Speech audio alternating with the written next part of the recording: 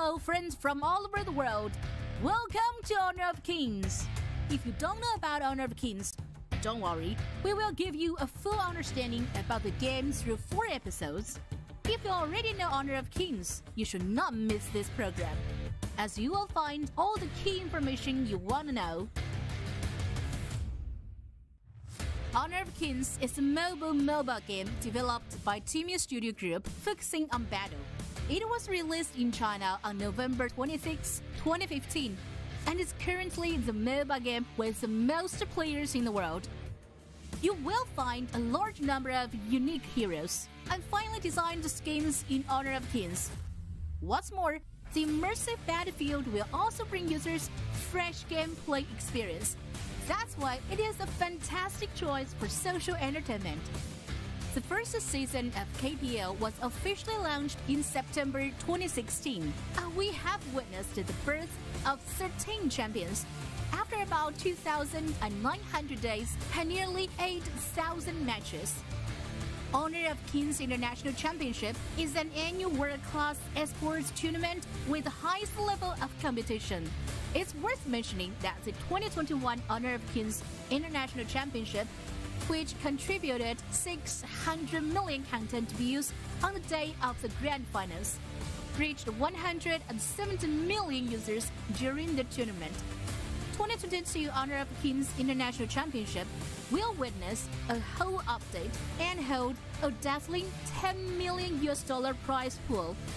The wild card qualifiers will start on November 22nd, and the group stage will start from December 3rd. You will see the strong teams from all over the world fighting for the World Championship. KIC2022 will kick off shortly. Let's witness the wonderful performance of players on the stage of the 2022 Honor of Kings International Championship. Let's high five for highlight.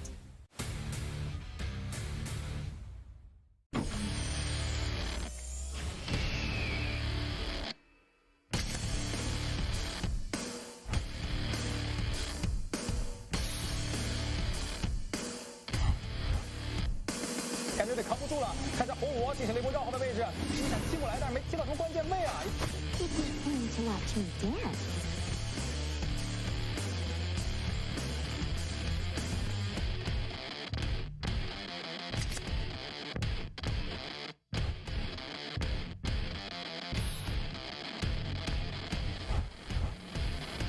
但是阿凯就是不要开，这一波阿超进场再来一枪，还能再收一个。无枪进场，收枪收枪，微博有点遭不住啊！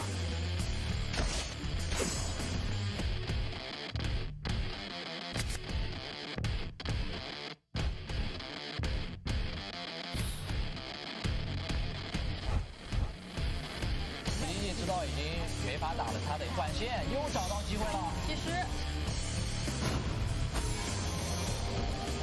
闪现回身再拉到太乙，反杀。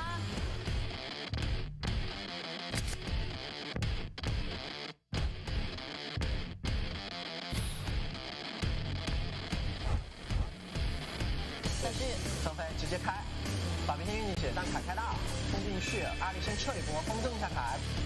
先生选择了回闪。那个迷羊的蓝进场，先将敌人给秒了。Perhaps you'd understand me better. 这一波公孙离绕后开团了。是的，和蓝的一波完美的配合。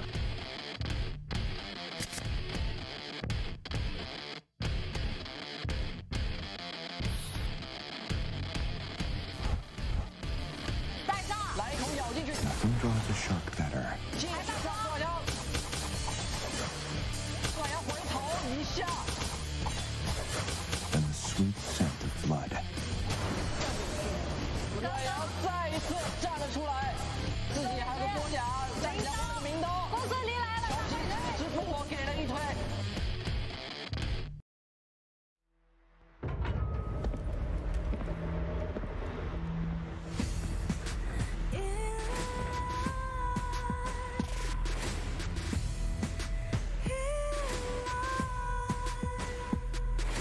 What's a life without its worth?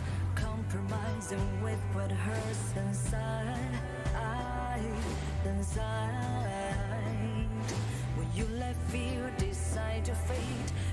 don't choose which path to take alive. In life, I'm finally letting go of everything that still holds me. I'm against all odds, but I won't give up, 'cause it's my time to shine.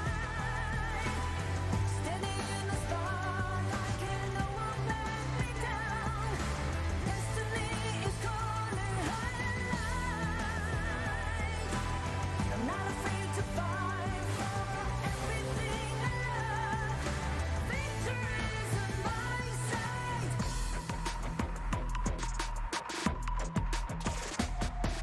The more we lose, the more we gain. The more that nothing stays the same. In time, in time.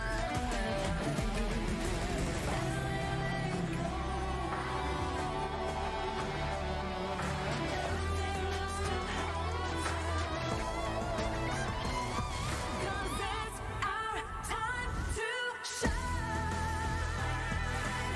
Standing in the spotlight, and no one let us down. Destiny is calling high and light. We're not afraid to fight for everything we love. Victory is in our sight. It's our time to shine high and light.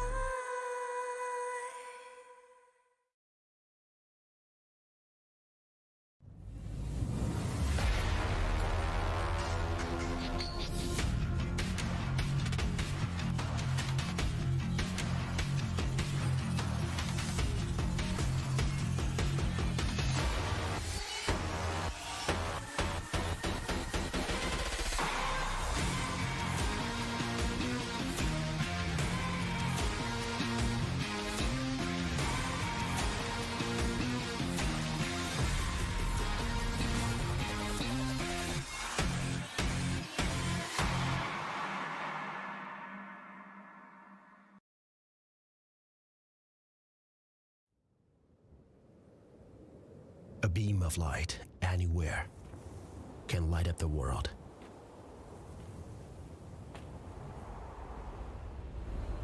Light, a warm and outpour force, brings newcomers hope.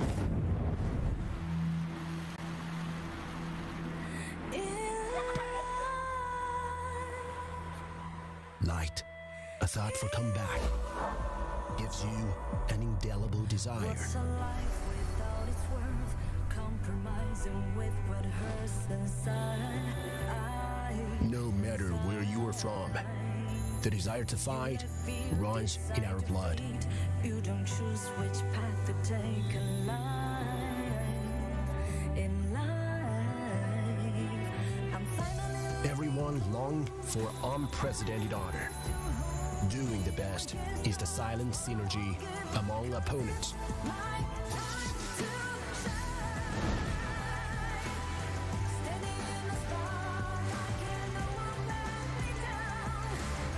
Fight, guard, meet the unknown power.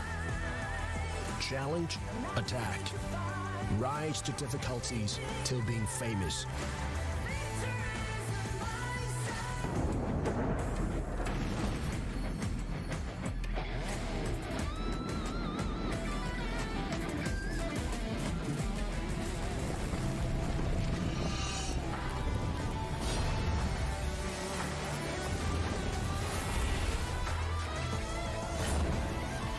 Center of the world, shine like the star. Unbowed fighter never walks alone.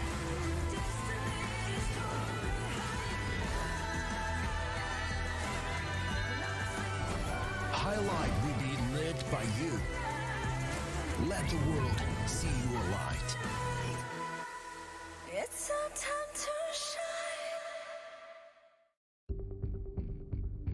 And aggressive we are being, as Strong Pei is going to be taken out of this match. It's going to be first blood for the side of Team Castle. ก็ตอนแรกตัวต้นเกมเขาได้ฆ่าก็เลยโดนธนูบอลช่วงต้นเกมเราก็ต้องพยายามทำให้แบบรูปเกมโดยรวมดีก่อนถึงจะแบบกลับมาสู้ได้ครับผม Team Castle showing a great improvement. A game full of energy.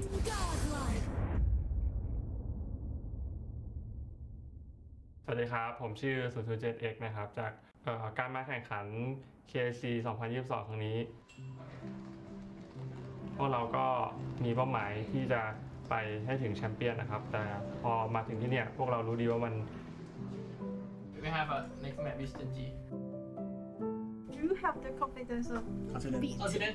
Yeah, we are confident to lose them.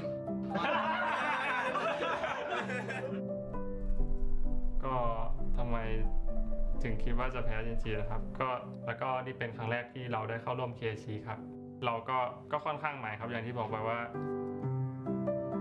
Guess my age. 20? More than 22. More than 22. Yep. You want me to tell you? I'm 29. Oh. You guys want to guess his age too? Guess. Too young. 25. Too young.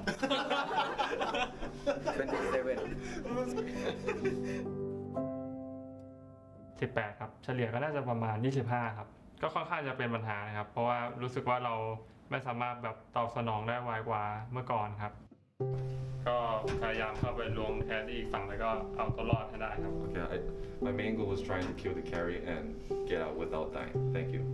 สั้นๆเลย ประมาณนั้น 1, 2, 3. Hey! Only Summer trying to survive. It's not gonna be enough. He's gonna fall. It's gonna be 007X. The only option, the only hope that they have. Hard to defend this space. Defeat. 他们觉得他们会在第4名晋级正赛因为前3就是很想法打不过他们，所以能够晋级第4名。มีกังวลบ้างนิดหน่อยครับว่าจะไม่ได้เข้าครับแต่ว่ากับในแข่งเนี่ยเล่นไม่เหมือนกันอีกครับผมก็ค่อนข้างยากเลยตรงนี้ก็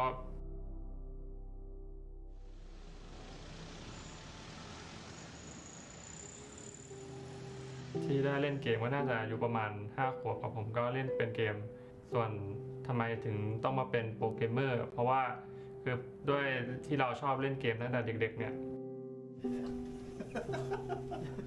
สำหรับผมแล้วก็ทีมนะครับพวกเราก็ได้เล่นตัวของ HOK เนี่ยมาประมาณ2 เดือนครับผมจะได้คุ้นชินกับเกมแล้วก็ที่ผมชอบทำก็คือแบบดูผู้เล่นที่แรงสูงๆนะครับเพราะว่ามีเรื่องของแผนอะไรเงี้ยที่เล่นไม่เหมือนตัวที่แบบว่าไม่ได้ใช้ใน KPL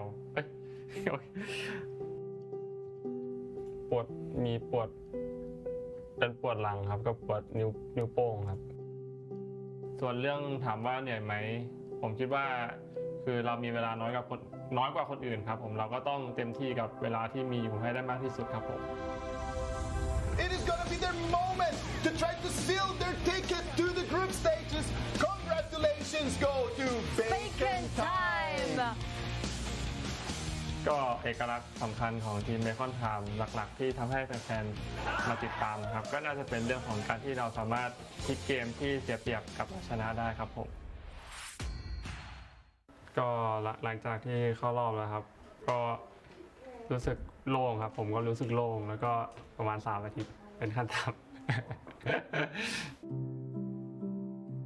เป็นตุ๊กตาที่เหมือนกับที่แฟนผมให้มาครับซึ่งตัวของ KIC เนี่ยมีเงินรางวัลให้กับทุกทีมที่เข้าร่วมถึง $250,000 นะครับผมก็ถ้าได้เงินรางวัลจาก KIC นะครับส่วนหนึ่งก็คงจะเก็บไว้ใช้นะครับแล้วก็อีกส่วนหนึ่งก็คงจะเก็บไว้เที่ยวกับแฟนครับผมเขาบอกว่าแบบโชว์แบบก็ตอนนั้นก็ยังเป็นเพื่อนกันนะครับก็ให้มาเป็นของวันเกิดประมาณ10 กว่าปีที่แล้วครับผมอันนี้ก็เป็นตัวใหม่ไม่ใช่ตัวนั้นเพราะว่าตัวเก่าหายไปแล้วอาจจะไม่ได้เจอกันบ่อยอะไรเงี้ยเขาก็เข้าใจครับส่วนเรื่องเงินเดือนก็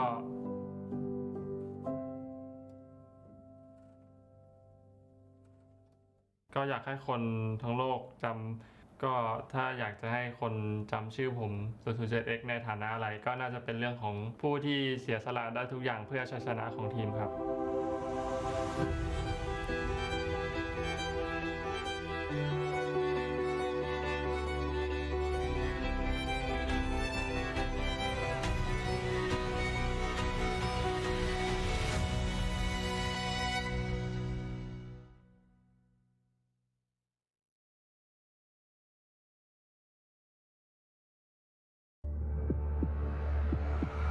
Biz pratik zekamızı kullanarak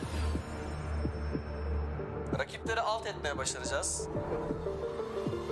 Bizim kozumuz zekamız. Türkiye'yi temsil etmeye gidiyoruz. Şampiyon olarak döneceğiz.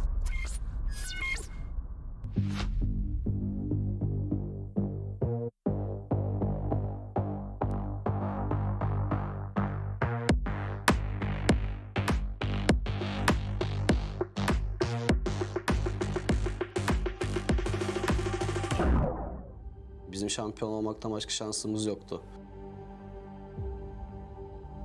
Yani biz kazanmak zorundaydık yani. Birinci olmak zorundaydık. İkinci olmak bizim için bir seçenek değildi yani. Sonuçta Türkiye'nin açık ara en iyi takımıyız. Parmaklarda, diğeri kafada. Kafa uyumu olduğu zaman zaten çok rahat şekilde oyunumuzu oynadık. Namağlup olarak geldik. Bunun daha üstü yok. Bu takım kurulduğu zaman Türkiye şampiyon olduğumuzu anlamıştım zaten. Çünkü biz Avrupa kadrosundaydık zaten. 3 kişiydik. Diğer 2 kişi gitti. 2 kişi de Türkiye kadrosuna alıp ben de koç pozisyonuna geçmiş oldum. Çünkü hem oradaki oyuncularla iletişim iyi bir şekildeydi ve Türkçe bildiğim için de aynı zamanda yabancı olsam da buradaki Türk oyuncuları tanıyordum. Yani aslında oyuncular arasındaki köprüydüm bir nevi. Anlık oldu bir anda yani. Yiğit arkadaşım esneyip 10-10.30 gibi beni aradı. Dedi kanka işte nasıl, iyi misin? Böyle bir şey var. Oynamak ister misin?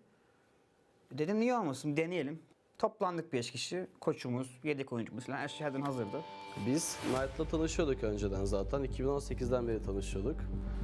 Talha ve Yiğit'i geçen sene çok beğendiğim için özellikle Talha'yı. Çinlilerle zaten biz Avrupa takımla beraber oynuyorduk. Yani bir güzel bir birleşme oldu. Takım da iyi, oyuncular da iyi yani. Gayet eğleniyoruz da oynarken, çalışırken beraber. Yani çok hani 2 ayda 6 aylık bir ilerleme kat ettik bence yani. Çok verimli geçti o zamanımız.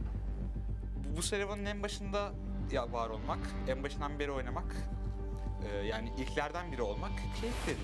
Çünkü Honor of Kings çok bence cidden kaliteli bir oyun. Baktığınız zaman yani çok farklı hero'lar var. Meng gibi bir hero da var jungle'da. Baktığınız zaman yani support hero'suna benziyor ama oyun sonu tek atıyor herkese.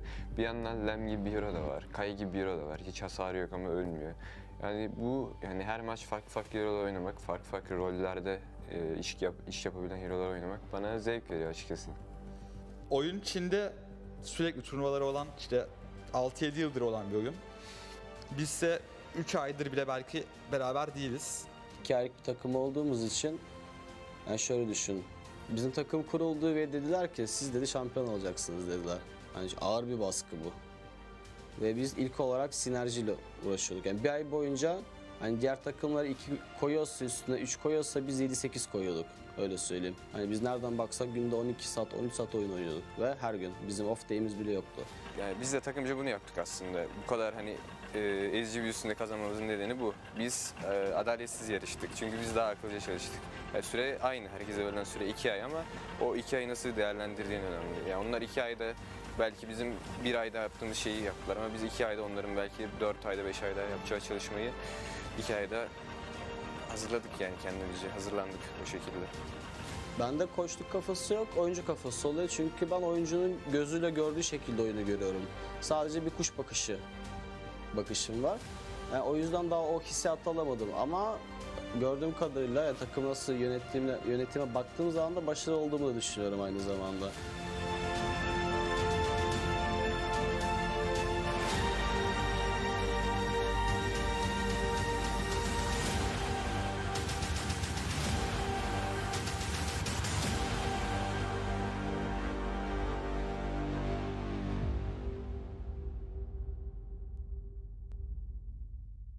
Final maçının kırılma anı bizim için şu şekilde. Biz ilk maç çok rahat yendik. Yani neredeyse çok ezici bir üstünlük vardı. O yüzden hep harita bizdeydi. Yani tek taraflı oynandı ilk maç. İmkan bile vermeden 10 dakikada yine FUTNOVA'nın o alıştığımız o agresif oteller. Oyunun sonuna doğru ilerliyoruz. FUTNOVA inanılmaz bir performans. 3'te 3 yapan bir isim var. Gerçekten muazzam bir oyun. İlk maçın toplamı 21 dakikayı falan da geçmedi yani. Üçüncü maç bir sorunla karşılaştık diyebiliriz. NRX 2 kill birden buluyor burada. Bir geri dönüş senaryosu onlar için 3. maç sanki 4-1'i gördük Gökhan. Yani 2'de 2 geldi ve devam da edecekler mi bakalım? Havaya savrulmasına rağmen orada ilerleyen bir buggy vardı. Bir skor daha çıkartıyorlar. Hani burada biraz hani hissettim de dedim Talha bir şeyler yapmalısın yoksa çok geriye düştüm bir şekilde. Hani dakika 1.5 falandı, 1.40 falandı. İnanılmaz geri düşmüştüm rakip Jungle'a göre. Orada işte oyuna full fokus oldum işte. Sonra işte sakin kaldım, elimden gelmeyince oyunu oynamaya çalıştım. Sonra Gold'u toparladım. Hatta birkaç fight, 2 fight'ta da adamları güzel yakalamıştım. Ondan sonra objektif kontrolü falan filan derken bir şekilde döndü oyun. Dostun sonunda Marco Polo'ya girdiği sayesinde orada direkt onu aradan çıkartarak zaten maçı direkt kazanmış olduk. Üçüncü maçta bizim için biraz kırıcıydı yani. Kıran kırana geçti. Bir ulti değil, Knight'ın üzerine geldi sadece. Closer düşer.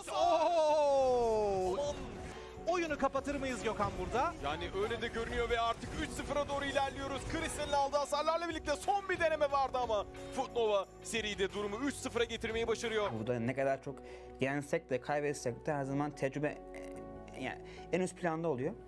Yani bizim elimizden geldiğince Türkiye'yi temsil etmeye çalışacağız. Tabii ki bu hayatta hiçbir şey kolay değil. Bu da kolay olmayacak. Onun için yani umarım elimizden gelen en iyisini yaparız.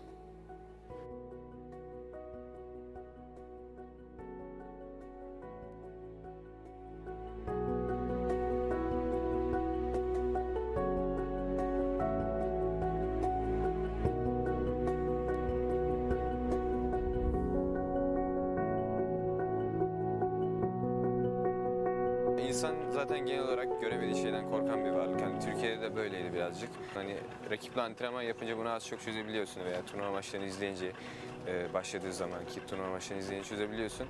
Burada da aynısını yapacağız biz Türklere yaptığımız gibi. Kore'deki maçları izleyeceğiz. İşte hangi takım hangi kompları daha çok oynuyor, hangi oyuncu hangi hero'ları daha çok oynuyor genel olarak. Onu çözmeye çalışacağız. Oyun mantıklarını çözmeye çalışacağız. Hani önümüzdekisi azaltmaya çalışacağız elimizden geldiğince. Kendi konfor alanımızın dışına çıkacağız. Türkiye'de hep bilindik bir ortam, yani hep bildiğimiz oyunculara karşı oynamıştık. Şimdi hiç tanımadığımız, hiç karşısında oynamadığımız oyunculara karşı oynayacağız. İlk başlarda belki zorlanabiliriz ama sonrasında alışacağımızı düşünüyorum. Elinin taşın altına koymak lazım aslında bu süreçte. Bir şey yapmak istiyorsak da.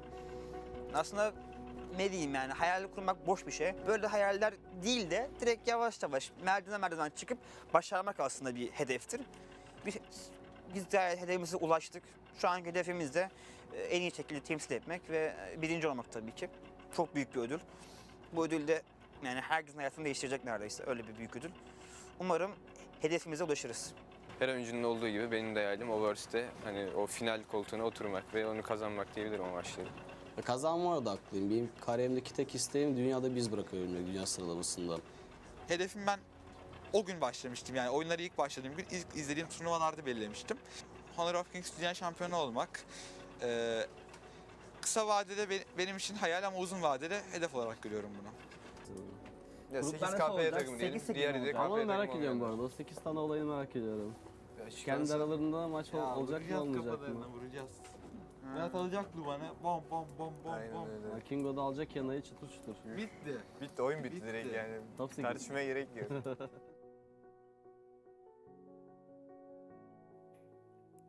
1, 2, 3. FUTNOVA win!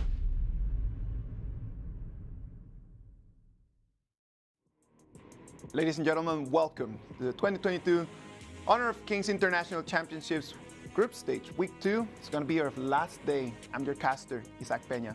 I'm your caster, Nora. As we just mentioned, today's going to be the last day of our group stage, and time flies. Actually, we've already been halfway through our tournament. Yeah, exactly. Can you imagine? Like it just started a couple weeks ago, and then right now it's almost like already just qualifications, right? Like we're done with group stages today. It's going to be the last matches that we're going to have for Group D, and then after that it's going to be the top 8.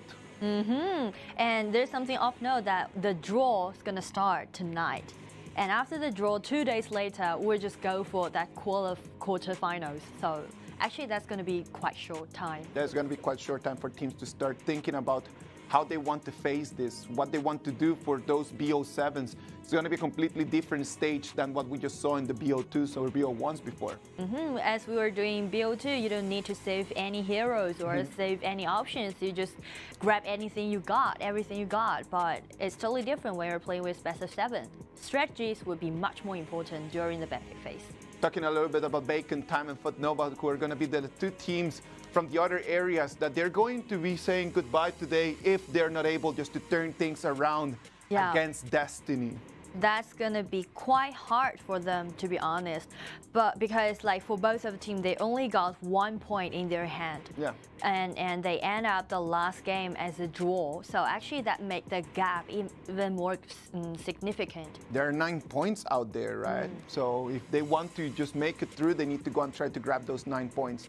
It would be great for the boys from Bacon Time today to take those 3 victories, because a lot of them, as they just mentioned in the video, average of 25 years old, which for a lot of esports athletes, it's already a pretty old age, no? I know, like for esport industry, actually the average age maybe is like 21, 22, or like the career is going to be quite short. So for them, though they're quite young team towards our tournament, but the truth is actually they're considered as old. Well, and if you can be 25, 26, 27 and just be competing at this high level, that just shows that you actually have great skills. They would love to just take this as what we saw there from 007X, thinking about taking the prize money and then just go back home and take his girlfriend out. Get married. I remember that. One for trip money and another for the money to get married. Yeah, FUTNOVA Esports. FUTNOVA Esports on the other side, like they think that what they want to do and the reason why they are such a strong team is their intelligence, right? Like how they're so productive, how they use the hard work just to create the progress of 6 months in only 2. Understanding the game and understanding the heroes is going to be super important. And let us just give them a hand, no? Let's just check a little bit on the heroes that we can introduce to them today. This is kind of became one of our tradition right now. Yeah, of course. Check Huangzhong. We saw this hero yesterday, quite late game, but when you're playing against with those teams who's not going to be able to close out the game, it's going to be a good choice. Foshan DRG.GK yesterday just showing us how it's done in a hero that is not such a popular pick as Huangzhong. On the other side, Hoi, another hero that is not a very popular pick. Yeah, Ino played it once. Yeah, Ino played it once, but it was in a completely different scenario. Like, Hoi needs a lot of items and it needs to be protected a lot, not only by only one support, but your top laner needs to be a tank. You cannot go out with a warrior. Yeah, because this hero is quite immobile and also item dependent, so he barely can take care of himself. So that's why actually he's not like quite favored for all of those players. And Garo, the other option, was going to be a very good counter pick against such a meta pick hero like Gunsun Lee. Because Garo has such a long range, right? I would say that he has the longest range among all the marksmen that we have in this game. So Garo's long range and the ability to slow down the movement speed and the attack speed from your opponent just makes Garo just a great pick against Gunsun Lee. To play in a defensive way. Exactly. Well, let's check what's going to happen today with the matchups. Let's see which teams are still with us. Only 2 remaining teams from the other areas. It's going to be Bacon Time and FUTNOVA. Yeah, you can see there's only 2 teams right now. For Bacon Time and FUTNOVA, probably this is going to be their last showcases, but still we hope that they can bring us something refreshing and hope they can enjoy this journey. It's going to be a really nice match, the one that we're going to have today as our first matchup. FUTNOVA Esports is going to be playing against Bacon Time. That's going to tell them exactly where they are. Yeah. Just like facing Bacon Time or Bacon Time facing FUTNOVA is going to tell them exactly what they're made of. Yeah, and actually these 2 teams are only two of the teams from other regions that made a draw in the group stage. So actually the first game is going to be one of those tests to see what they've learned from their opponents or from this group stage and show it to us. Through all these days, for sure, they've been collecting a lot of different experiences, right?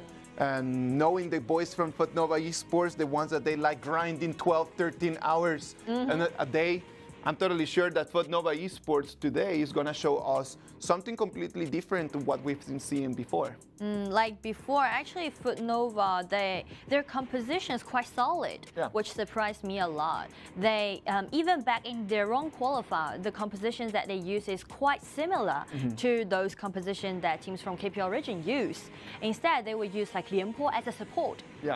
And that's their playing style. So actually, they really prefer to play in those 5 versus 5 big team fight. We're going to have a great match first. And we need to start getting ready for that, because what's going to happen between FUTNOVA Esports and Bacon Time is going to define who might end up in 3rd and who might end up in 4th. Yeah. The truth is that the chances for them to try to make it through, the other side are very, very slim. But at least in this match, they can try to fight for honor. As we mentioned, this is going to be the final test for them to check what they've learned from this journey. And we talk a lot about FUTNOVA. Actually, I want to talk a little bit about Bacon Time. Go ahead. Because actually, Bacon Time is not one of those teams who's quite distinctive. Like, compared to other 3 teams from this wildcard qualifier, they do not have so many highlights or standouts.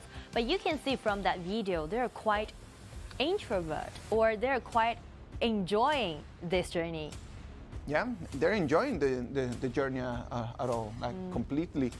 If you analyze the video, like every single time that they ask them, like, are you confident about winning? And they say, like, we're confident about losing. We hope to win, but if you ask about confidence, we're confident that everyone else is stronger than us. That kind of attitude, in some sort of way, releases a little bit of the pressure and puts the pressure on their opponents. And that kind of mentality could like sort of balance yourself. You won't be so rushed into something, or even you being defeated, you won't be that what we call scared, or what we call unhappy, upset. Let's see what's going to happen today. The coaches for today, same as before. For FUTNOVA, it's going to be Nito, and then for Bacon Time, it's going to be Xiao. And also the lineup stays the same. For these 2 coaches, like from FUTNOVA, Nito, actually he played a really important role in FUTNOVA. He's the one to call for those members gathering together and build up this. Actually, this team was undefeated back into their qualifier. End up all those games with 3-0 or 4-0. You mentioned a very interesting point in there. It was the coach, the one that built the team. The importance of that one person that is going to be the leader, that's going to be the bridge in between players. The fact that he was able to speak the language in such an international environment, it's very important, right? Like, it's very difficult to play if you do not speak the same language as your teammates, for sure. And if we're talking about language speaking, no doubt we need to talk about Xiao. This guy can speak 4 languages fluently. Yeah, there you are. Surprised. So it seems like if you want to be an esports coach, you must learn how to speak multiple languages so you can actually build around the teammates, right? Like, for me as a coach, like, what you need to do is to be able to understand your players. It's not that much about understanding the game, more than understanding the player. The player is the one that's playing. So at the end of the day, what you want to do is just to be a psychologist, how to get the best out of every human being holding that console. And if we take one step further, actually that's going to be something good to Bacon Time. Their options of those players could be wide open in the future because of their coaches who can speak several languages. They can just, be more international or find more players and help to strengthen up all those powers. Yeah, you could just go around and just start asking for people. I know that a lot of fans from Bacon Time are watching the stream right now. They're super confident that they can take this victory today, and I'm totally sure that right now, all of them, the fans from Bacon Time, are enjoying and really counting the minutes for this game to start. So if you're a fan from Bacon Time and you would like to play, why not? Reach out. Hopefully, if you're good enough, you can come and join us for the next KIC. We are looking forward to see more and more people overseas to join our tournament. And for Bacon Time, we've mentioned about their age before, but that somehow shows actually they're quite experienced. All of them have several years about like playing mobile games. So they know that how they're gonna play mobile games, and as they had a better understanding towards our games, I guess today gonna be something different. As the industry has been evolved and as the games have been becoming more similar between each other, just being able to transfer that knowledge and that experience from different games into the one that you are competing in right now is going to be a necessary skill for any esport player, right? It's not the same as it was 10, 15 years ago, right? Like, it's like you're good at one game and that's it. Right now you need to be good at game genres. Like you're either good at MOBAs, you're really good at FPSs, you're very good at battle royales, game card collectors. If you're really good at the genre, then allows you to open a lot more doors. And that's an example of what Bacon Time is right now. Players that they were really good at understanding MOBA games, that they just came in, took this challenge, and made it all the way to KIC. And it's some sort of help to build up their versatility. Versatility, yeah. You can see those players are quite, I would say, happy, and also seems quite well prepared for this tournament, for this matchup. Everyone looks in a mix of stress and anxiety and being calm or pretending to be calm. Real calm does not look that tense, right? I understand, like they need to be anxious and they need to have a little bit stress on them. That's for sure, because it's gonna be their last game. And for FUTNOVA, as we mentioned before, actually they were undefeated before in their qualifier. Yeah, we've mentioned that. So I guess they want to go for their last victory in our journey. Let's wait and see. The BP is going to start. FUTNOVA Esports against Bacon Time. FUTNOVA Esports is going to be taking the blue. Bacon Time is going to be taking the red side. I expect a very common BP as what we've seen. I don't think that neither of these two teams are going to allow Zhangfei to be out. Zhangfei, especially for Bacon Time, if the Shimengxi is quite favored. It depends on FUTNOVA's first pick, whether he wants Shimengxi or Gongsun Ling. Probably Gongsun Ling would be a better pick. Not even allowed over there in the bands. Gongsun Ling just has been such a strong hero, right? Like it's been such a familiar pick. Yesterday, after watching Huang Zhong just showing up in the mix, that shows you that there are a lot of other different ways how to play the game. So hopefully for FUTNOVA Esports and Bacon Time, as they go back, they can just keep practicing and try to use those different heroes. And for Bacon Time, you know, actually something that really surprised me about is the hero pool of Marks, because he's one of those players from other region who's really obsessed with playing assassin mage. Yeah, which exactly. is not normal actually. Yeah, it's not that common, right? And in a meta like the one that we have right now, where your mid laner is going to be more utility than damage, then probably just playing an assassin is going to be difficult. The option of Shimengxi just would open up Marks the option to play Shangguan Wan'er. Yeah, Shangguan Wan'er, that's exactly the cue what surprised me in the previous series. I never saw only like a Glow from Gen.G played once. Yes. So actually this is gonna be a quite good choice for Marks. And Bacon Time, they just taking away this Ata and Zhangfei. Ata, Zhangfei, they don't have the Bomber Cat to fall in with that combo, right? Options for mid lane, it's going to depend a lot on what the option for top laner is going to be from FUTNOVA, right? If Bacon Time wants to contest Shimengxi with the mid-wave priority, Zhou would be a nice choice. Or if they want to do more about those brawls or engagement, Zhou is going to be nice. It depends. Zhou, the first way that I mentioned. Yeah, and if Summer is able to come in, use his ultimate just to lock people in and not allowing them to run away, then Mimars can have green light just to deal damage with the fire. Zhou Yu and Shen Mengxi are two of those mages now in this meta can contest for this priority of the mid-wave. Like the other mages can't do that. I think there's a handful, right? There's a handful of mid laners right now, that would be wave priority. Like, if I want to have wave priority, then I will choose that group. Yeah. But at the same time, not only thinking about wave priority, the Bomber catch Mengxi and what Zhou Yu can do, they can deal lots of damage at the same time, right? Something that, for example, Wang Zhaojun is not able to do. Wang Zhaojun, for me, it's more a cleaning wave and then just running away kind of hero. And Zhou Yu becomes a little bit more mobile and more aggressive.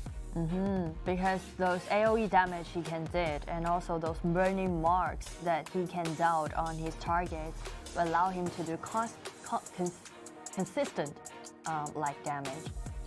Consistent and constant damage dealt by Zhou Yu. Let's see. They choose DRG.GK.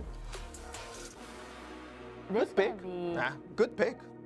This is gonna be the one who can win an upper hand on the bottom, play against Marco Polo. They choose Marco Polo very early. I don't think that Bacon Time, based on what they had as their composition, would have picked Marco Polo. That Marco Polo pick in there just so early that it shows their hand very early in the VP stages. One reason maybe is because after seeing Bacon Time build up such a solid frontliner, Zhang Fei and also Ata, Marco Polo gonna be the one using the true damage to deal something. And also, FUTNOVA is quite afraid of Bacon Time would choose Marco Polo because, as I mentioned, they're quite favored about using Lian Po as the support. And City Boy might just lock that Lian Po in and then just show us one more time how this Lian Po support is supposed to be played. Options for jungler, I believe that's going to be Miyamoto Musashi or Jing. One of those two. I would prefer Jing actually, instead of Miyamoto Musashi. Okay, what do you think? This is gonna be a nice choice. Because? Because of its like it's a meta pick and also his ultimate, once he locked down on his opponent's jungler, he can reduce the HP restore. The one thing about this hero is that he does not have much of burst damage. He can lock in, but Feng comes with Purify, would allow him to survive. Yeah, so you know that actually mentioned us about another strategy that GK used yesterday. Like once you know your only target would be someone, the only thing you need to do is to force out his ability, and that's it. So for a 007X, this game, he only needs to use ultimate to lock down Marco Polo, force out the Purify or the ultimate, and that's it. Because without the Marco Polo, there won't be that aggressive or enough to do the output damage. Well, let's wait and see if his goal is to still use his second ability to move in, to move out, just to come back with a dash. If he can hold to his ultimate, he might be able to still be of a lot of problem for Bacon Time after using or dispensing of his Purify. You know, one of those features that why Marco Polo relies a lot on Purify is because he's the only hero in our game without any control ability. Can you imagine that? Like his lack of control ability, but his ultimate, when he uses his ultimate to dash in, he can easily be broke, easily be interrupted. That's the reason why he needs to Purify, allow him to finish his ultimate. We see a lot of Marco Polo just evolving through all the different patches, right? Like it's a hero that's been with us since the beginning of the game. Yeah. And right now, just seeing that Marco Polo is still one of those picks that's still around there, right? That's called classic. It is a classic. It is an Honor of Kings classic, Marco Polo. Yeah. And also Feng, right? Feng's always I guess he's one of those classic heroes. Zhang Fei the same. We can see actually our game has been published for over 7 years, and a lot of heroes we already had a fulfilled understanding towards them, but due to the meta, actually like those characters that they had or keep changing. All right, let's wait and see. Here it comes. FUTNOVA Esports against Bacon Time. Is it gonna be FUTNOVA Esports, the ones that are gonna try to take the third place? There's gonna be Bacon Time. It's gonna take the snap shit from their hands. Or is it gonna be another draw? Is it gonna be another draw? Who knows? Nobody knows anymore. Bacon Time, they already take some moves. They're trying to take the blue. City Boy comes in, unable to contest that. Summer is going to keep it. Lost didn't use his smite, but from Bacon Time, we can see Summer just used the smite. Yeah, he came in late, right? And Summer still comes in, still has 15 more seconds for his smite to be available. 007X comes, Lost has control of the smite, comes to 2,600, not yet in smite range. Lost is gonna take that red. 007 taking extremely low. Knight wants to take him down. It's gonna be first blood for FUTNOVA. FUTNOVA, they want more. They just force out Zhou. You splash it again towards Zhang Fei. Zhang Fei be taken down by FUTNOVA. Atta again. 3-0 opening for FUTNOVA. 3-0 opening for FUTNOVA. Great work from them. They lost the blue, and then Bacon Time tried to just completely damage their opening by going to the red.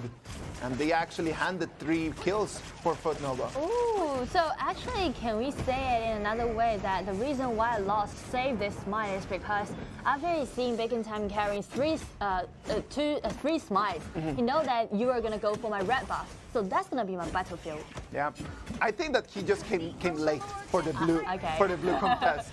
I'm overthinking. I just think that he just came late, and then when he just pressed on his mic, the blue was not available no more.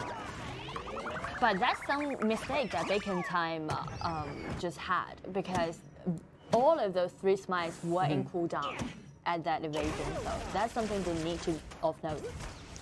Bacon Time making the rotation with DRG to top lane, right? Allowing DRG to be closer to the red buff. And at the same time, Feng is going to follow him, which is bad for Feng because he's more red dependent than DRG. True.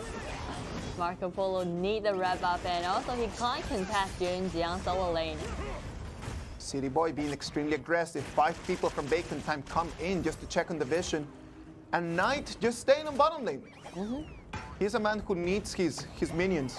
He does not care about anything else right now.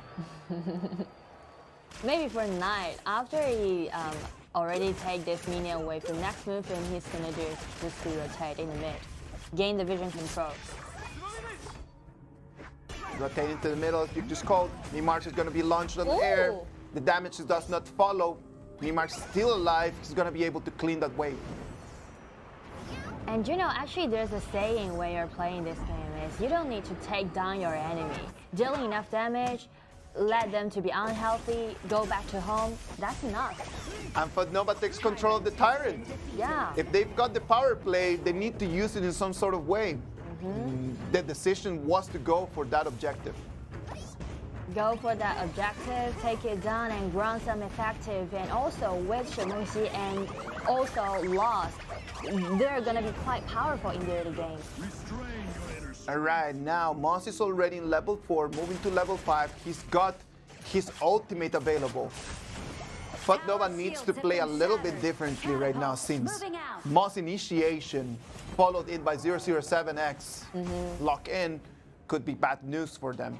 They've got already an advantage, right? Yeah, they already got 1,000 gold lead and also 3 kills in lead. So what about if right now we just try to play smart? Again, Big Fan comes in, this is wide, Lost trying to find an angle on Mimarch. The kitty bombs jump in. It's going to be City Boy, the one that's going to initiate. He's going to take 1. He's been taken extremely low, but it's going to be 007X, the one that falls. Another 2-0 trade for FUTNOVA Esports.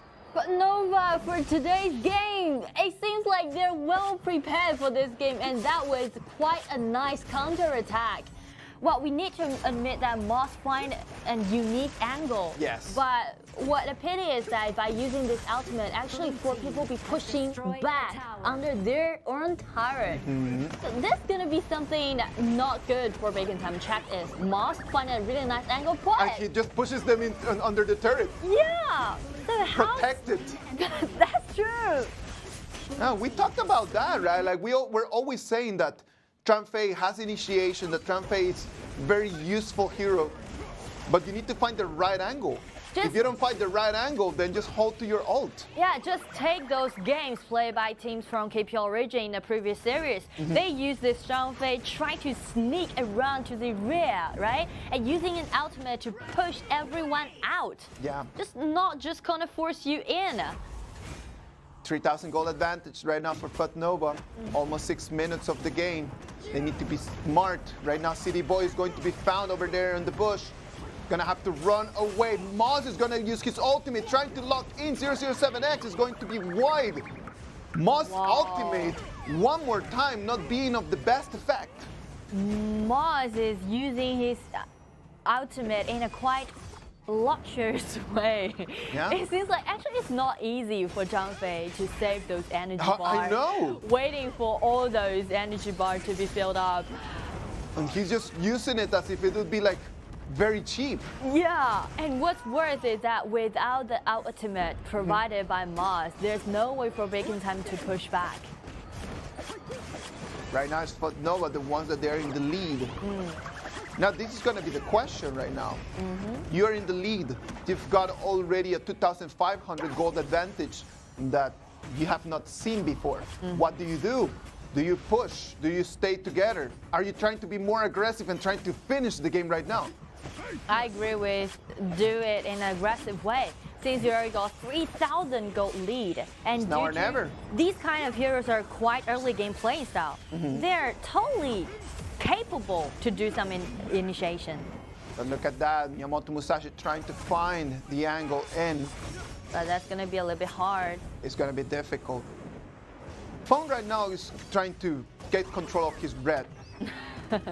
But for him, good news is that he can protect this red buff. Yeah. But he still needs to wait for the item. City Boy and Marco Polo just waiting in there. City Boy not even standing in the bush, just standing next to the bush. It's like, okay, I am here, so what? Look at that, 007X knows that Feng has purified, so he does not deal his ultimate. Hermes taken extremely low. Extremely low, so he's not gonna be able to guard this tower. He's gonna be very dangerous. Look at that Knight being extremely aggressive. I like the way that this man is playing this hero today. Has destroyed a tower. They're fully used those characters that these heroes have. Yes. Using those solid front laners to constantly gain the vision control, just to push forward, to conquer more for their marksmen to do the constant output. Rotation to mid. Feng is standing very, very far to the front. He needs to be a little bit more careful. I know that he believes that with his Purify and his ultimate, he can escape, but there's no need to try to force that. Let Knight take the vision. Let Knight go around and tell you exactly where 007X is going to be. That's true. And when you're playing such a high-tempo games, especially where high-pitched tournament, every single ability matters a lot. All abilities matter. One more Tyrant for FUTNOVA.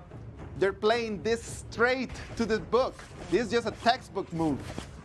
Control the objectives, control the vision, and right now everything looks blue for them. 5,000 gold lead. We rarely see it when we see like two teams from other regions play against each other. Right? Moss comes in.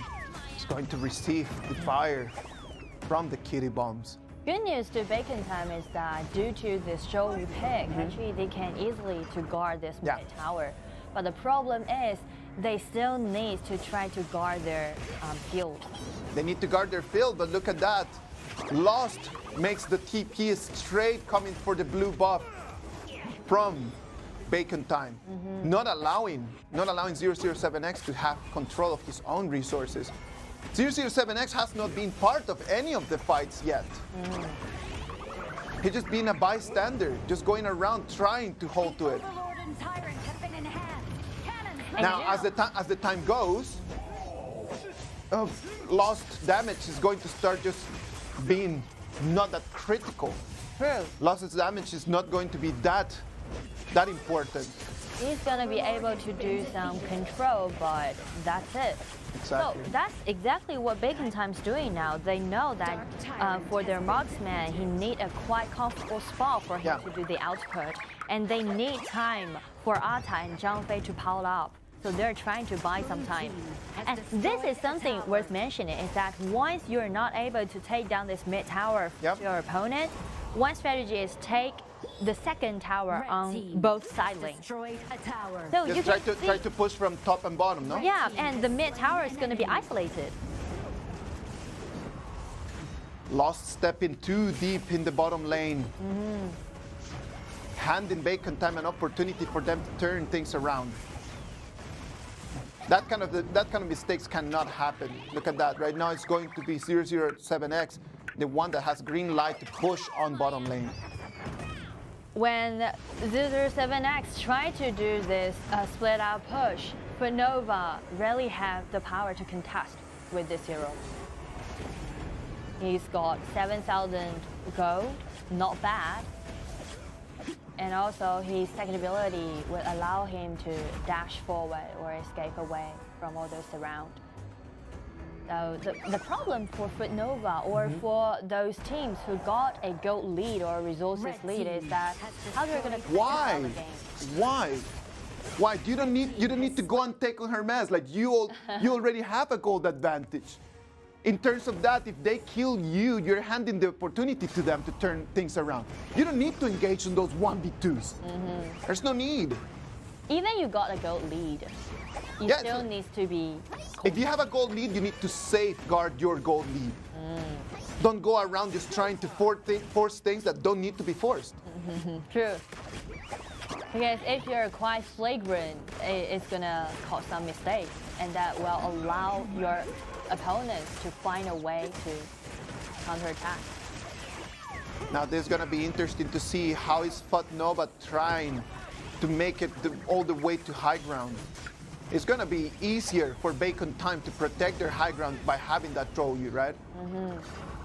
And we can see Bacon Time, even they already guard their mid tower. I was quite surprised about this kind of situation. For FUTNOVA, if they go too deep, trying to head to this high ground tower, it's going to be a little bit dangerous since the mid tower is still alive. Kuang just putting pressure on top lane. Yeah, but Marco Polo is not one of those marksmen who's really good at taking down towers. Yeah, exactly. He's good at doing engagement, but not taking down those towers. I don't know. I don't like the way that this is looking. Look at that. Hermes is taken extremely low. Feng is going to jump in with his ult. He's going to take on one kill. Right now it's going to be Moss, Summer, and 007X, the ones running away. The minions come in, and right now is the opportunity for FUTNOVA to try to take at least the mid lane turret. Exactly. They have a high opportunity to do that. Just let Knight to standing in the mid of that mid lane and using this wave to try to push forward. They can even take one more. The kitty bombs come in. Very, very close. Summer just getting out of there. Yeah, the shield. By a little hair. Wow. FUTNOVA still want the upper hand, but actually, I don't think that's going to be the deciding fact. I still think that Bacon Time has their possibility to turn this around. They just need to ensure that Hermes is going to have a comfortable spot. They're already engaging. Knight jumps in, but it's too early. Lost is trying to find the right angle. It's going to come in. City Boy is going to put 3 people on air. But Feng is not there yet. Now he comes late, but he's still available to try to take one more kill. City Boy has so many highlights in this one single matchup. you can see every engagement. Once his flash is available, he just dash in and smash on the ground. Like at least 3 people are gonna be knocked up. Exactly. Quite nice. Let's wait and see what's gonna happen in here. I like the way that FUTNOVA is playing, but they're not paying attention to their bottom lane. Good. They need to pay attention to that bottom lane and try to split bacon time. They need to create a power play. And power plays are created by just splitting your opponents in half. Get them, instead of a 5-0 rotation, to a 3-2 or a 4-1. Oh, nice one. 007 is going to jump in, is going to lock in on Shenmongxi. Shenmongxi is going to fall, but 007 is going to follow him. Hermes needs to use his second ability to push back. As FUTNOVA, all 4 people of them, they came in trying to get him down. Yeah, the sacrifice that 007X did was significant. Since he take down Shenmongxi, FUTNOVA actually would be not that capable to take down those HP bars. Yeah, exactly. And also force out the ultimate from Apollo. Snape is the main source of AoE damage, right? So without Snape, they depend a lot on what Lost and what Feng can do. But without chipping in the HP bars first, it's very difficult for them to do this. So on the other hand, for FUTNOVA, they know that after they will not be able to speed up, they just take down that Shadow Tyrant. So actually, there's 2 dragons in their hand right now. 2 dragons in hand right now. There's one Vanguard coming in bottom lane. The strongest one. Again, Zhou might be very good at cleaning those minion waves, but not my Vanguard. Wow. Imperial Order comes in and locks in onto Knight. Feng trying his best to try to do slowly but consistently some damage to the turrets. The fire comes in, cleaning that last ballista that was putting damage to that turret, being taken to half of its HP. Actually, FUTNOVA could be more decisive. Like, there's actually 2 minion waves arriving at the high ground tower simultaneously. Actually, they can just focusing on taking down 1 high ground tower at that time. Yes. Like, they need 3 minion waves to come in at the same time. Zhou is going to put all his abilities on one turret, and then they can focus on just taking the one that is going to be completely afar. Yeah. So if you already have an advantage on the bottom lane, what about if you just try to focus me marks over there on bottom? Try to do something. His damage is still not there. Summer is still pretty tanky for him. But if Faken Time don't want to respond, don't want to come and give an answer, do some counter attack, they will just use Zhou to clean this minion wave. So maybe FUTNOVA just go for the next. That's the problem. Shadow Look at the Overlord. waves. The waves come one at a time. So it's very easy for me marks just to clean the waves. Yeah. It's not being a challenge build right now, but now it's going to try to engage. It's going to be 007X, the one that is going to come in, lock in on someone, but it's going to be counter-attack. Feng is going to fall. It's going to be a 2-1 trade. Summer and 007X are down, but me Marks and Hermes can still protect the turrets. But to be honest, these kind of sacrifices quite useless because it's just slow you down. Yeah. Just slow FUTNOVA's pace. Once we saw those trades, but that might be 1 kill trade for the high ground tower. But see this one. The minion is already killing up. Why to engage there? There's 23 seconds for the Overlord. And there's just no wait minion for wave. the Overlord. There's no minion wave get into the high ground tower. Just wait in there. There's no need to just rush it in there that much. All right, pushing back. They're going to try to rush this Overlord. 007X just coming out of the fountain, leaving high ground. Summer trying to get the vision. Gonna be spotted. Oh, that was very, so close. very close. That was so close. Very, very close. That was so close because Summer still got his smite. Let's wait and see. And now here's one of pieces of my advice that FUTNOVA needs to use these vanguards smartly. Yep. Manage 3 waves arriving simultaneously at the same time. They do need to be very smart. Yeah, they don't need to release it now. Okay, they released it anyway. Because the Tempest Dragon's gonna spawn, right? Yeah. So Tempest Dragon spawning in 20 seconds. They could have hold to it a little bit longer, at least 10 more seconds, that's what just I to mean. force Bacon Time to defend the Vanguard or to contest the Tempest Dragon. That's what I mean. That's some like more timing or tricks gained by experience. But if they spawn it, they need to use it wisely. You can't just spawn it and do nothing. Well, right now they need to start it. Right now it needs to be 5 people from FUTNOVA coming in to take the dragon. It is only going to be Lost and Found, the ones that they're going to take it, but it's extremely slow. Because there's debuff. They just taken down that Shadow Overlord, so there's going to be a debuff put on FUTNOVA. The speed is going to be quite slow. So that's the reason why I said they need to manage the wave. This is a quite nice one. 2 Vanguards, but they didn't like push forward thoroughly. You know, once you got gold lead, you just give all those resources away. Actually, you're just sending money to Bacon Time. Yeah, exactly. They're just allowing Bacon Time an opportunity just to turn things around. Look at that 007X cast Vision over the HP bar of the Tempest Dragon. He's got in a great angle. FUTNOVA, they don't want to hazard to this Tempest Dragon since Bacon Time have got 3 smites in So their go line. and clean the wave down to the bottom. Just go down. Or once they saw 007X showed up in the minimap, that's gonna be a cue for them. Like they already know that one of your members are absent. It's time for engagement. Let's see, Feng is gonna jump in. He's going to be wide. Hermes and Mimarch are still alive. Loss is being taken extremely low. Now 007X has a great angle. He comes in. He's gonna lock in onto Snape. Feng is running away for his life. Uses his Spirit Fight. That is going to allow him to survive. He's gonna revive one more time. Summer is taken down. Lost is going to fall. Resurrecting one more time using his revive. The kitty bombs come in. It's going to be the fight for Bacon Time. And even worse for FUTNOVA is that the only member carrying the smite in their side has been taken down. So for Bacon Time, it's their time to push back. Stressing me out. This is stressing me out so much. Like FUTNOVA has had the lead for the last 10 minutes. And they are not playing as if they would be the ones in the lead. Yeah. They're just keep holding back or hold on something. I know that they might be quite cautious about this matchup. And once you've got such a significant gap in your goal difference, you should be more aggressive and try to close out the game, or even take one high ground tower down or gain you more advantages.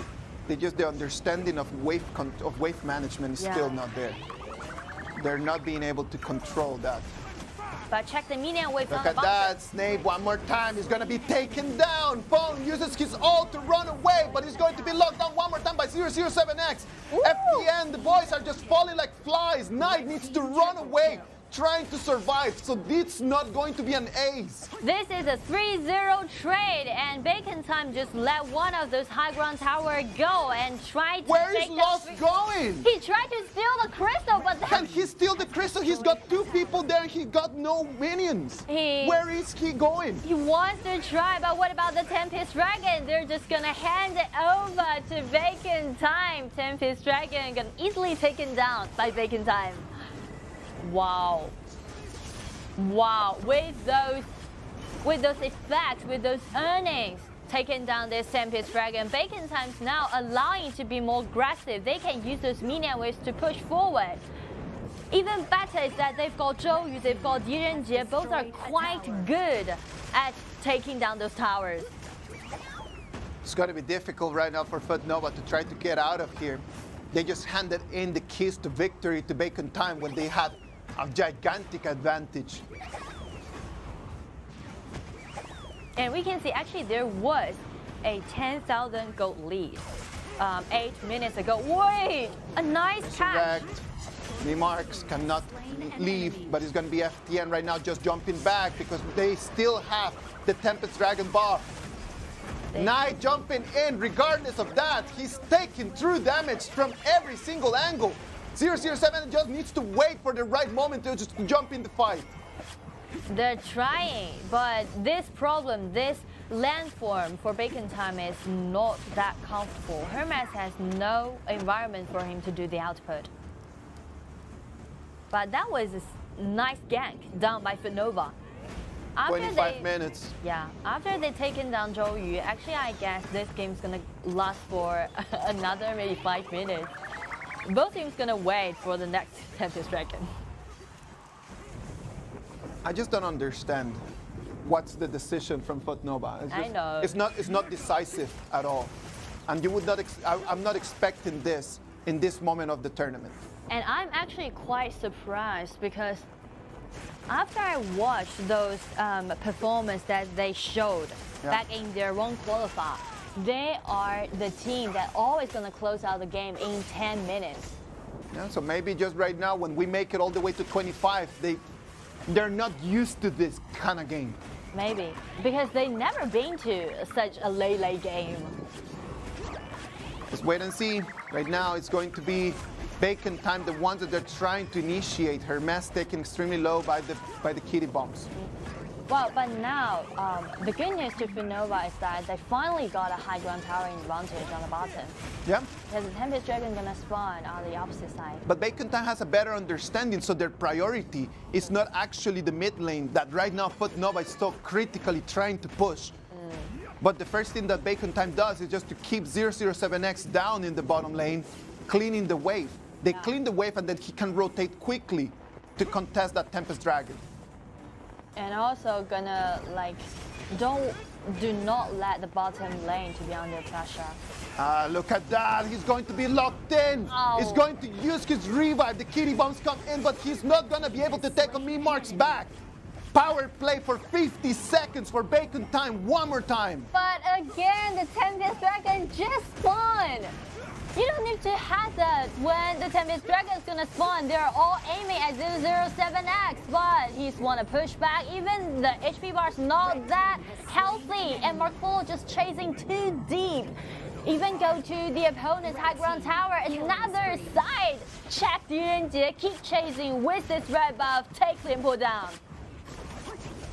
Right now, they have a priority over the Tempest Dragon, and they do not even care about that. They've got ballistas. Snape is going to be able to clean that wave if he uses his ultimate clearly. He's trying, but then it's going to be Moss and Summer, the ones that are going to jump in for him. The turret is going to fall. And there's Moss, Mark, Summer, Hermes, the ones that they want to take this victory. 4 people remaining in Bacon Time, though this minion wave has been cleaned up, but there's another following up. Love needs to go back. There's one more wave coming in. The kitty bomb's not gonna be able to clean that. It's gonna be a victory for Bacon Time when FUTNOVA had it in their hands. Congratulations to Bacon Time. They suffered such a long time, over 10 minutes. But with the strategy, with well execution, they successfully just turned this around. What's that? What's that? Like if it would have been just Bacon Time, the ones that they create a good strategy just to take the dragon back, to take the game back, I would be very happy for them. But right now, I'm not happy for Bacon Time. I'm mad at FUTNOVA. You cannot be on such a great lead and then just let it go. It's just not the way they've worked really hard. But they're working really hard on what? On watching their own videos and their own performances. We've had teams showing us how it is supposed to be played this. In the last 2 weeks, we've seen so many different games showing us how it's supposed to be done. And right now we come in and we're not able to try at least to understand that. I don't get it. I just don't. I know, this kind of feeling it could be a huge pity for FUTNOVA. They've working for this, prepared for this for such a long time. Apparently they learned something from it, and that gains them such a great advantage.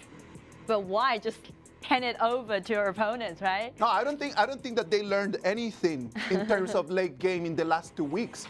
I don't think so. I do believe that if they would have learned something about that, they would have understood about wave management.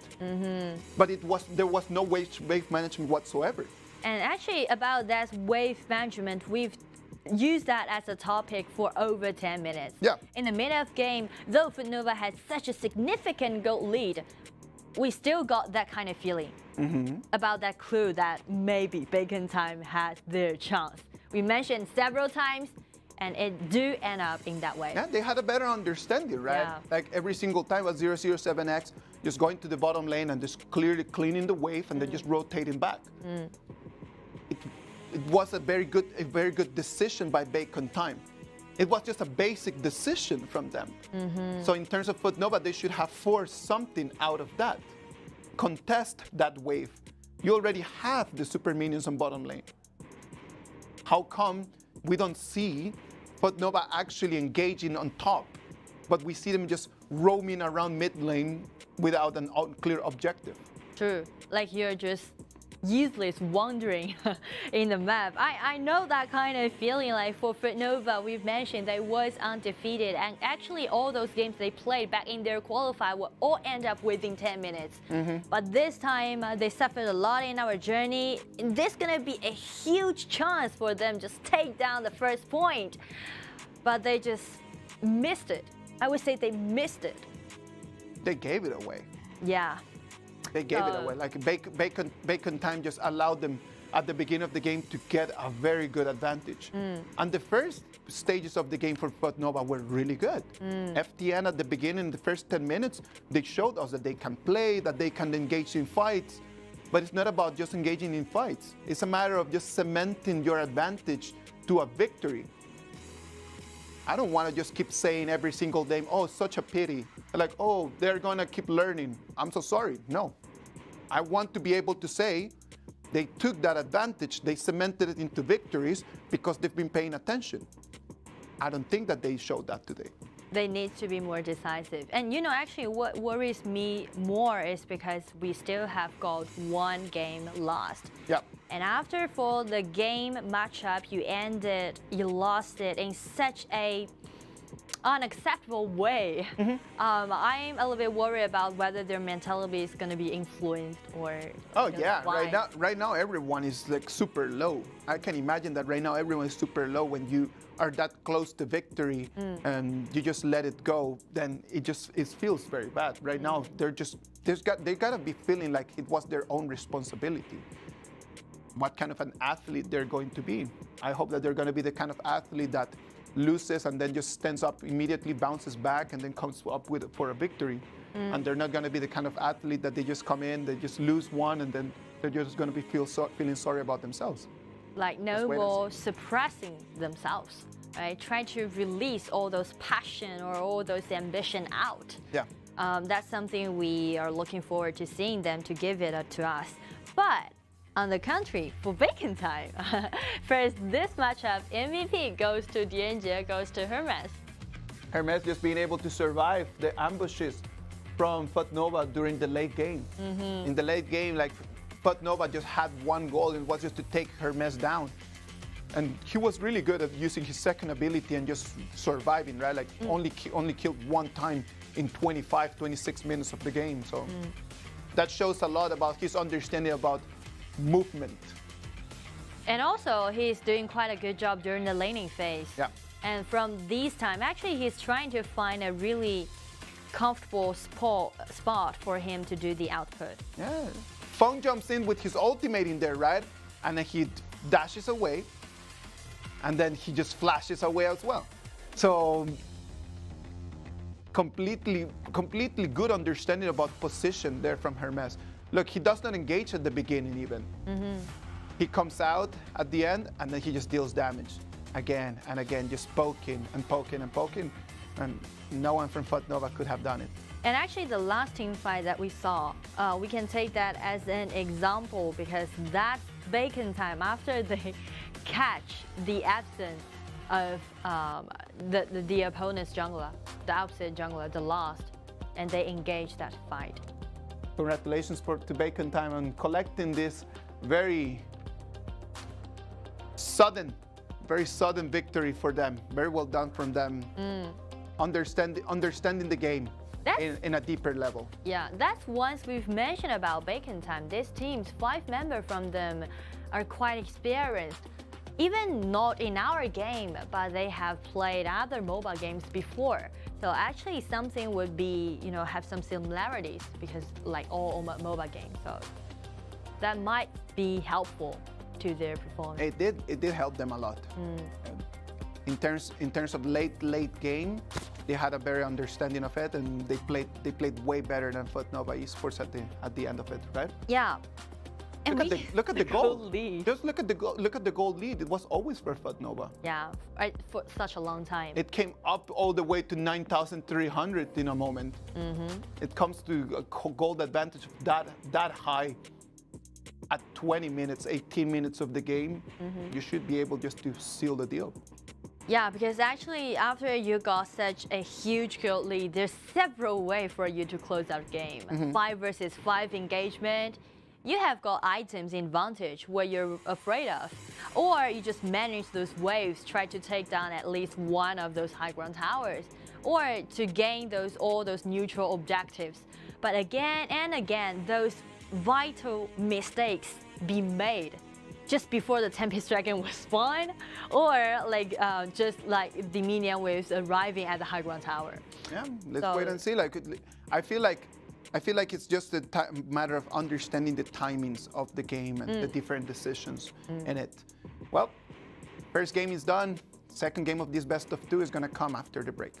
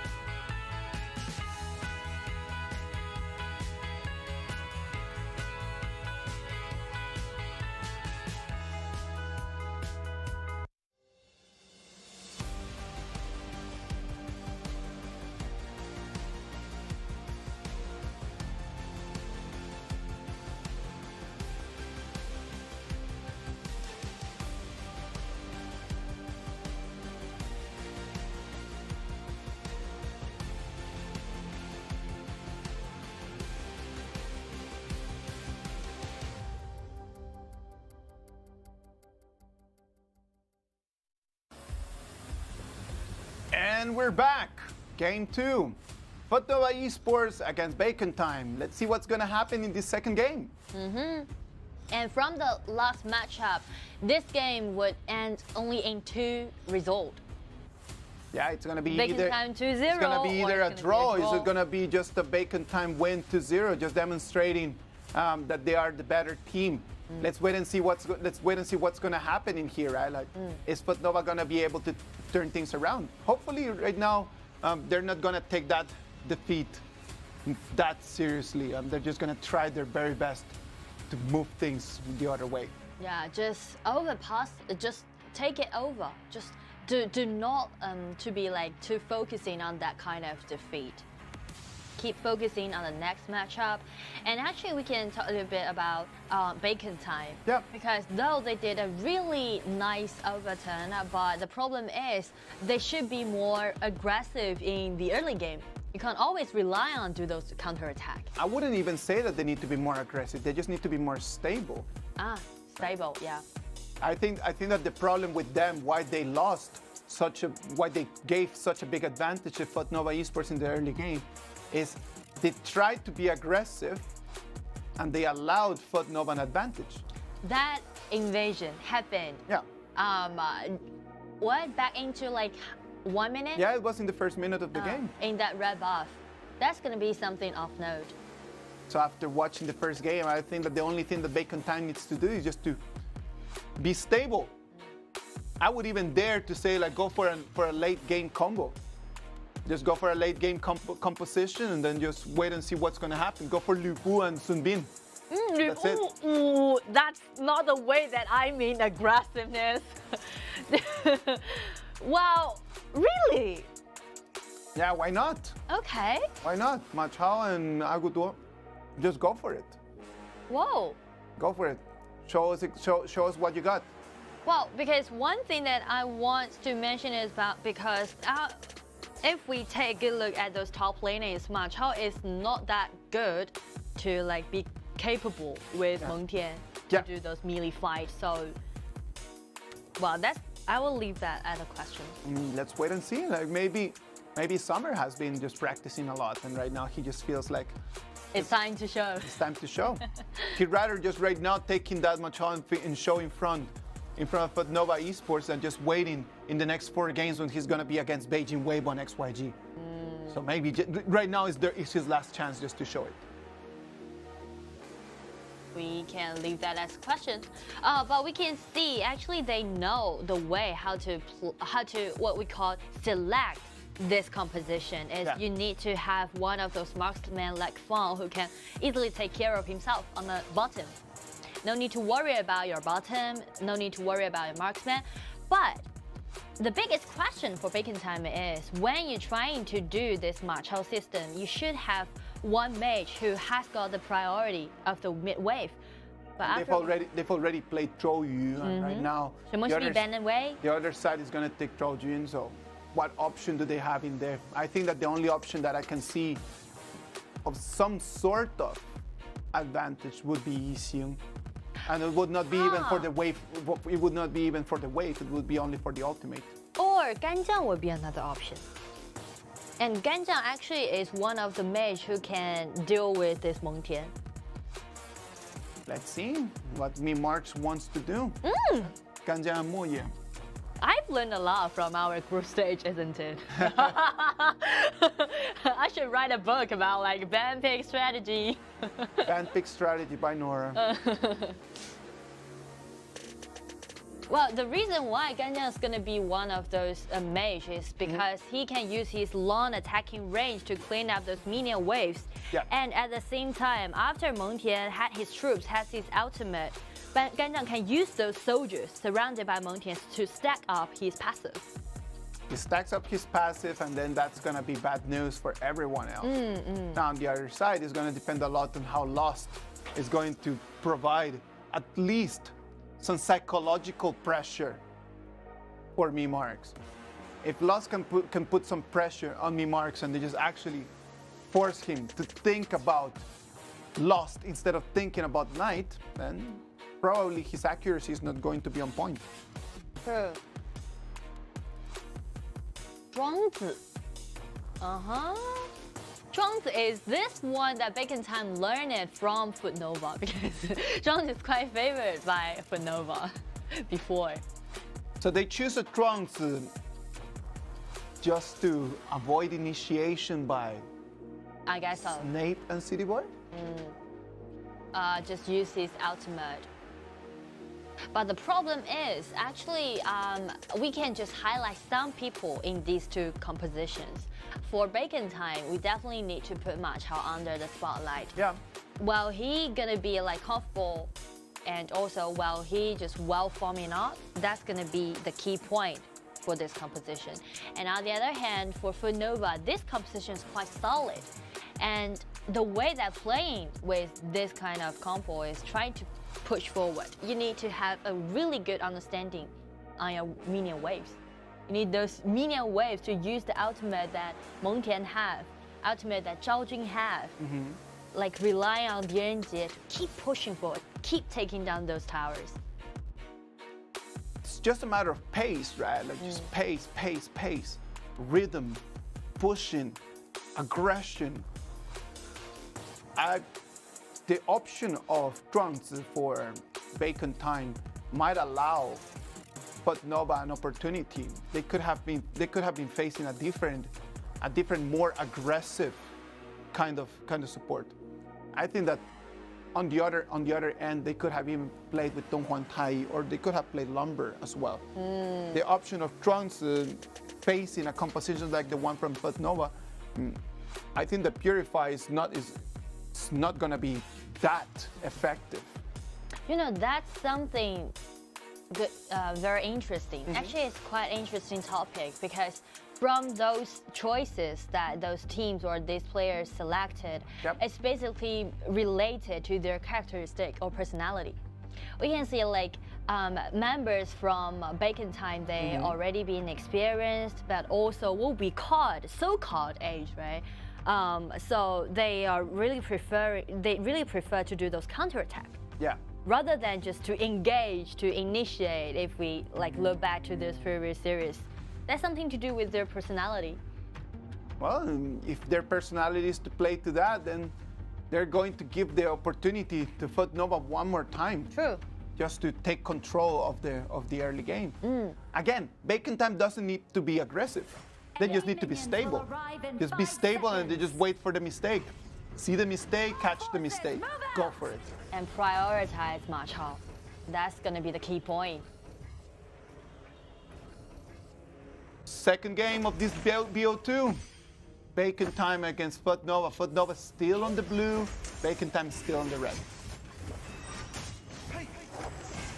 For FUTNOVA, if they want to play it smart, the strategy that they need to do, the movement they need to do is keep focusing on the top. Yeah. Keep trade HP bar against Summer, against Ma Chao. We've seen a very interesting and clear understanding of the game whenever that we've seen that Meng Tian pick, right? That Meng Tian pick has been a very clear understanding of like whenever that I get to level 4, my jungler needs to be very close to me. So the pathing from the jungler and the top laner and the farming that the two of them can do, it's going to allow Knight to face that Ma Chao and level 4. So the 1 minute and 45, the 2 minutes is going to be critical for FUTNOVA. Yeah, so actually if we take those games played by teams from KPL region as an example, we can clearly see that after they've taken away this Ma Chao, lots of teams gonna just prioritize the top before the before level 4. Yes, exactly. Try to keep pushing you back, try to trading down your HP bars.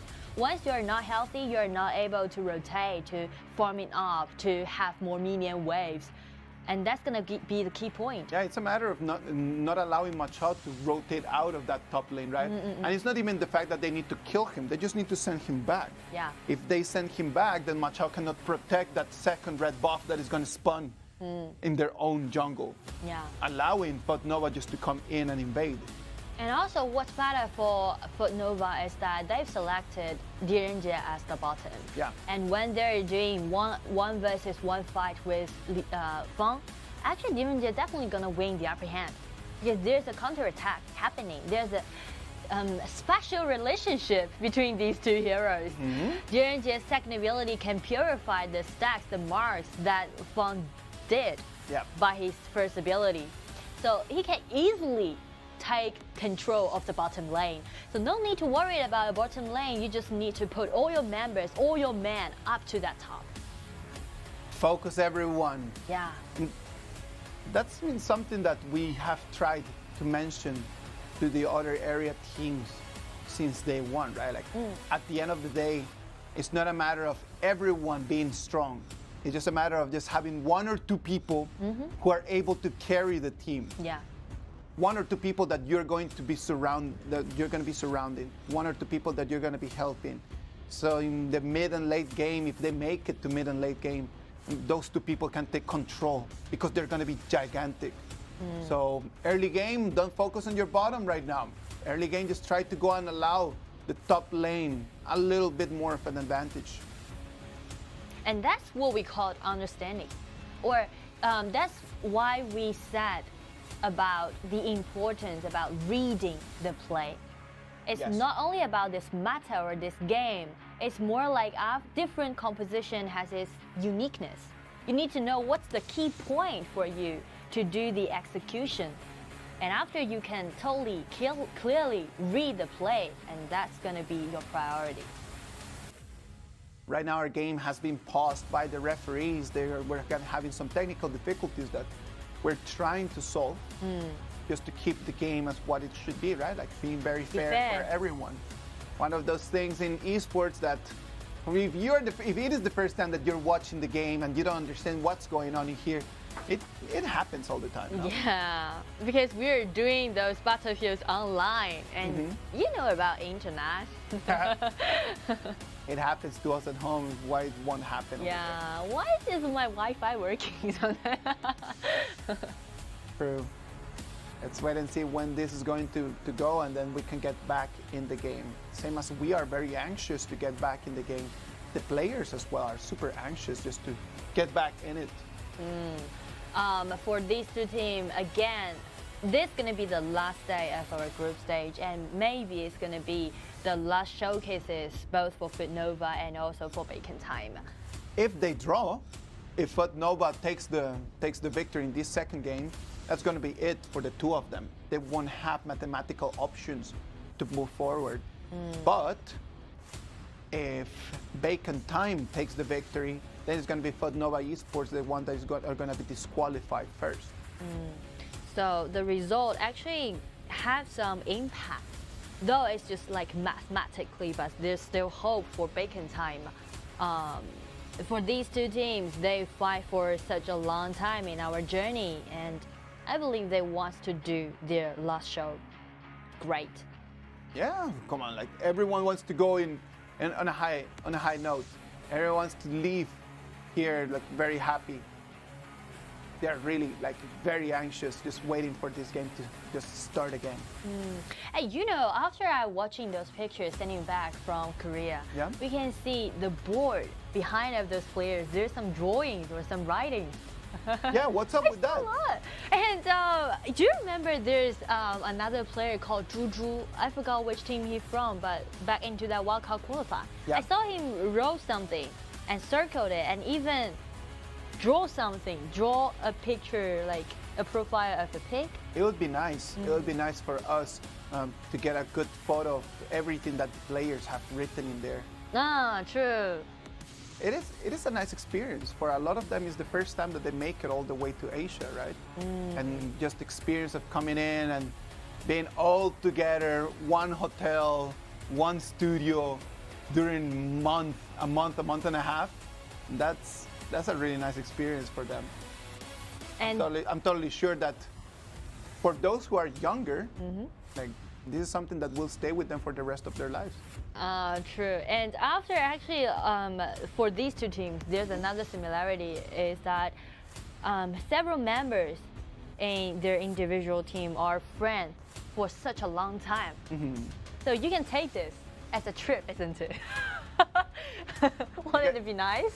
You get to compete and you get to travel with friends. Yeah, I would be quite excited if I can, you know, travel with my bestie and we can just go for competitions together. Yeah, who knows how long time they've been allowed to play around as we get back in the game. Really sorry about that technical difficulty, but we've been able to solve it real quick. Back online, 1 minute of the game. And we can see those passing from the mage. That's gonna be quite vital. But you can see, actually, after Zhao Jun cleaned up the waves, he didn't rotate. He didn't roll me. He just stand there. Ooh, nice blood one. is gonna be for Feng. Right now it's gonna be Moss, the one that's gonna come in and take advantage. And it's gonna be 1-1 trade. 1-1 trade. That's fair, but Feng still got the upper hand since he got the first blood. Extra gold gonna be given to him. Extra gold for Feng. So that's what we've mentioned about. Actually, FUTNOVA don't need to worry a lot about their bottom lane, but they still keep prioritize their bottom lane, which quite surprised me. It is pretty surprising because in the moment that Montiel makes it to 4, Ma Chao was still on 3. If Lost would have just prioritized that path in there, coming in, they could have initiated a 2v2 fight in there where they have the complete advantage to take the victory. And what surprised me more is that Snape actually never moved. He just stand there and the HP are already being poking down by Ganjiang. Yeah. So low. When you're facing Ganjiang Moya, like that's the last thing that you want to do. Is standing in one place, allowing him enough time to aim at you. He puts a target on you, and if he can deal all the burst damage that hero has available, you won't survive. So actually, there's some tricks when you're playing against with Ganjiang. Since I'm a mage player. Ooh, let's go! Show us, mage player. After Mimark using his flying swords, actually there's some room, some space left for you in the mid of those flying swords. And that's the reason why actually you should do some melee fight with Ganjiang, not standing far away. And since Zhao Jun with his passive, with those shields, he's gonna be really great to do those melee fight for mages. And what they need to do is just to go straight and stand in front of his face, right? Just standing in front of you and do some poking damage. Stand in front of him, there's no way that he can just get you out of it. Ganjiang still has one more ability that can push you back, right? So normally that would be the combo that they would use when that is the case. Pushing that person back and then immediately follow with the blades.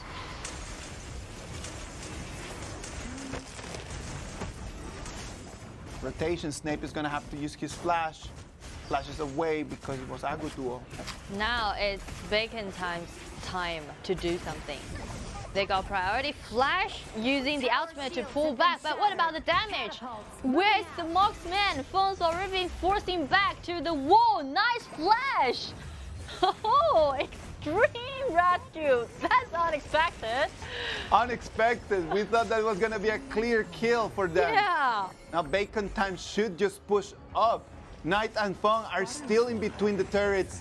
At least slow them down and take this turret down. But watch Bacon time. After they poking down during just HP bar, they just use this minion. Finally, Summer is going to show up. Has destroyed a tower. Red team has slain an enemy. Wow, things gonna be really troublesome for FUTNOVA from now on.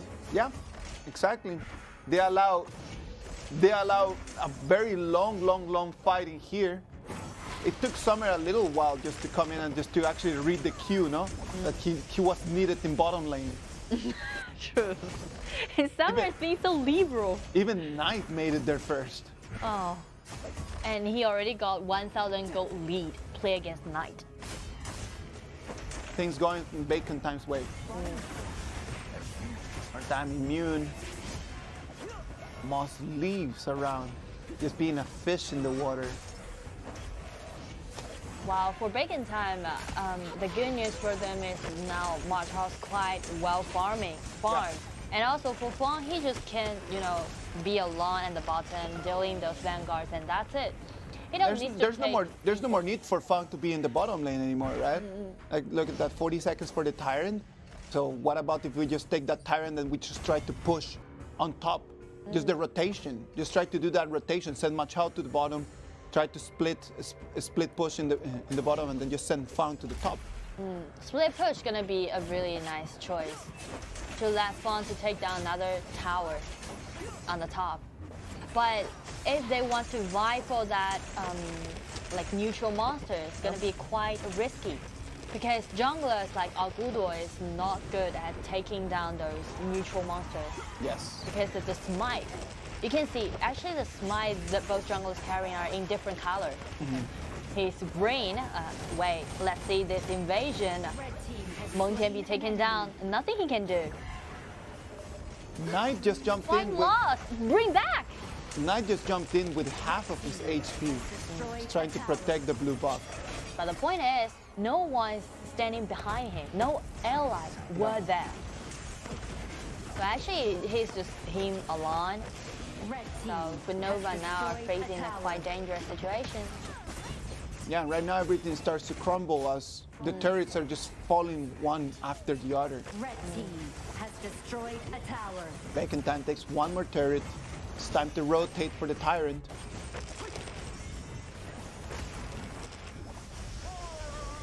I'm quite surprised about Summer taking that Machado, and he's quite mastering it, I can say. Yeah, he's playing really well. He's playing very well. Look at that. Minions coming though to the bottom lane. The next objective is going to be the bottom lane turret. And you can see actually there's minion waves on the top. So instead of just pushing in there, like since right now you already have no minions, why don't you just go for the dragon? Just initiate the dragon right now. They need to clean. They need to clean the wave. They already spotted that Lost is is in top lane. But this is gonna be sort of risky. But since FUTNOVA had no like those purpose about I want to contest it. Yeah. Tyrant with. And even if FUTNOVA would try to come in and contest in a 5v4 fight, in there is gonna be all for Bacon Time. Yeah, maybe. It depends on those positioning, I could say. For Bacon Time, well, back to that Tyrant, actually Fang was out of mana, and Anglo was in low HP bar, so it's about timing. If they got the whole vision control, that's going to be quite easy for them to take down the Tyrant or Overlord. Moss jumps in, controlling the vision. 8 minutes and 30 seconds of the game. 4,000 gold lead goes to Bacon Time. So actually, the situation is quite different compared to the last game. So we can actually check how Bacon Time's gonna act when they have got the gold lead. Agutuo just standing up in there very, very deep, taken down by Bacon Time. Taken down by FUTNOVA. Oh, Meng Tian. A quite nice engagement, but there's no damage followed up. And check Luban Master with this Ginger Flash and his ultimate, another normal attack, nice one. And this ultimate done by Luban Master tried to pull some bomb back, but all of those members from Bacon Time just wanted to get away. Lam won't allow you to do that. Lost comes in, and the last moment taking the kill. Moss won't be able to run away. Tries to a very, very last effort trying to clean the wave. Good trade for FUTNOVA. 0-3 trade. And FUTNOVA just can buy themselves more time. And I want to highlight one person is Feng. He's DRG.GK, using his ultimate plot with his flash. Taken down Feng, which gonna be the biggest factor of winning this tournament, winning this engagement. Wait and see. Look at that. Summer is going to be brought back. One more kill for Feng. He's building and building. If FUTNOVA can turn things around, this Feng, these last two plays that he's had are going to be critical, and we might see them in the highlights for sure.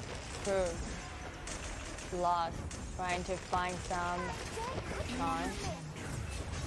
It sort of gives me that kind of feeling. It's like these two teams, they only know how to play this game when they fall behind. Right?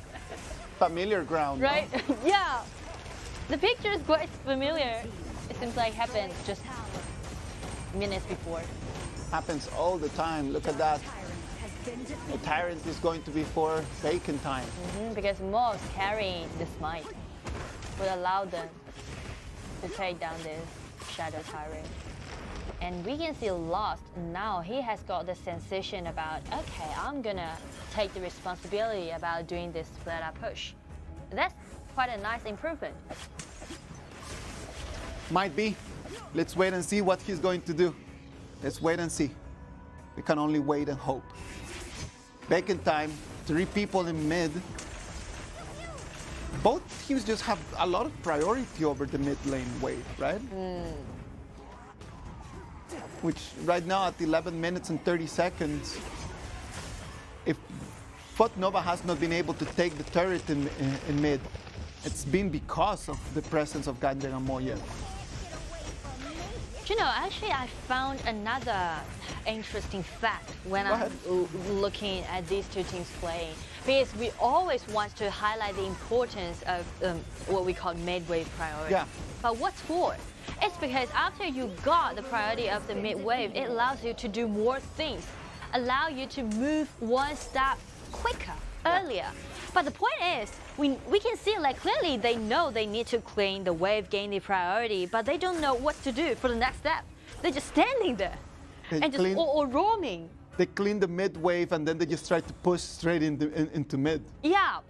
So actually that's waste of what we call priority. You need to do more things, gain more resources, or do split up push, or trying to find some chances for you to do the gank. Anything. But you can't just rely on everybody gathering in the mid and trying to engage. So it seems like there's some like misunderstanding. Yeah, a little bit of misunderstanding in there. Communication needs to improve, right? The communication in between players. There needs to be one person that's going to be a little bit more decisive, making one decision, then everyone else just following through. Having a shot caller maybe help. Knight. Hold the Vanguard in mid lane. Knight. Knight jumps in. He's receiving so much damage from everyone. This man, he's been using like a sponge, just like throw it out. He took all the swords from me, Mark. Wow. The Winter Spear is not available yet for Snape. Still in cooldown. The Vanguard comes in, the turret's gonna fall. And there's 2 Vanguards just leading on 2 different waves. So which turret's gonna be the one FUTNOVA wants to guard? The mid. The one in the mid, Hermes still has a very nice place. Mimarch trying to find the right angle, throws in the blades. Both of them are gonna be wide. Rotation to top lane. Wow, apparently Bacon Time has quite a good understanding towards wave management. Like every push that they did, they always managed 2 or even 3 mains arriving at the same time. 10 more seconds to the Shadow Tyrant.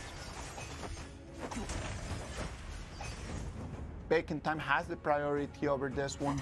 Well, I know we're gonna witness Tempest Dragon spawning. Yeah? You think that it's gonna be all the way until 20? Yeah. Yeah, why not? It's been a while seeing Tempest Dragon.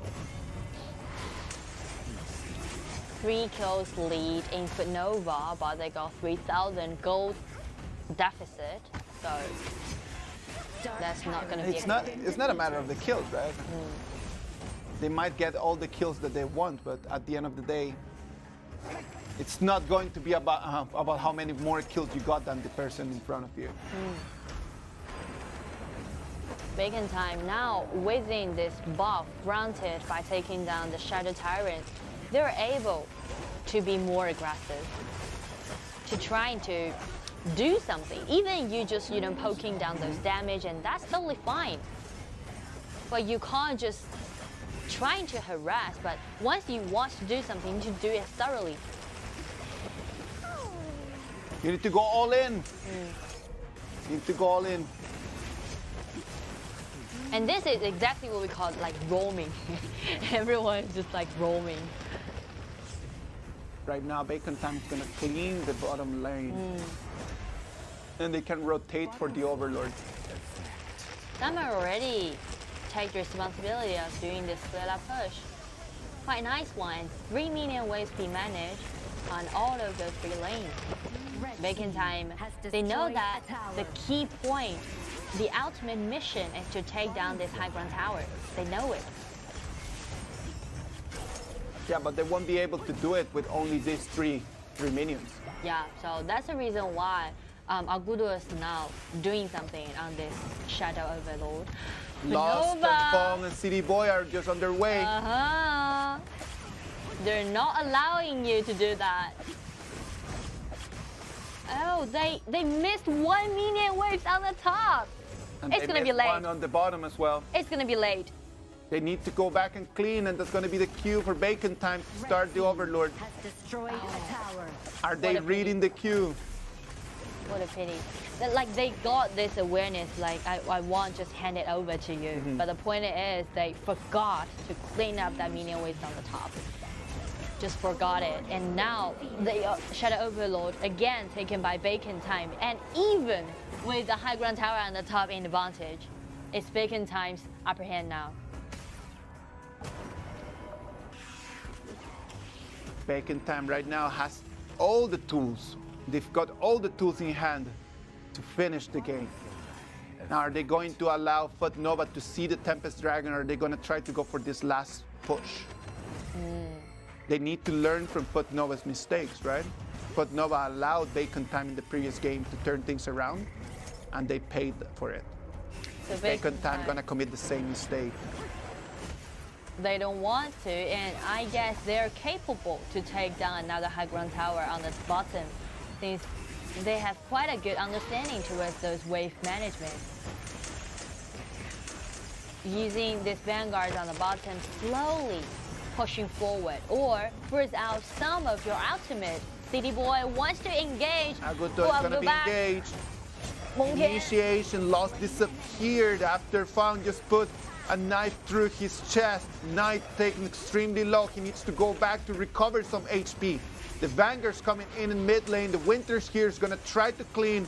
Not fast enough. That's totally not enough, and there's even Vanguard on the top, but FUTNOVA still wants to fight.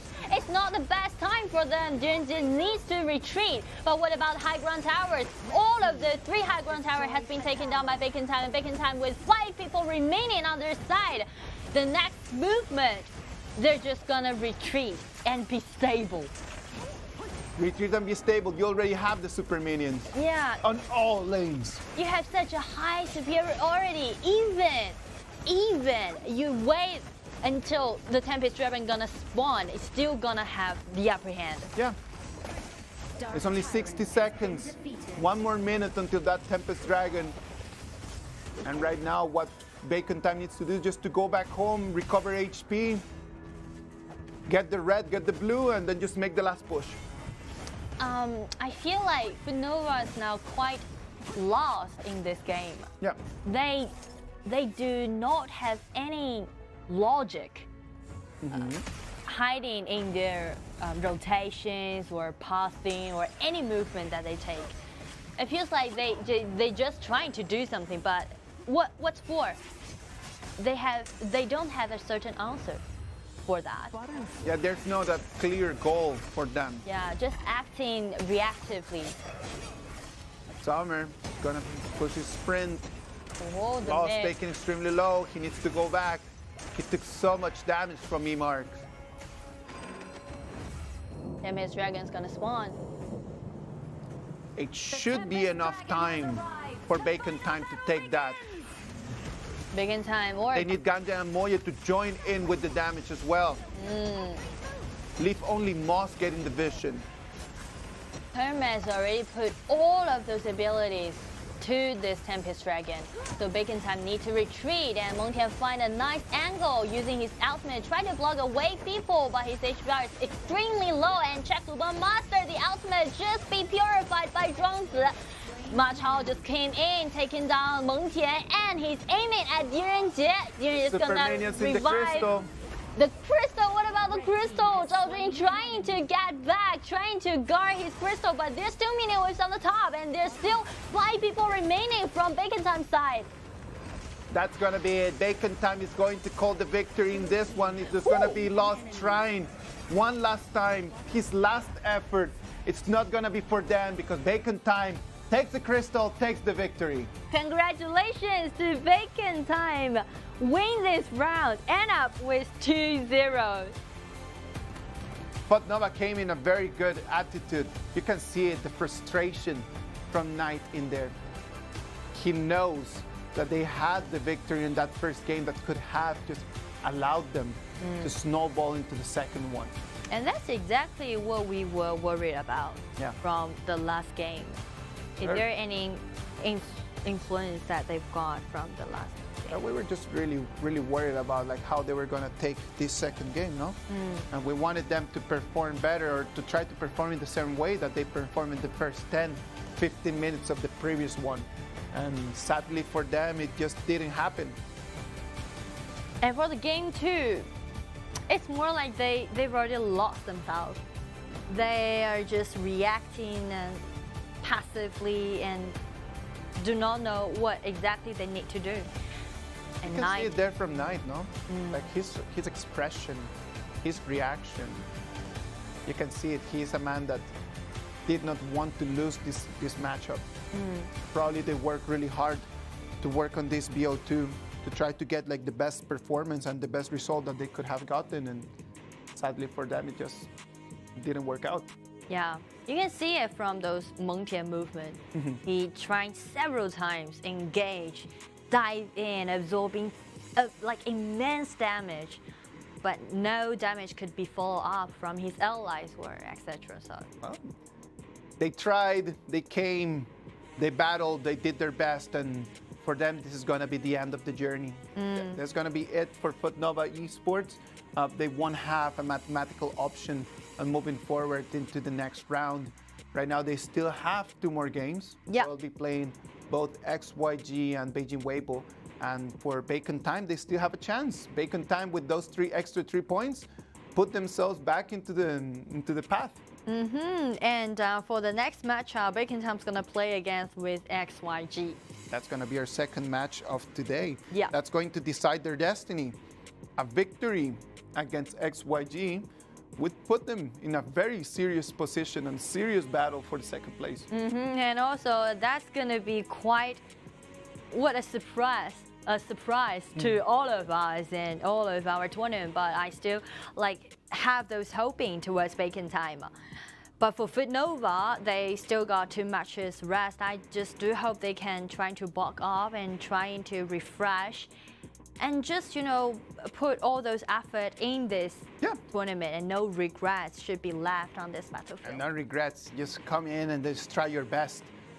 If you compare yourself to the other teams that they're competing in here, they've been working really hard, 12-13 hours daily for months, and trying to make the progress that they showed us today.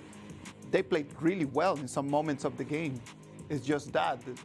I don't think that FUTNOVA Esports is battling against Bacon Time. I don't think that they're battling against XYG or battling against Beijing Weibo. I believe that FUTNOVA Esports is battling against time. They're battling against experience that they have not been able to just stack in. They're just in need of that. More minutes, more games, more time. Well, actually, if we rethink about our attitude or our thoughts, it's more like we mentioned several times about how FUTNOVA's been dominating back in their qualifier. So after they joined in this journey, we really held such a high expectation on them. But again and again, wow, what a pity. This time, this matchup MVP goes to Hermes. Hermes, damage of 24.2. I think that Fang pick was really good for them, and Hermes just taking double MVP today, right? Yeah, 2 MVPs in a row. 2 MVPs in a row. Just showing us how Bacon Time are very lucky, very lucky of having a player like Hermes in there with them. And it seems like Bacon Time do have that kind of priority on Hermes. Every time when they're doing those engagement or team fight, they know how they're gonna secure Hermes. Allow him to do that kind of damage. Like in the same as what he did in the first match, right? His understanding of how to keep himself safe. Yeah. And you never see him just dying from careless movement forward. Like he understands the importance of his second ability, not only to deal damage, just to find the good angle to just keep going in, keep poking. As long as he's alive, he can just always keep dealing damage. Yeah, and you can see every team fight, there is always 3 members surround him, just like guardians. Every single fight. Nothing that could have done from FUTNOVA. Yeah, but what is it? It is. It is what it is. Let's see what's gonna happen with them in the next game. I'm cheering for Bacon Time for the next game. Me too. I know what XYG can do. We're completely sure that XYG is one of those teams that they have great levels of skills. They have great players. Just the names over there in XYG are gonna be a huge challenge for Bacon Time. So the only thing that we can do for Bacon Time is to cheer for them, because what's coming for them is going to be one last final. And do you remember the last game happening yesterday? Scars play against AG, the last game, right? I hope that something similar could happen today. Yes. For those of you who did not watch the game yesterday between Scars and AG, Scars was so aggressive, just really having that goal of trying to take that victory against Chengdu AG. Sadly for them, they had an advantage, and then the same as just what happened to FUTNOVA today. That they weren't able just to transform that advantage into a victory.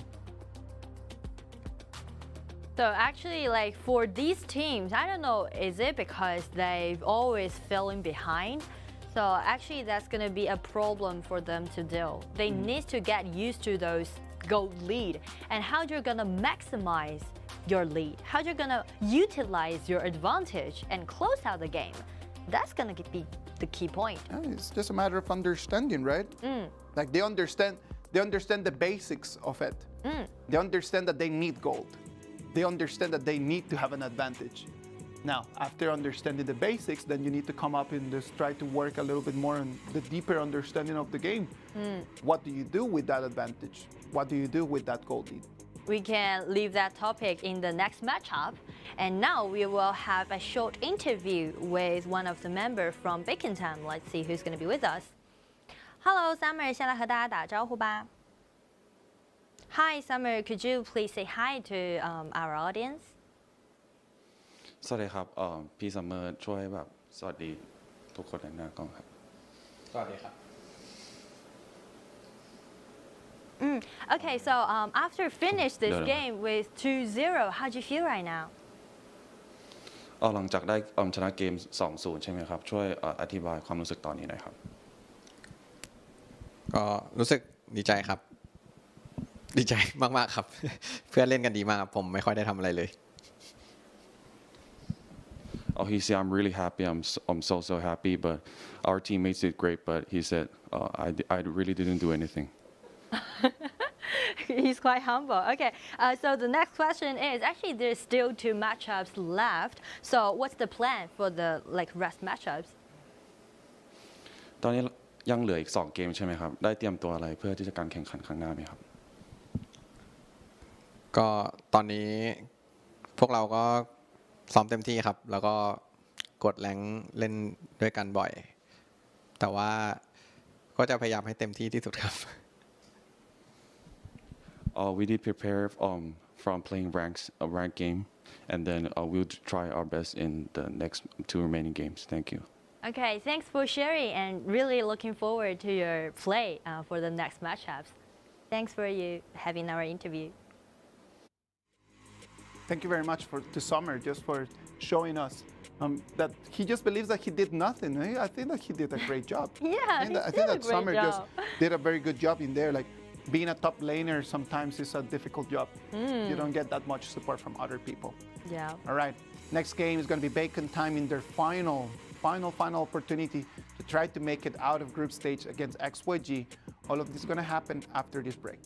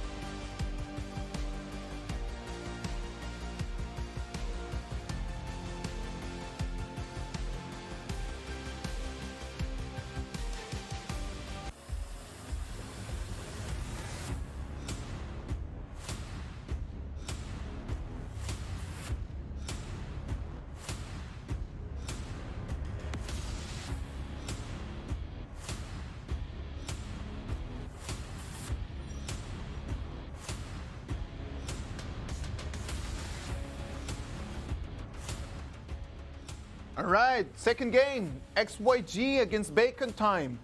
This is big time. It is big time for Bacon Time. True. Big time for Bacon Time because it's going to be their final chance to try to make it out of group stages. They must win against XYG. Since XYG right now got 6 points, and then right now Bacon Time has 4. So if Bacon Time end up with 2-0, they still got a time. They still got a chance. Yep. On the contrary, for XYG, also they need this win, right? 2-0, they're still trying to gain that first place against Beijing Weibo. The one thing that does not work for Bacon Time is the fact that they tied in the first round against FUTNOVA, right? That's the point. If they would have come in with 3 points plus the 3 of today and then 6, and they would be just in a direct competition against XYG, then winning this game 2-0 would allow them to have an upper hand. Yeah. But they didn't. They did not. They did draw. And right now, they not only depend on winning this game against XYG, they depend at the same time that XYG is going to lose any points. That's going to lose more points against Beijing Weibo and against FUTNOVA Esports. So for Bacon Time, actually the biggest challenge is not only they need this win as 2-0, but also for XYG. XYG do not want to end up with second place, I'm sure, because already the rank from Group A, Group B, and also Group C has already been settled. Yeah. The first place, Wuhan Star, Chongqing Wolves, and also Foshan DRG.GK. No teams want to play against with him from the first round in quarterfinals. And that's the problem with XYG, right? That since if they finish second, and they won't be able to play in qualifiers against Weibo, then it means that it's going to be one of those 3. It's going to be either GK or Wolves or E-Star. Yeah. No one wants to face that kind of situation. No. XYG needs to come out. Yeah. Guns blazing, because they need to try to take the first place. So for XYG, the first step they need to take to secure this spot is they need to end up with 2-0 against Bacon Time. Yep. So actually the strategy they used would be a little bit different with the one that they play against with Bacon Time last time. All right. Because last time they used Luna and Bali Shouyue. Apparently they want to try to use those compositions to warm up, preparing for that best of 7. But I guess this round, this thing won't happen. They know they need 3 wins. They're going to have 6 games, 6 small games today. They need to win all 6 small games to finish first.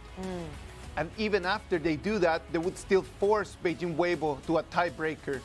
So not only they need to win 6 games today, they need to win 7 games. True. And they need to win against Beijing Weibo 3 times today. Yeah, we already mentioned like the biggest pity for Bacon Time is that they did a draw. And the biggest pity for XYG is that they didn't make it as a draw happening from the last round. Yeah, exactly.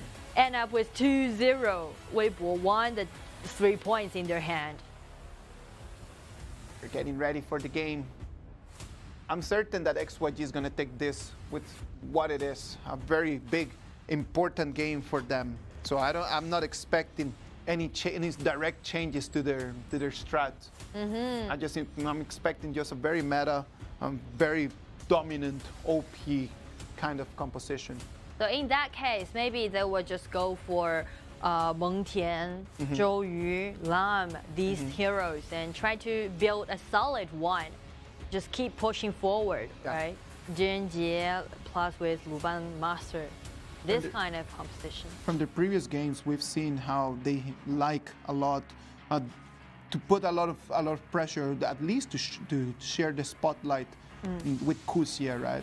So Kusia is going to be their main hope if they want to be able to win all the 7 games they need to win today. Yeah. You know, actually that mentioned me about something else is that we saw like teams with gold lead or resources lead can't close out the game successfully. Actually, the same thing happened on XYG. Last time they play against Weibo. They always win the upper hand in the early mid game. But the problem is they're not able to close out that game. So actually we can use this matchup to check is there any improvement made by XYG? I don't think we can use this matchup to check. I know what you mean. I don't think so. Like this is not, it's not the same to be playing against Beijing Weibo and then just have a lead against Beijing Weibo and then try to solidify against a team that knows how to reply than what they're going to be doing today against Bacon Time. I don't think that it's going to give us a measure on what actually is happening in there. What it could be is a good opportunity for them just to get in shape, just to try to get their fingers loose, to loosen up a little bit for what's going to be, hopefully for them, a very, very long evening today, trying to force Weibo to a corner and trying to win the matches.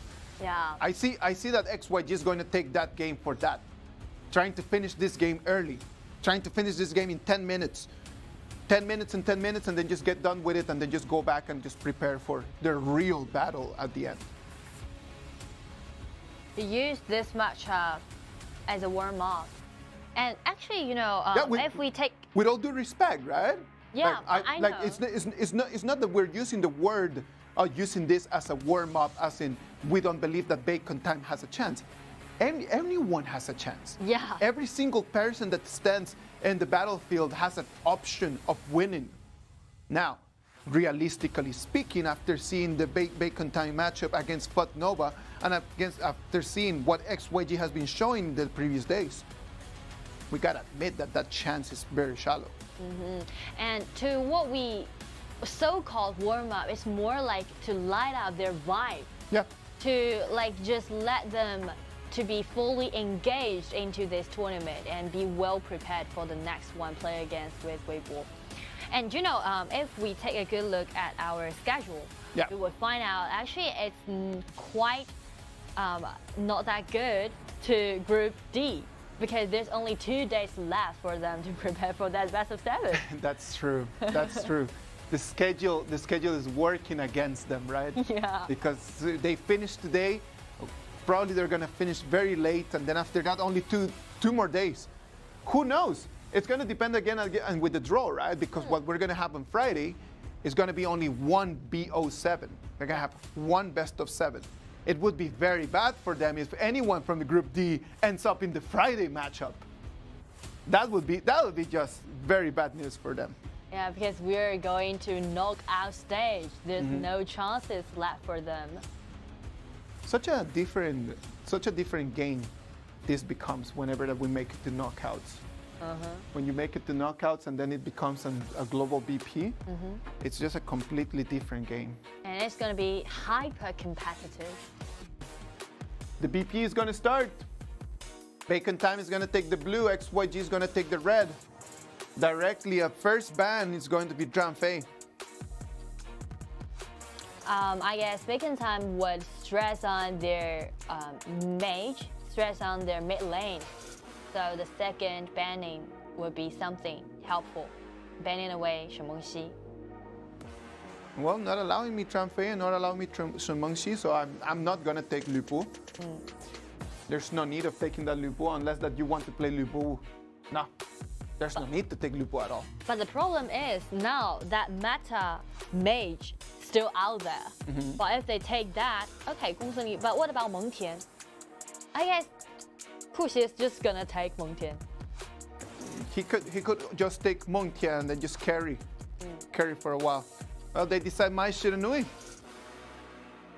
You leave Gongsun Li out there, then I'm probably XYG is gonna want to take it. They will have Gongsun Li plus Meng Tian or Lam with Meng Tian. Also very nice because they're afraid that Bacon Time will use Lam to do the counter pick towards Meng Tian, so they just take both.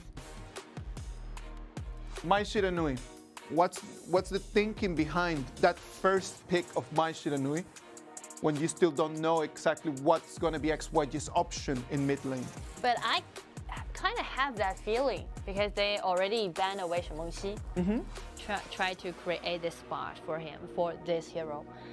XYG, Zhou Jun. Oh, this is what I mentioned, a solid one. So probably they would have DRG.GK and Lua Master on the bottom. So solid Zhou Jun pick in the middle. Allowing DRG to fight against Gunsun Lee would be a good option, no? Yeah, because the second ability allows him to purify the passive down by Gongsun Lee. So... And Master Lupin is just such an OP support, so it would be actually really good for them. So the second phase, Bacon Time might just banning DRG away or Lupin Master away. If they don't, I guess XYG just gonna go for it. Lambert, don't want XYG to be so aggressive, and that's some sort of XYG playing style, you know. Yeah, XYG. These 5 young men always being like. I think it's in XYG's culture, right? Yeah, it's in their blood. Their motto is just go and fight. Fight, fight, fight. That's what they always want. Because the way they made it towards our journeys, they fight the way for them. Yeah. They grow up from what we call domestic or non-professional tournament. Yes. And all the way line to here, they fight a way for it. Liu Bang with this lamp. Yeah, no need to pull Master Lupin, right? They can still keep Master Lupin with Lupin number 7 as an option for a composition for the next game. Yeah, there's too many things that XYG can choose. Bacon Time, Gui Guzi. I'm quite surprised about this choice. Gui Guzi, a good one. It's a good pair with Atta, right? Just if Gui Guzi can allow the speed boost. Next follow with Atta, then it's a very good initiation. But when you want to play with the timing is everything. Yes. You're not allowed to make any mistake. They changed it to Lianpo. Lianpo support. I kind of know that the reason why Bacon Time trying to use 3 tanks to build up such a solid and strong flying line. Well, they know that the damage dealt down by Lam is solely not enough. Yeah. So they just trying to use those tanks to buy more time for Gongsun Li to do the output. They're just building around Hermes. Like from the previous game, we already saw that the main damage dealer is going to be Hermes. Whatever that 007X can do is just going to be an option for Hermes to find the right angle to come in and to survive. Yeah. I'm totally sure that XYG has been watching the games, the previous matches, and they understand that. So focusing on not allowing Hermes that is going to be their responsibility. And How Liu Bang is going to come in with the shield after the battle has initiated, luring Bacon Timing to start in the fight. And XYG already replied it with Lady Sun.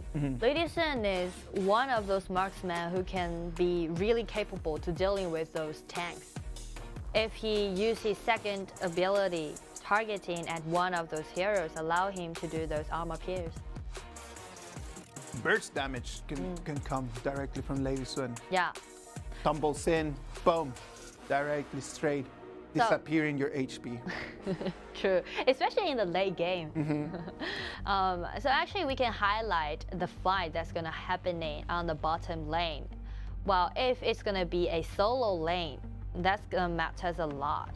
Once Xiao use his own mechanics and win the upper hand towards Hermes, well, everything's gonna be changed for Bacon Time. Let's see, like Kusia, as we just mentioned, Kusia has a total dominance on top lane against Summer. It's a 90% winning rate for him in there against Summer. So let's see what's going to be the padding that the junglers are going to have. If the junglers are going to just move both of them, starting from bottom all the way to top, 2 minutes is going to be our first big fight. Forces, move out!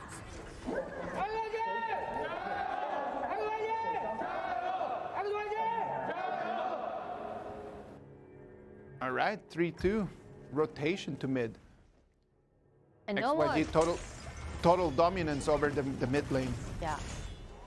And also this minion wave is also had by Xiao can accelerate his farming pace. XYG also wants to stress on more on Xiao. Xiao comes in. supporting Kuxie to take on that sprite. Kuxie is gonna make it first to level 4, then Summer. Oh, Ling. That's unexpected. Zhao Jun is not one of those mages can contest Gong Zili in the early games. No, it is not. And at the end of the day, they just came in and Ling just showing us that regardless of what the hero is supposed to be making, I'm gonna be the one making my own decisions. You know, there's some details while Ling is playing with this Zhao Jun is that actually if you broke his shield, it can allow her to do some damage. If you do those melee fights, the shield be broken, it's gonna have a range attack. Look at this, September comes in, shares the minion wave with Kuxie, procs the ult, Summer still in 3, trying to deal damage, comes in, push twice, first blood. That's not surprised. Not surprising. The same thing happened before from the last matchup. It's totally the same beginning. Just let Kuxie to initiate the very first brawl and win the upper hand on the top.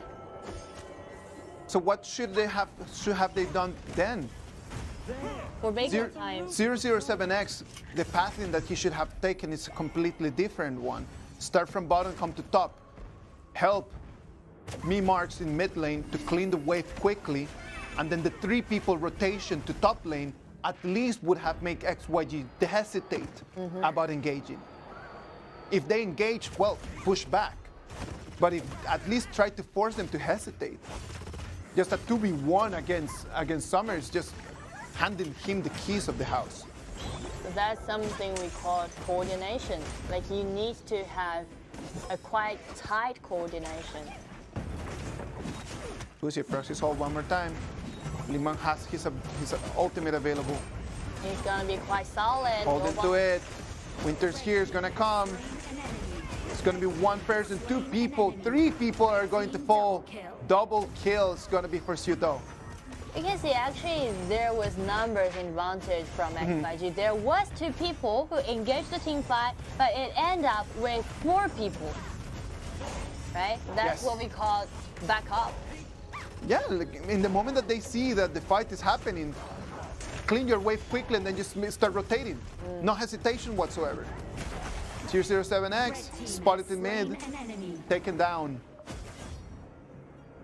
And now Kuxie is going to be the general. And once it arrived at 4 minutes, that's going to be the cue for XYG to speed up. Because the tower protection is going to be disappeared. Mars comes in from the bush. Xiao calls in Xiho. Xiho comes in, and right now they're going to try to push all the Bacon Time players back. So they're almost out of mana for over 2 minutes. But he's still trying to maximize his damage. Fight until the end. Totally out of mana. Wow, look at that. Moss gets a good initiation, but the damage does not follow. Summer cannot join in. Kuxie already procced his ult, forcing Bacon Time to slow down. You can see that members from Bacon Time, they do have that kind of awareness. Yeah. You're out of mana, you're not capable to doing those team fight. I want to find the chance, but the problem is about the coordination. 1 man's never enough to deal with such a solid composition in the early game. Destroyed a tower. XYG really wants to finish this quickly. Yeah, they're gonna allow Xiao to take the blue. Yeah. They've got control already. September already has the blue from Bacon Time. They're gonna allow Xiao just to take the blue so he can just stay online for a little longer without having to go back home. And even better is that it allows her to reduce the cooldown. Cooldown reduction. Kuxie rotates to the red. Gonna allow Xiao to take that one. Hermes jumps in, taking extremely low. Look at that. Whoa. Kuxie won't let you go, I guess. Nope. Just threatening you, and with a flash in Kuxie's hand. He did not want to engage that deep in there. 007X is holding to his ult for too long time. Proxit hits the wall.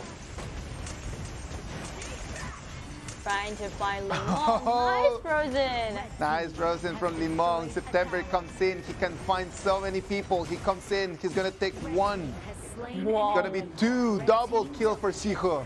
Puxie, this man, he takes 59% of the damage down during this engagement. Killing spree goes to support again, Xiao. Using can they come and support him? Flash out and use the ultimate to block away the enemies. Flashes away now. Kuxie is taking damage from the turret, damage from the hero. Xiao comes in with his ult. He's going to be wide. Me marched with the fan that is going to be wide as well. Counter attack from Moss. Whoa, Kuxie, he's still alive. But isn't like how many times he is gaining for this line just to come in and use the second ability. Killing spree goes to Lady Sun. Kuxie just one man as a troop, standing there without any fear. No fear whatsoever. Comes in, and right now it's gonna be 3 people from Bacon Time trying to support this. 5 seconds for 007X to come. Rotation to top. The top turret is gonna be the next target.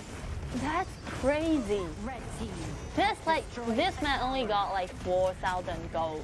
Yeah. And now we can take September's gold, 7,000. He earned this gold by the time that Kuxie gained for him. That was his whole job. Yeah. Like his job was just to stand there and then just suck in damage. Bacon Time thought that they have 3 people, that they could have taken him down. Yeah. How come he's gonna stand against 3 of us? Kuxie just demonstrating a better understanding of the hero. With that, September comes in, forces Hermes to dash away. Now there's already 9,000 gold lead goes to XYG. It's only 8 minutes. They want to use this minion wave, try to push forward, use the ultimate, try to block away. First Ata being taken down. Rampage goes to Lady Sun. And this super minion still alive in the mid. Allowing them to come in. Now it's going to be the minions coming in for bottom. September takes 1 more kill. It's going to be killing spree for him. And now double kill goes to Lam again. There's minion waves on the bottom lane. XYG still got 5 members with healthy HP bar remaining. They're trying to do the last effort to take down this crystal. Super minions come in. Hermes is going to fall. The victory is going to be for XYG. Congratulations, XYG again got another point from Bacon Time. Good victory for them, right? Like we talked about how they wanted just to come in and get this done quick. Not even 10 minutes. And the way that they rotated around showed their superiority. Actually, they do win this game with high superiority. All those coordinations, and we can see even those mechanics that they showed. Take Mengtian as the example. The man, one man as a troop, standing there, build up such a high wall, block all those damage away. That's quite stunning. It was to see, right? Like we talked about it at the beginning, right? Like we said that the spotlight was going to be on Kuxie. He did not disappoint. Came in and they just took in the damage and then allowed September enough time just to come in and take the kills. Without Kuxie just taking the damage, September wouldn't be able just to come in and just take so many kills. Xiao took a lot of them as well. True.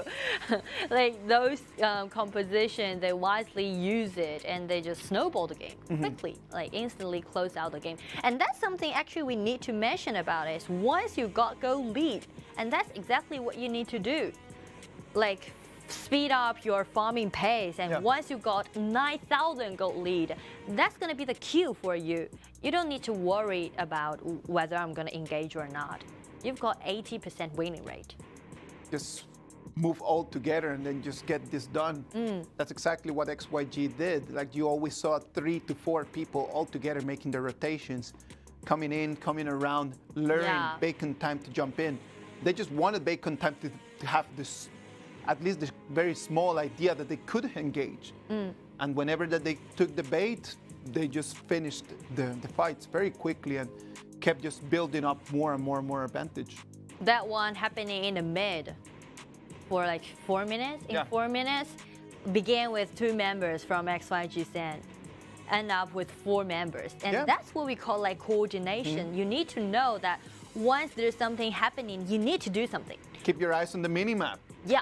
Keep your eyes on the minimap so you can exactly see what's happening. The moment that you see that your teammates are engaging, just go there. Finish cleaning your wave quickly and then just go there. That's why we always talk about wave management and just having the opportunity to clean the wave faster. The faster you clean the wave, the faster that you can just rotate. Always be on your toes. The deciding factor is never about the priority of the mid wave. It's more about the action that you're gonna take after you gain that priority. And that's what XYG just showed us from this matchup. So actually, I guess Bacon Time will learn a lot from this kind of tight coordination. Yes, they will learn a lot. Sadly for them, they needed to take a 2-0 win against XYG, and this mathematically is just gonna put them out of the tournament. And for this matchup, MVP goes to September this time. MVP September. I would have given the MVP to Kusia. I'm so sorry. I disagree with this pick. Come on, like if you give the MVP to everyone who's just taking more kills, it just sends the wrong message, right? And I want everyone at home to understand that what September does depends a lot on Kusia. Like, look at that. Every engagement, there's Kusia standing in front of all those You'll be able to see it in there. Like only this one was just a 1v1 solo kill. He comes in, takes the 1v1 solo kill against 007X. And take away that blue bar. Yeah, this is the one fight that we've been talking about. Like everyone, it's like 4 people from Bacon Time dealing damage to Kusia, and Kusia does not fall. The only thing September needed to do was just to jump in and just take the kill. Here, one more time. Great team effort from XYG. I think that it's a great team effort. These 5 members, they've been together for over 2 years, fighting from the smallest matchup to this like highest level of our Honor of Kings tournament. Always these 5 people being together. Lucky them, they found in those 5 members a good family for XYG to keep performing at the top level. This was a destructive victory against Bacon Time, but it's only the first one out of this best of 2. They still need to come up and deliver one more good presentation. Yeah, XYG need a 2-0 win. So they need to use that 3 points to secure their spot. And again, actually, we're trying to see that they want to use this matchup to just light up their vibe.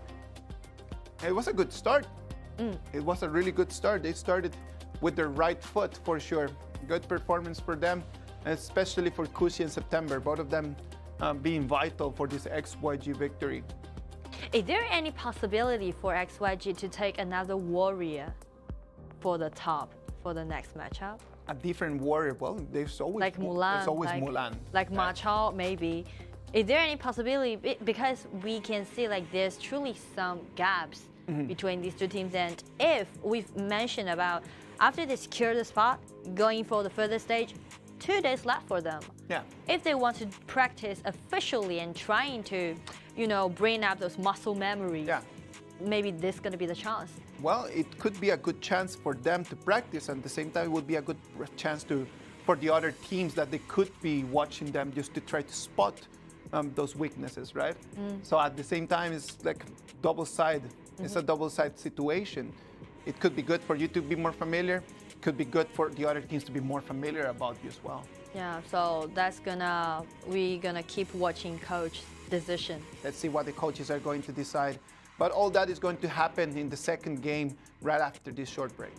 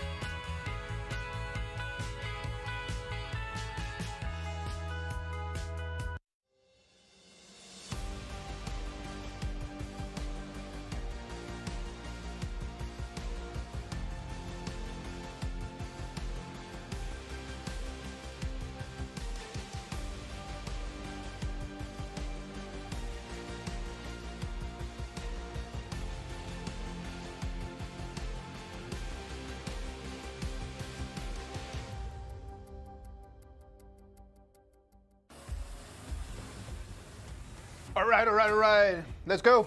XYG. They need 7 wins to try to make it to first place. They already got 1. They need to come and collect the second one. Yeah. For Bacon Time, losing that first game is horrible news because right now, mathematically, they depend on miracles for them to pass. So for Bacon Time, actually, it would be such a relief, and I guess they already foresee it because you can see their attitude back into that video, right? Yeah. They're quite peaceful and quite calm towards all those results. So for them, maybe just enjoy the loss of the journey in our tournament, and that's it. And for XYG, just as you've just mentioned, they need to have 7 wins in a row. Yeah, they need 7 wins, right? They need to win 2 times against Bacon Time. They need to win 2 times against FUTNOVA Esports. They need to win 2 times against Beijing Weibo, force it to a tiebreaker, and win 1 more time against Beijing Weibo. Yeah, That's so it. the pressure is on XYG right now. Let's see, first round. Bacon Time still got the blue side, and let's see what they want. Mengtian gonna be a nice choice, especially they saw. Nah, XYG is not gonna allow them to do that. Okay. Yeah, XYG wants Kusia to be in a good position. But why to leave that Mengtian out there? We better just force you to something different, and they have more understanding and way better ways just to try to fight back. Up until Bacon Time is not going to choose a top laner, they won't choose a top laner. Yeah. They will just counter whatever pick that you're gonna have in here. Because actually from the previous series, we can see Bacon Time also put some highlights on Summer. Yep. Summer's quite trustworthy and let him use warriors like Ma Chao. So Kuxie would be the counter attack to take the responsibility. Right, Jing. You know, after I saw the 3 picks that XYG did so far, this turn they want to speed up. And even much more surprised is that Bacon Time wants to do it head-to-head. These 6 picks that both teams have selected so far, the early game's gonna be explosive. Explosive early game. Bacon Time, that ban of Lupo not only works against XYG, it works against them as well. Yeah. That also give a cue that Bacon Time wants to have another tank on the top. Yeah. In that case, maybe Xiao would be a nice choice. It would be a nice, choice, Xiao. But right now, XYG gets the first pick. If they get Xiao, how is Bacon Time gonna reply? That's the point. That's the thing. Like, if they get Xiao, like then you could have had at least the combo of Tranfei and Lupo, but you banned it for yourself. That's the trick. Actually, from the second banning, they should let Ata away. They should have just left Ata, at least Ata in. They were so focused on not allowing XYG to get a strong top laner that they just forced themselves into playing Xiangyu. Actually, I already predict that they would use Xiangyu. Well, how come? Like, first, again, to their personality, Xiangyu is one of those top laners not good at engage, but better to do counter-attack. Yeah. Using the first ability, pull everybody away. And second, it's because of the passive that Xiangyu have, allow him to stand longer in the front. With the mobility that you have from the players from XYG, you've got September on Jing, you have Xiuto on DRG, you have Lin Meng on Shen Mengxi. Who's Xiangyu going to be able to catch? Xiangyu is so slow. It's true, like he can suck in a lot of damage. But in terms of pushing anyone, who's he going to push? There's no one to push in there. Or we can take this composition in another way. Okay. The combo that Xiangyu and Zhang Fei did, they can easily tear up those positioning that XYG have. That is something that I would be able to see. Just trying to use those 2 heroes as a combo. Yeah. But again, if you were thinking about just pairing that Tranfei ultimate with a different ultimate. You should have left just Lu Bu out there, knowing that it's either gonna be you taking that Lu Bu or it's gonna be the other team taking Lu Bu. If they take Lu Bu, I take Xiao Tun. If you take Xiao Tun, I take Lu Bu. Maybe it's because they know that they want to have 2 tanks in the front, so they do not want you to have Lu Bu, which can do true damage to those tanks. So that's the reason. Let's wait and see. Let's wait and see what's gonna happen. Well, actually, what worries me a little bit about Bacon Time is that we know that combo that these 2 tanks can do, just split up your opponent's positioning. But the follow-up damage needs to follow up instantly.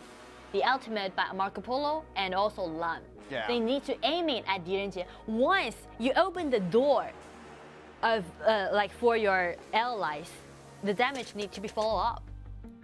And that's something to be immediate. Yeah. Like immediate. It needs to be instant. Like tight coordination again. That's a very big ask. Yeah. I'm so sorry. That's a very, very, very gigantic ask. Because from the previous series, the most biggest problem we saw from Bacon Time is that actually they're not that tight about their rotations, about their decision made or whatever. So that's something to do with this composition. And on the other side, for XYG, they're quite familiar with this kind of combo. Yeah. You just need to be stable, need to be solid, and keep pushing forward, and that's it.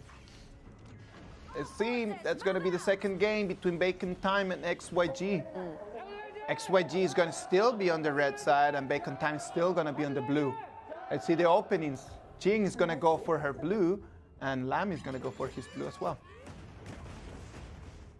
But look at that, Jing starting from blue allows her to make the rotation from bottom to top.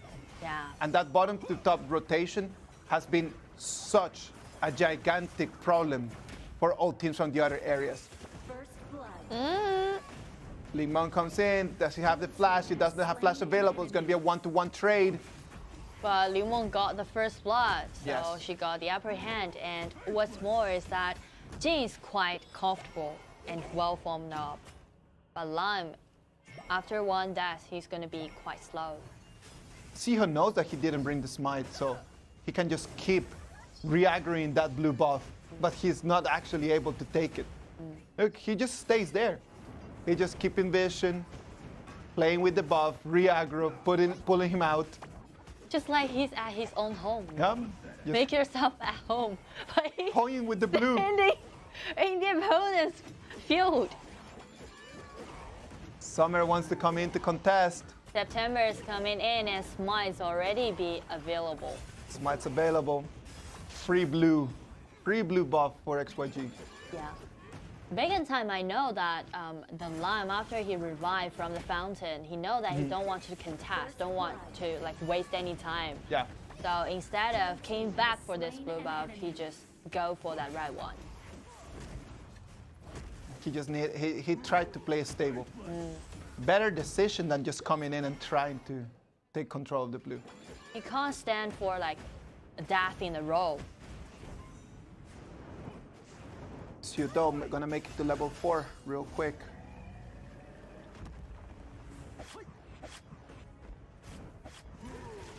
They didn't spot 007X. Kushi rotating to the red buff area.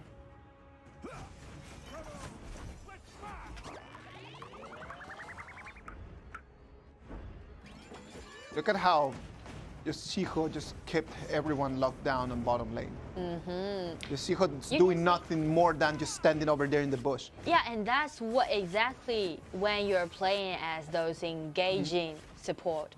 You should just stand there using a threat. Coming in, kitty bombs falling from the sky. Moss still not on forward yet. His ultimate is still not available. Yeah. Change that. Right now he has available, but he doesn't know exactly where Jing is, so he doesn't want to proc yet.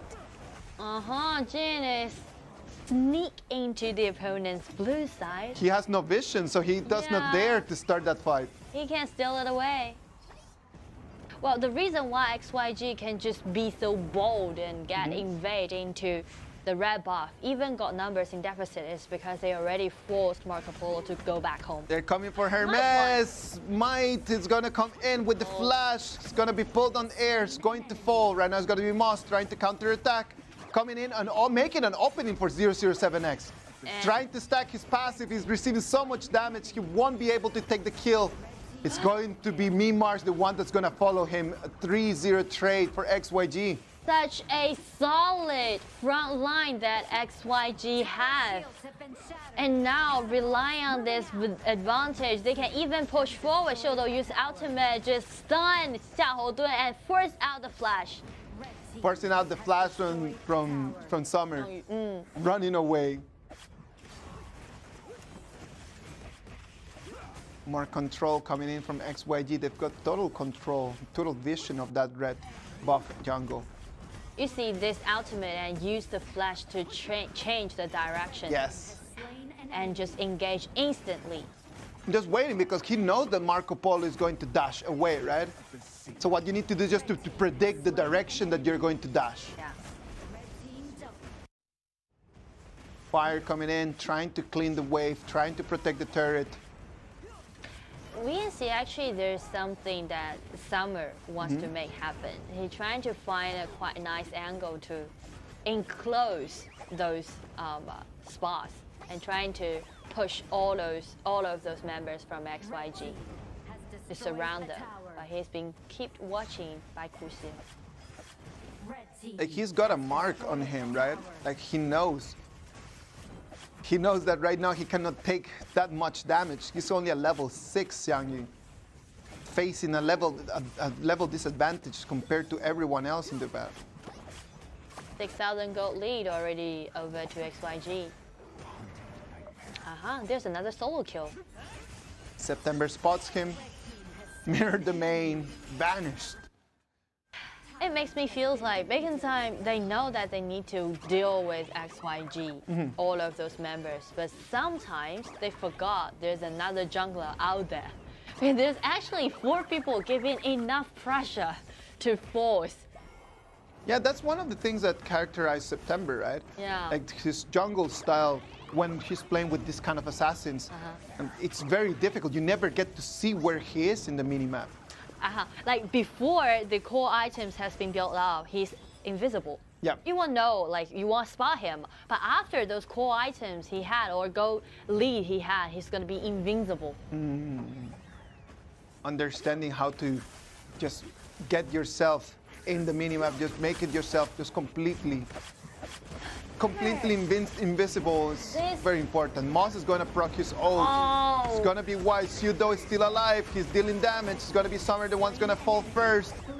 March being taken extremely low. Right now he's going to be Ling with the flash. Comes in, but he's going to be pushed back. Takes a double kill. But here comes Jim, made an ace on Bacon Time. There's minion waves on the top, and Bacon Time still needs some time for people to revive. Heading to the crystal, 0-2, end up down by XYG. Congratulations again. Congratulations, very decisive in that last fight. Coming in, taking the kills, doing exactly what they needed to do. The fact that Xiao just survived for such a long time. At the beginning, like Moss tried to initiate on him. His ability was wide, and then Xiao found the right angle, and they just kept dealing damage, allowing enough time for September to come in. Yeah, but Moss made some mistake. That ultimate, that Zhang Fei, it was wide, yeah. It was wide, but it's not purposive. He's not pointing at DRG. It's a little bit, there's some angle, you know. Not be that accurate, so that's the point. Not being that accurate. Yep. Something that he needs to work on. Like that's gonna be his homework for sure, right? True. Just go back and then just kind of like keep practicing, watch the videos, and then just check what everyone else is doing. So from this game, actually now you can see mathematically, Bacon Time had no chances to move further, and for XYG, they win it as 2-0, got another 3 points. The biggest fight for them is going to be the one play against Weibo. Exactly, and they just started that huge rally that they need to do today. They started in the best way. 2 very quick victories coming in and showing that They are in a great performance, great pristine performance.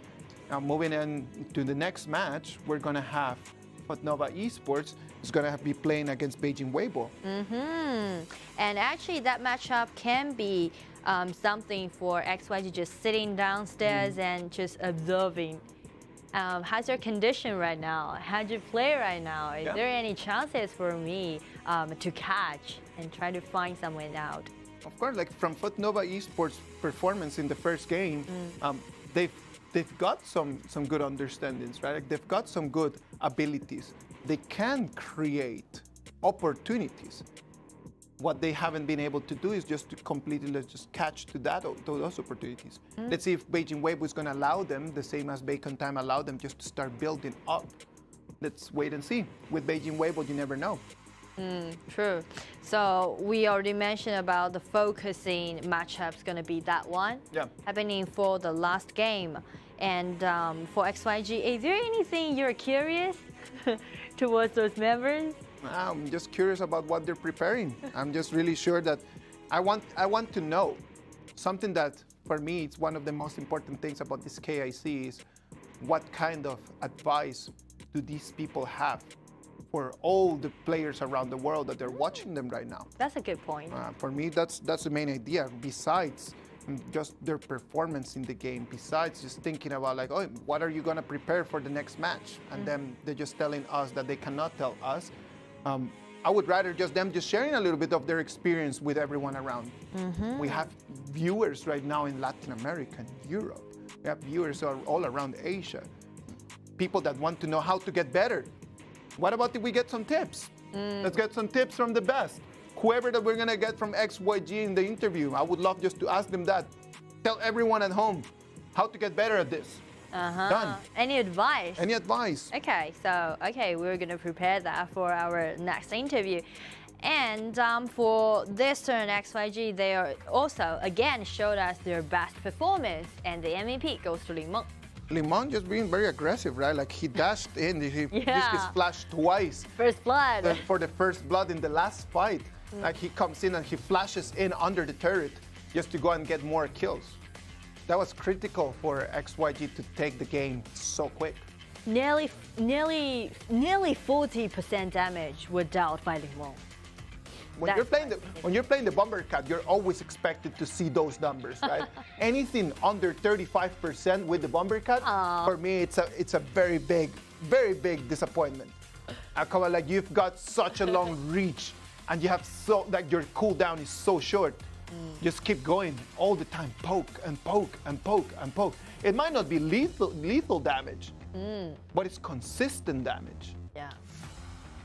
And from these team fights, actually we can also highlight Kuxi and also Xihe. They're standing quite solid, and this one, the only mistake that Moss had during that engagement. And it was a lethal mistake because then after that, there was nothing else they could have done. Just be destroyed. Yeah. Destroyed completely. Very well done from Ling, very well done from XYG. Being able to spot those mistakes and being able just to solidify and to just catch them. And I'm so happy to see like members from Bacon Time. They seem really enjoying this tournament. They have to enjoy this. Who knows when is going to be the next opportunity? Next time we're going to have this competition, at least it's going to be 1 year from now. It's going to be grinding time right now, but at least if you already know that you cannot make it out of the group stage, enjoy yourself. Go on. Come here and enjoy the platform because you only have one more game. At least for Bacon Time, they have one more game against Beijing Weibo, and then that's going to be goodbye for them. Bacon Time, only one matchup left, and also for FUTNOVA, next matchup, they're going to play against Weibo. They already had no pressure on those ranks or on those points, and after there's actually a break for them to bulk up, to rethink about their strategy or vibe.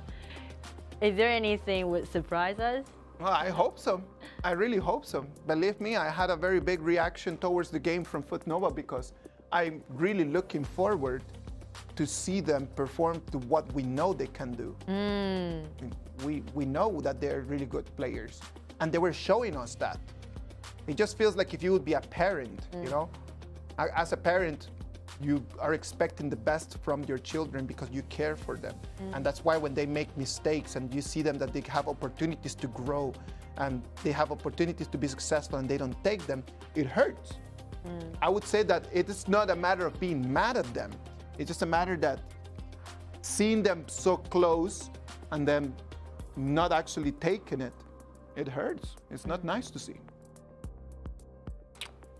And we can see the group stage, actually those rankings already be settled down, right? Group, it's only because of like who's gonna be go to the group stage with the first place or not, and that's it. That's the only thing that we need to be expecting for today. Let's check on who we're gonna have for the interviews. Let's see who we have on the other side. Hello， 9月，先和大家打招呼吧。Hello， 大家好，我是 XYG 打野9月。那又恭喜你们再次赢下了一个2-0的胜利啊！就是我们刚刚有聊到说，对于你们的这些对手，有没有什么建议可以给到他们的吗？因为你们在前中期一直做的都很好，有没有什么建议给到这些外卡赛的队伍？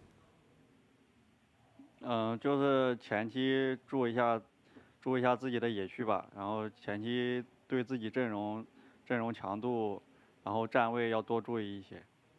Okay, so the first question is, what's the advice that September can give for those teams from other region? And September said that in the early game, they need to pay attention to their protection at their jungle, and also they need to have a better understanding towards their composition, and also they can just pay attention to their core players. And the next question is, you're gonna play against with Weibo, and after last time you end up with 0-2. Is there any preparation you did, and is there anything that you're expecting, such as like pentakill? 那我知道上一次的话呢，其实你们是0-2惜败给了微博。那在这段时间里面有做什么样的调整和准备吗？然后上一次微博对到你们的时候，暖阳拿了5杀，你作为打野对位有没有这样的一个期待呢？有期待吧，然后但是不知道可能什么时候有机会可以拿5杀。然后调整的话就注意一下自己中期运营的细节吧。Okay, so they did some preparation, especially keep focusing on making those details happening in the mid game. And also, as the jungler, he also being expecting to witness the pentakill that he can have. Okay, thanks for sharing. 感谢你接受我们的采访。A lot of highlights. The spotlight is going to be on that last match of today. That's for sure. Like XYG facing Beijing Weibo. I'm totally sure that September has been working really hard on how they're going to face that last one. Yeah, and I can see from that smile, maybe they're hiding some secret weapon. Let's wait and see. Next match is going to be Beijing Weibo against FUTNOVA Esports. Everything happened after the break.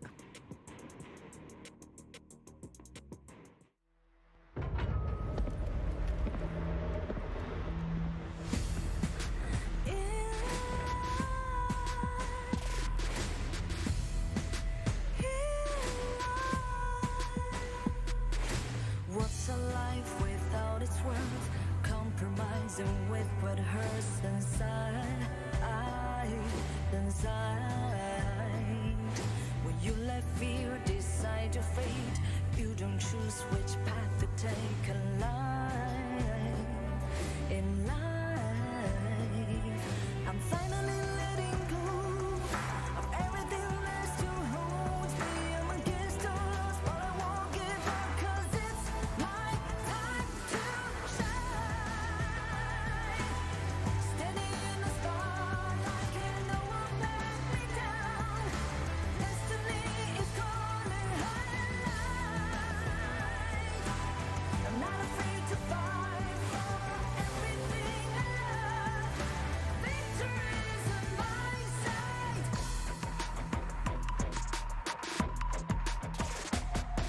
The more we lose, the more we gain. The more that nothing stays the same in time.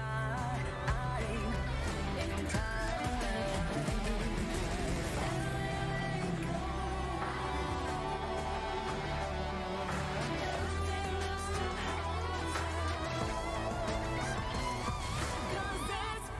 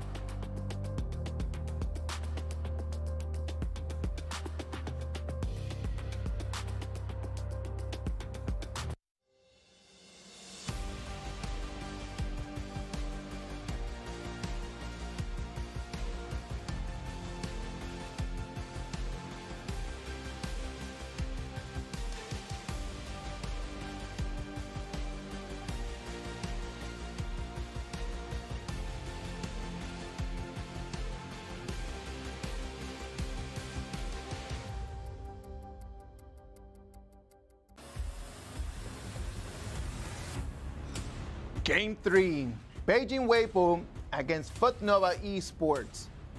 Let's see, this is going to be Weibo's first presentation of the day. Let's see how they're feeling, no? Yeah, because actually today's going to be quite nice to Beijing Weibo. They're not being put under a huge pressure. Nope. Only they need to take 1 point from XYG will secure this spot. That's it. That's it. Just come out, play against FUTNOVA Esports, play consistent. Play consistently, and then you should be fine. Then go against Bacon Time, play consistent, you should be fine. And then just go against XYG, all in that first game. Boom. If it'd be me, I would just go all in the first game. All in. All in. All in. Boom. All in, you mean like the most played composition or the most like confident hero? I would just go with meta picks.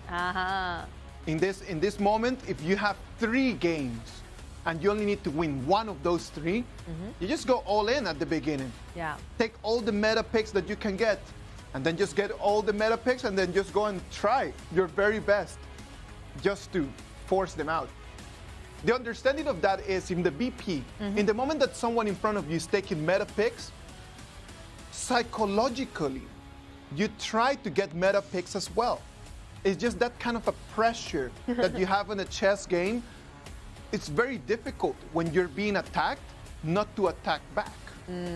It's just that kind of like psychological pressure. It's a psychological war game. Like you've been forced to come and answer. So if you pick metas, in front of you they're gonna pick metas as well. And if they just lose on those metas, it's totally fine. You just took 5 strong heroes out of the mix. True. And they just go to the second game, and then you can just play on your familiar, on your feature picks, on your feature heroes. I agree with you, like and also like the way you just mentioned. For the last match for tonight, I guess we were just gonna go all in for the first match. And the second round, since they do not have any pressure for the ranking, they would go for another something refreshing. For example, like Zemo to use that warrior. Zemo warrior is still gonna be a meta pick. But I know. When you have a meta player on a warrior right now under this composition, under this patch, that's already like a meta pick. But still, they need to first finish this game play against with FUTNOVA. True. And for FUTNOVA, this is going to be their second play in today. And after this, they will have the last game play with XYG. And that's it. They're going to finish the journey. And what heroes did they play the last time that they had matched against each other? Wow, they picked Guan Yu with Kai once, this comp, and I'm really looking forward to see that again. That's for Beijing Weibo, right? No, that's for FUTNOVA. FUTNOVA played on Kai. Yeah, that game, Weibo used Ma Chao and Agudo, warriors. And FUTNOVA replied back with another warrior, Guan Yu. Interesting. Let's see. Maybe that composition from FUTNOVA right now is going to be available one more time. Definitely. If it didn't work the first time, why not to give it a try the second one? And again, I want to mention about Scars because the last show they gave us, after they know that they need to say goodbye to our tournament. Actually, that's the biggest highlight they got when they play against with teams from KPL region. So I'm wondering, will the same thing happen today? Yes. Is it going to be that? Is it going to be just a great show from FUTNOVA Esports? Yeah. Still, I got some faith in this team. I do have lots of faith. I have lots of faith. Like they are for me a great investment. For me, FUTNOVA Esports is a great investment. You've got a bunch of really nice, cool kids that they love playing the game, that they understand the responsibility that they have as the champions of their area, coming in, trying their best, and they're what we need. People who likes to grind 12, 13 hours daily during 6 months, during 2 months, during 3 months, 4 months, not every single human being that can do that. Yeah. You need to have drive. And that drive is why I believe that FUTNOVA is a great investment. And from what they said in that video, they know that there's going to be a long journey and long term for them to improve. But they also know that they need to do it, break it down step by step, make small improvement, and once it's going to turn to a big difference. So one step at a time. Yeah. And that first step over here is going to be Shen Mengxi. That's going to be the first pick for FUTNOVA. And what even worth mentioning is that they banned away this Agudu and also Donghuang Taiyi from the first ban phase. They did some homework because they want to reinforce the early game, the protection of the jungle. They banned away this Donghuang Taiyi, and also they don't let you to have Ma Chao and Agudu. Just by choosing Agudu away, like what else could you pair that Ma Chao with, right? Moving forward, Lost is going to have a second opportunity on Yukio Tachibana. His first game with Yukio Tachibana was not bad. It was actually pretty good in the first 10 minutes of the game. But even they got such a significant goal lead in that matchup, they still kind of be lost in the late game. Well, hopefully they came back and they just watched that game, and right now Lost can come up and take on the positive things. It was not all negative. There were a lot of very good and positive things. If he can just focus on those positives and try to avoid the mistakes and the negatives that he just made, and I'm totally sure that he can have a good performance right now. Now, it's going to be against a different opponent. It's going to be Beijing Weibo this time. So, for teams like Beijing Weibo, even once they catch your mistake, they're just going to start snowballing. And that's the point.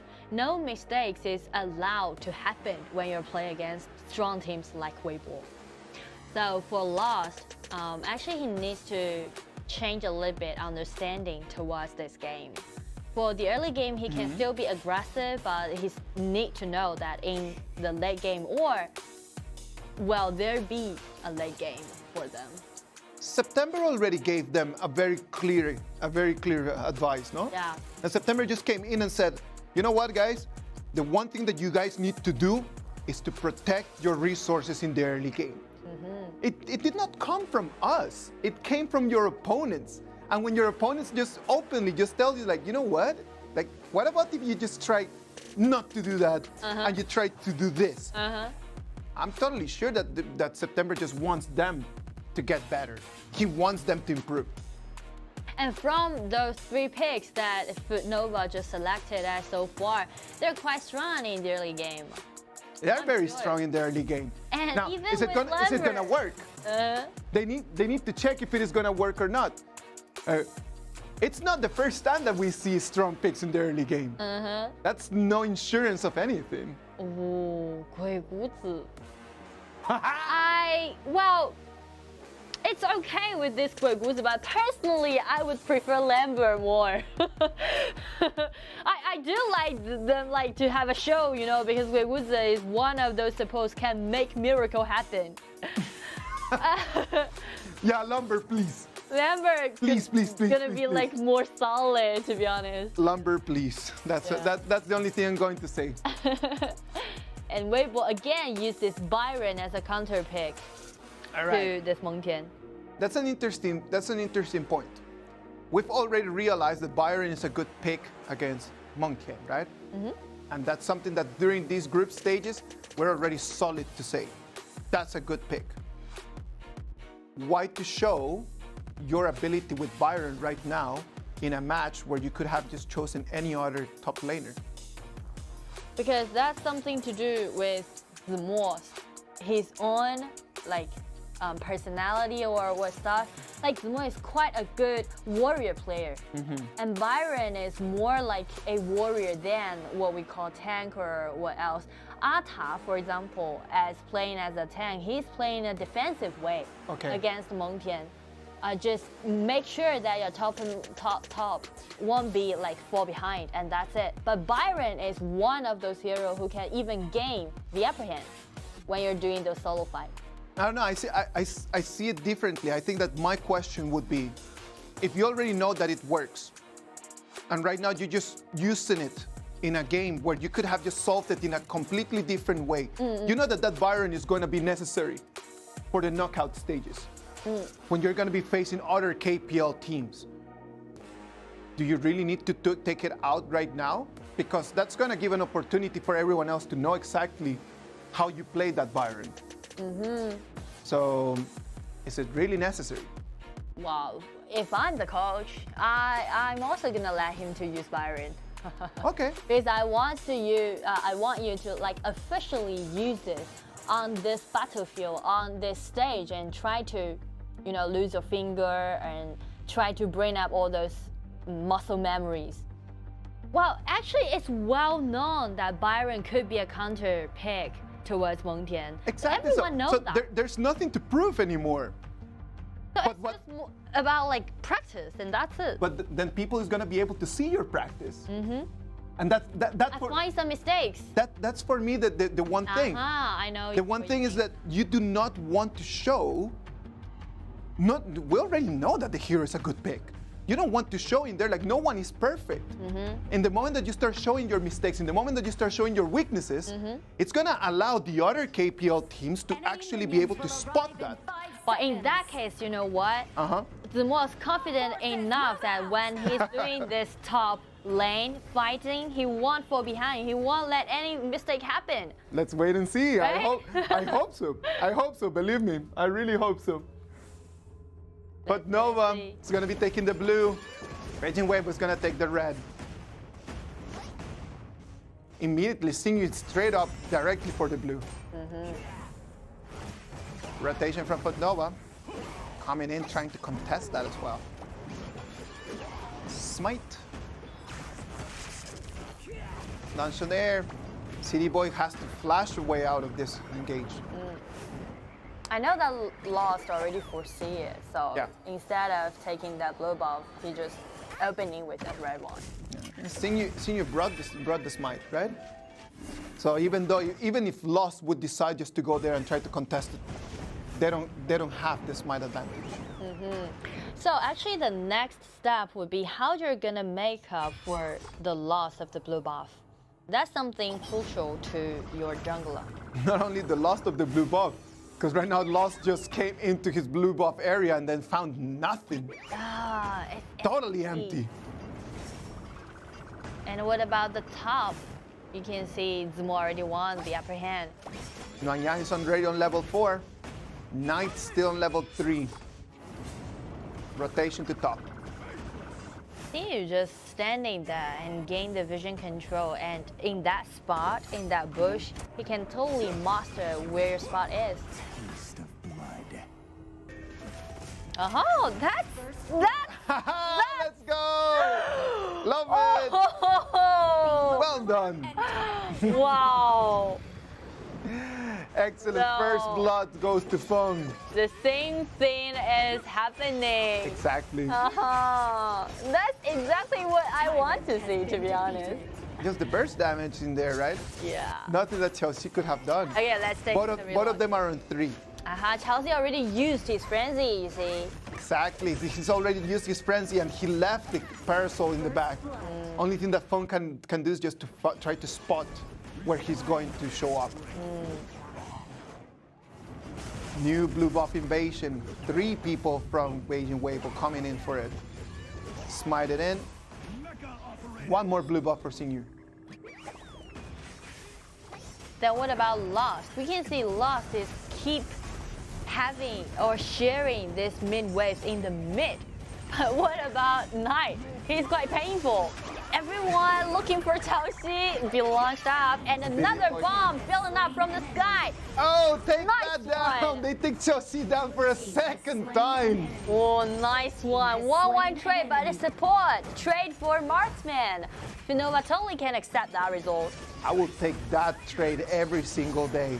Oh. Lost taking him mid. Yang wants to take him back, pushes his ult, brings him to the river, takes 1 more kill.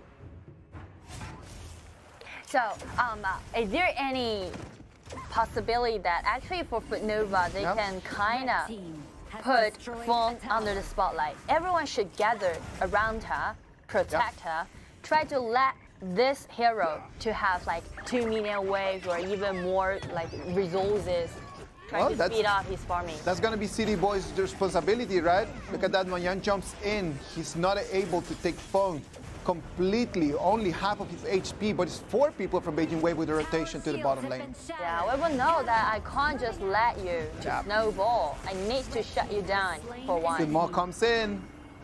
1 versus 4. 1 versus 4. What can Feng do here? Can she do a trade? Not enough. And what about Zimo? With this flash, he just saved it, and this is another 1-1 trade. Yang comes in, takes on 2 people, makes it a 4-1 trade finally for Beijing Weibo. Double kill goes to Yang. Back to mid lane. Look at the replay in there. Why again this first blood solo kill? They want us to understand exactly what happened. Waiting for the parasol, boom. Hey. Well, because Feng first hiding into that bush, so you know instantly Xiao gonna lost the target, so he can't stack up that maple marks, and that's the reason why he lost the first initiation, the first priority. Good use of the environment for them, right? Very good use of the environment for Feng. That's only Zimo right over there, taking full control of the vision. He knows that right now he can still take a 1v2. Yeah. He still got his flash. And he's not afraid of that. So people just come in and then he's just easily dealing damage. Mountain disappears off the map, was taking a 2v1 in there. And FUTNOVA is quite lost right now. Because there's so many things happening at the same time, all over the map. Your field be invaded, there's minion waves on the top, and there's even someone try to threat you, try to force you come and answer to fight. Yeah, exactly. And they so many things to deal with. And they have Huajun, like Weibo has Huajun on that throw you. So they tried to protect this mid lane turret for such a long time, and sadly for them, it's finally gonna fall. The only thing that Lost can do in here is just to look at how Yang is going to take control of his red buff. Sure. There's little things that Lost can do. Rotation to top. Xiao taking that turret easily, even though he lost his battles, his independent battles twice at the beginning of the game. Still looking pretty healthy. Yeah, and especially after Xiao has been released from that bottom lane, don't need to face head-to-head towards Wang. That's gonna be a good news for this hero, personally, right? Gonna be liberal and just gonna lead the pace. Just going around, just rotating around and just being free. And that's the main idea of what you want to do, your marksman to do, just for them to be free, not to be locked up into one specific place. Yeah.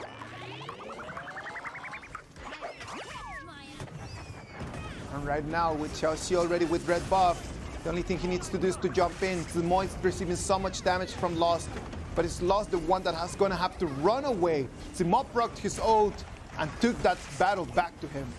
And there's minion waves in the mid, easily just taking down this tower. 7 minutes, and there's 7,000 gold lead over to Weibo. 7 minutes, 30 seconds, minions coming in mid.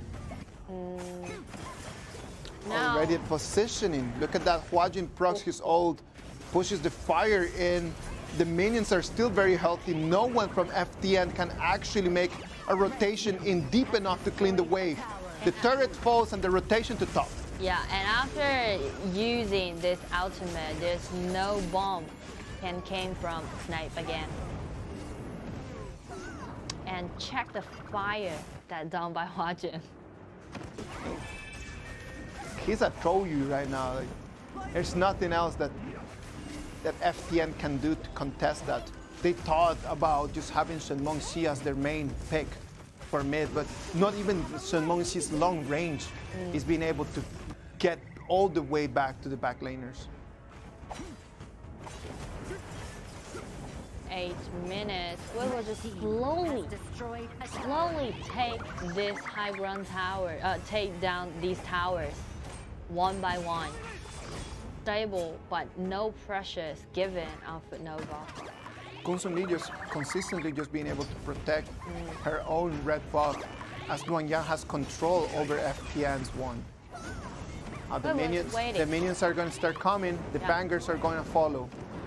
This might be the time for them to close out the game because they already spawned those vanguards on 3 lanes. Yes, they did. The ballistas comes in. First high ground tower. CU proxies ult. Simo jumps in. The Armageddon is going to reply back. City Boy is taken to 1/3. He's going to disappear. And there's vanguards in the mid. Check Yang. This Lam, he's still just using his second ability and trying to get more kills. But with this vanguards, the crystal has been taken down. First game. Congratulations to Weibo. Beijing Weibo take the victory of this first game in a very nice and quick fashion. Came in, took control of everything, and just pushed FUTNOVA Esports back to their base.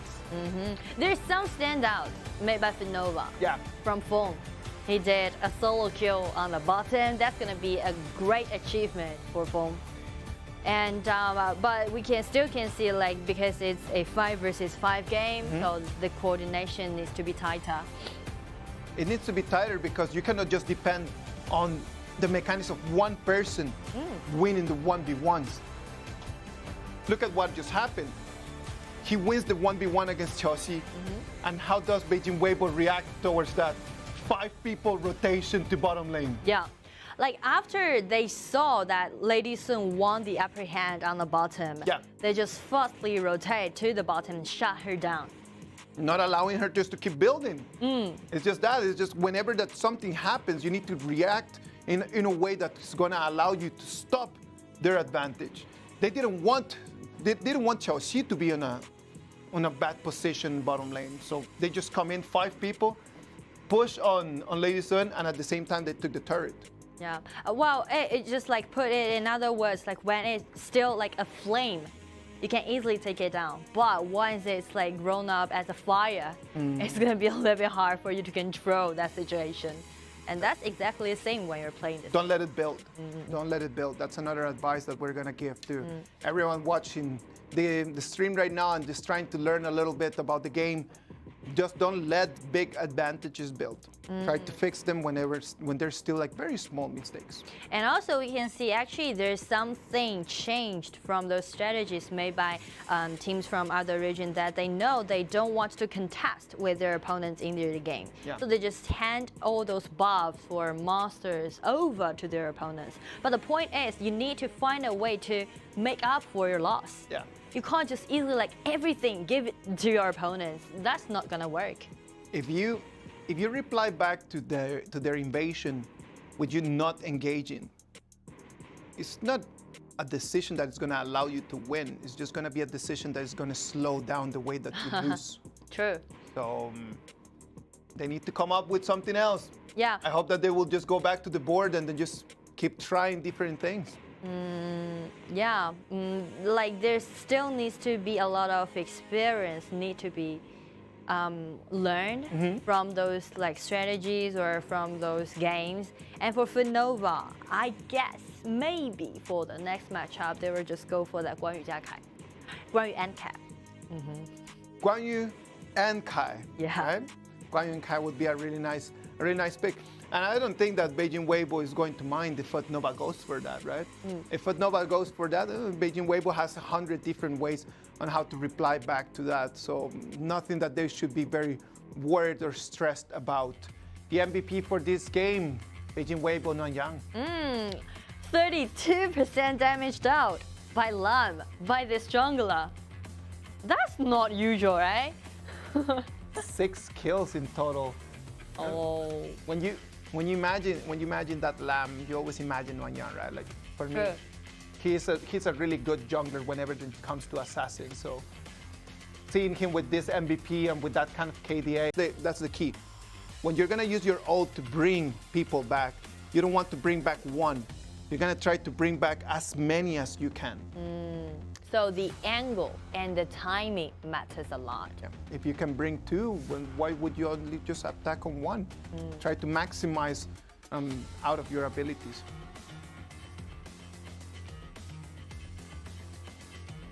And by using this line, actually this is a hero that Yang used to take that pentakill. Play against XYZ. Yeah, we talked about that pentakill before, right? And then we were just expecting to see what he's gonna show today, and the way that he played this one just tells us that he's game. I was worried about Simone playing on that Byron, right? But there was not enough pressure from Knight that could show us or try to get us some understanding on how to play against it. Yeah, so that would be the main reason for Weibo to choose that hero. Well, personally, I don't want to push Yang, you know. All right. But we've already witnessed Rock got a double pentakill. Is it possible for Yang to achieve that? No, at the end of the day, I don't think that for Yang he's thinking about that, right? Yeah, I know. I think that what he's thinking about is just how he can just be of the best use for his team in terms of taking the trophy. Yeah. Those two players are in completely different moments of their careers, I imagine. I don't think that for Yang he needs to prove anything else. He's got FMVPs and he's won titles. So for him, it just comes down to, can he allow Beijing Weibo to take one more trophy? More than, is he gonna be able to take one more pentakill, no? True. They won the 2020 Honor of Kings International Championship before, but that was 2 years ago. And after, their best record is the Challenger Cup, the runner-up for this year. Yeah. They were so close to that trophy, just one step away this time. If they gain the first place and to get into the next stage, that can maximize the hope. Let's see. It's going to depend a lot on what they can show us today as well. They still have one more game against FUTNOVA Esports that is going to come right after the break.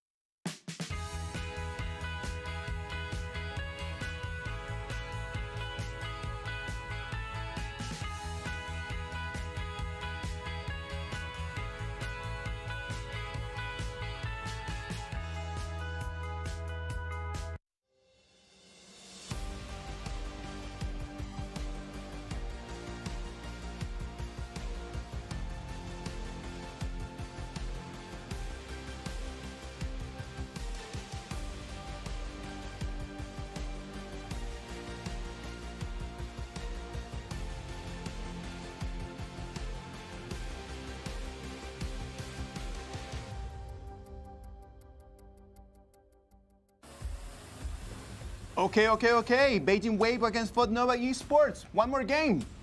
One more. And then we're going to be done with this best of 2. FUTNOVA, they took Montian, Yukyutachiwana, Shenmongxi, Lady Sun, and Lumber. A very solid, very strong early game strat. Yeah. And they were still unable to protect their resources. Actually, after they selected this kind of composition, I was quite optimistic with their early game. Yeah. But the problem is, it seems like it's nothing to do with what they selected as their composition. It's more like they don't want to contest. I completely agree with you on that. Opponent. Completely agree with you with that. I think that you just made a very, very, very, very deep and smart comment in terms of it's not about what you pick. It's about your decisions when you have those heroes and those opportunities.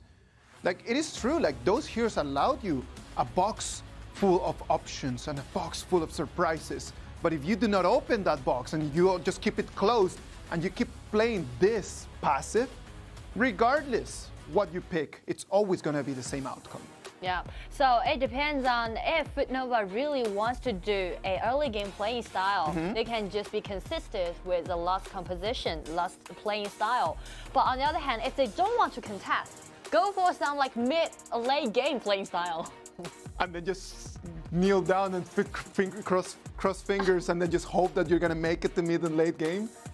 Yeah, why not? Show some heroes that's going to be really good at cleaning those minion waves might help. Let's wait and see.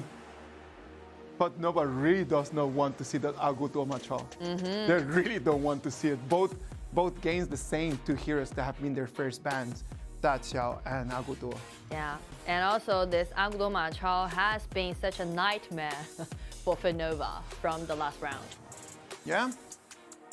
They decide to give Mai Shiranui to Snape. Different strategy, going with an assassin maze. And is it because they've learned something from the last turn? Because Weibo, from the last round when they were playing against with FUTNOVA, they used Guan Yu and Kai and also Mai. So while they go for that Guan Yu and Kai, I'm still being curious. Well, if they're gonna go for that Guan Yu and Kai, they need to make those options right now. They need to lock both of them as their second picks. Cao. Are they really? And if they pair with that with Atta, then it's gonna be Cao going to jungle? We saw it once, right? Played by Hero, if I'm correct. I forgot. Anyway, but Cao is quite risky, to be honest. I wouldn't say quite risky. It's extremely risky. Okay. It is just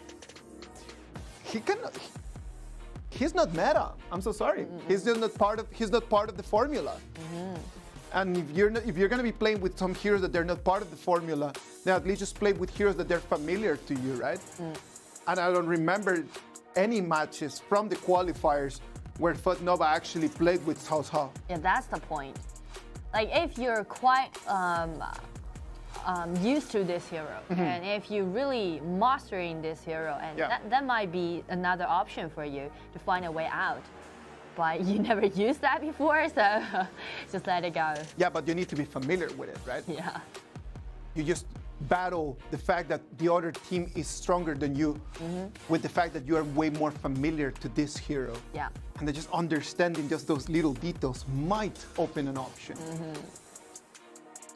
So instead, we can see FUTNOVA just go for the familiar composition again. And for Weibo, we can see Nguyen, we mentioned about his land before, and another signature hero of him is definitely, no doubt, FMVP hero. Jing! That's already 50% of a victory for Beijing Weibo. Such trustworthy. I'm gonna be real with all of you.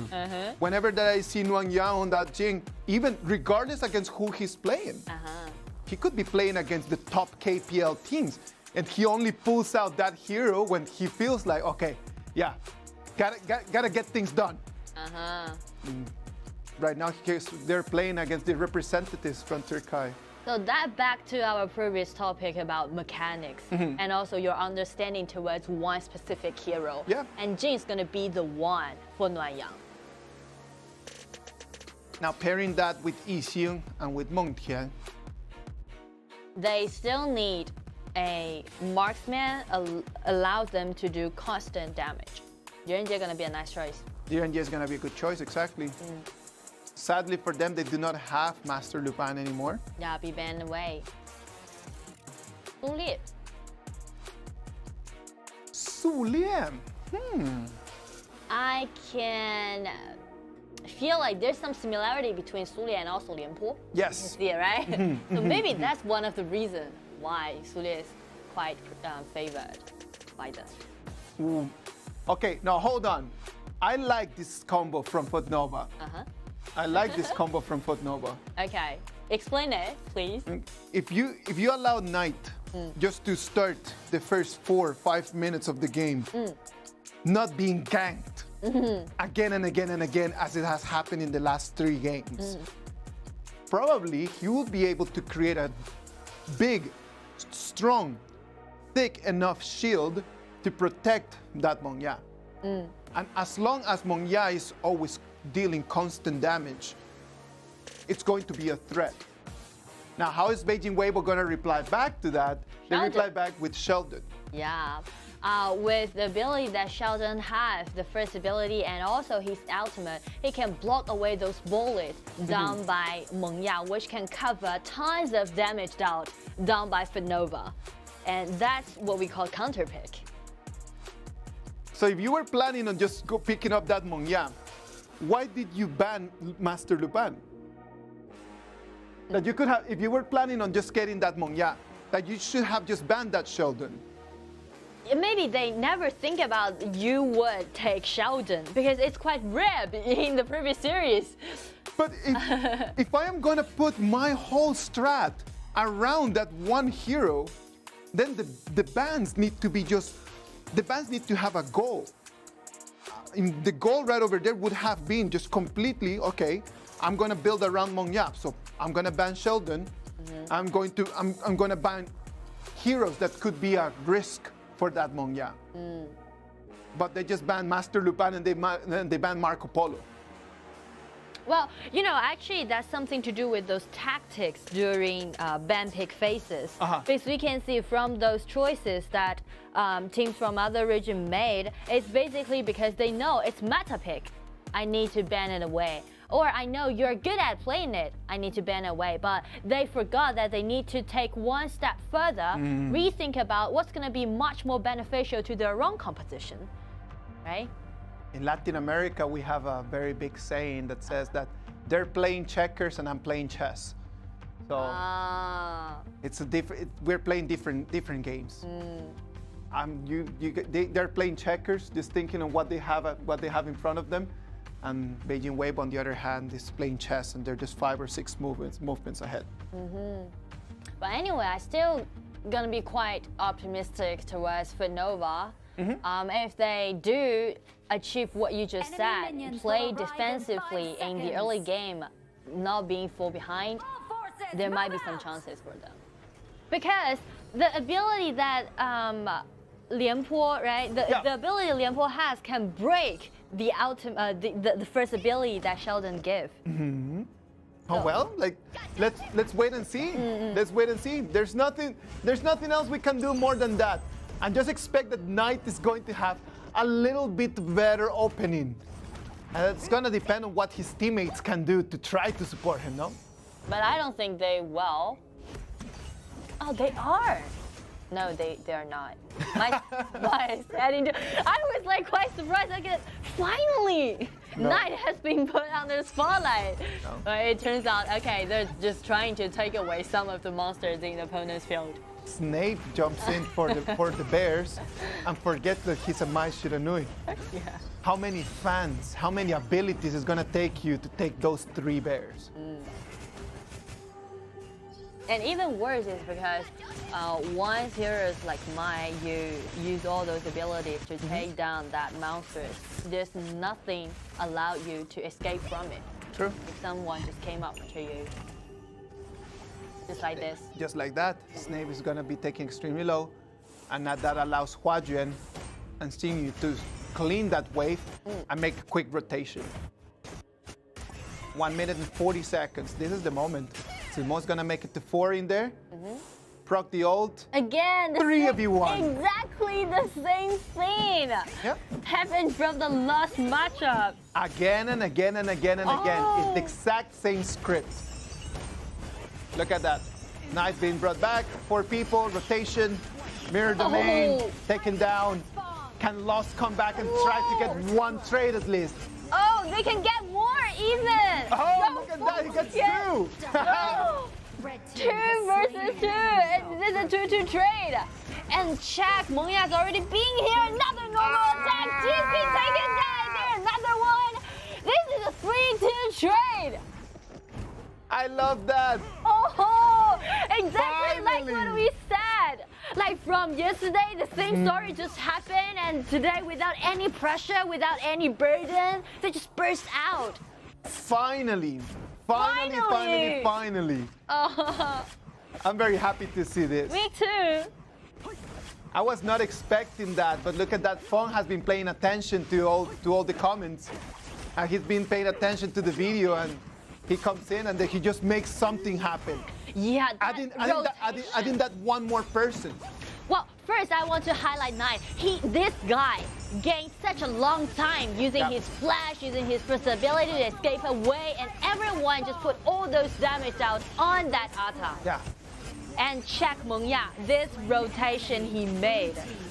He just made it all the way from bottom lane, right? Yeah, that's what we call it. You need to communicate, you need to coordinate, you need to have that kind of tight synergy.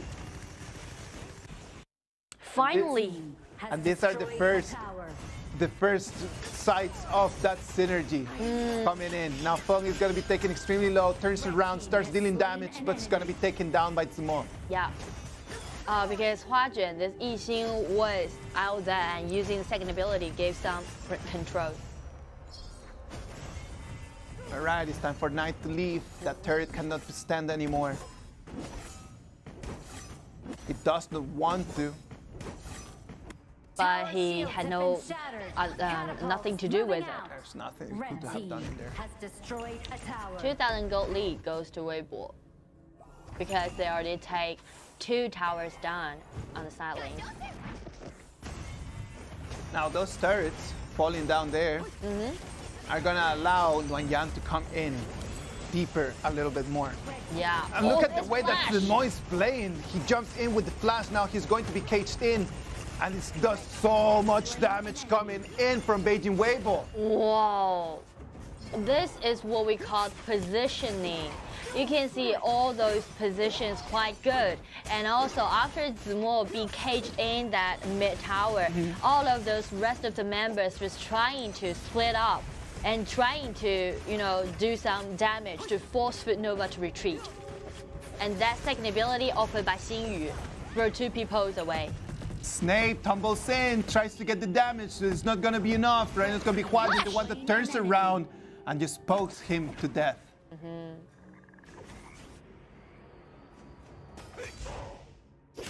3,000 gold lead. We can see, actually we can learn something from watching these kind of matchups. Okay. Because we would always lost, never gonna make it. Nope. Anyway, so because when we're watching those teams from KPL region play against with teams from other region, we always see teams from KPL region would want the upper hand. Yeah. But this is the time when we saw Weibo actually fell behind in the early game. So how they make up for that loss, how they bring it back, how they turn it around, that's gonna be some lesson that FUTNOVA can learn face to face. Oh, hold your ground, brought in, Xingyu jumps in and it takes 1 more person. Does not allow Feng an opportunity to escape. City Boy is being forced to repleague, and the turret on top lane is gonna be taken to 2/3 of its HP. And that's gonna be the mid tower. Mid turret's gonna have to fall. Well, for those heroes that FUTNOVA selected, especially you used Mai as the mid, there's no way for them to guard their turret. There's not. A Knight already being extremely squishy. not a tank anymore. And by using this minion wave, they try to push forward. They try to push forward, taking the turret all the way to half of its HP. And you see, when Weibo trying to push forward, trying to force, they're in a quite good positioning. There's two shields in front of all those members. Just create that comfortable spot for Xiao to do those poking damage. You see, Meng Tian and Xiao. Zimot does not have his ultimate available yet, but it's not going to be necessary as the ballista is extremely healthy. City Boy jumps in, trying to clean the wave. He's successful at that. He's going to have to ult his way out of the fight. Snape tumbles in just to die to the hands of Huajuan. Without the gold lead, and actually all those healthy balls were quite healthy from Weibo's side, so there's no way for Snap to do those insta-kill. He only got one item. 7,000 gold lead. Yeah. Only a reverberation staff coming. And that's totally not enough. Oh, far from enough. Lost, being spotted one more time, brought back by Xingyu. Nguyen comes in, takes an easy kill. And now it's Weibo's time to trying to just push forward and close out the game. And you can see how stable Weibo is. Oh, the flash comes in, takes on two people. It's going to be Knight, the one that's going to have to flash away, trying desperately to clean the wave. Stumbles forward and backwards, trying desperately to clean it.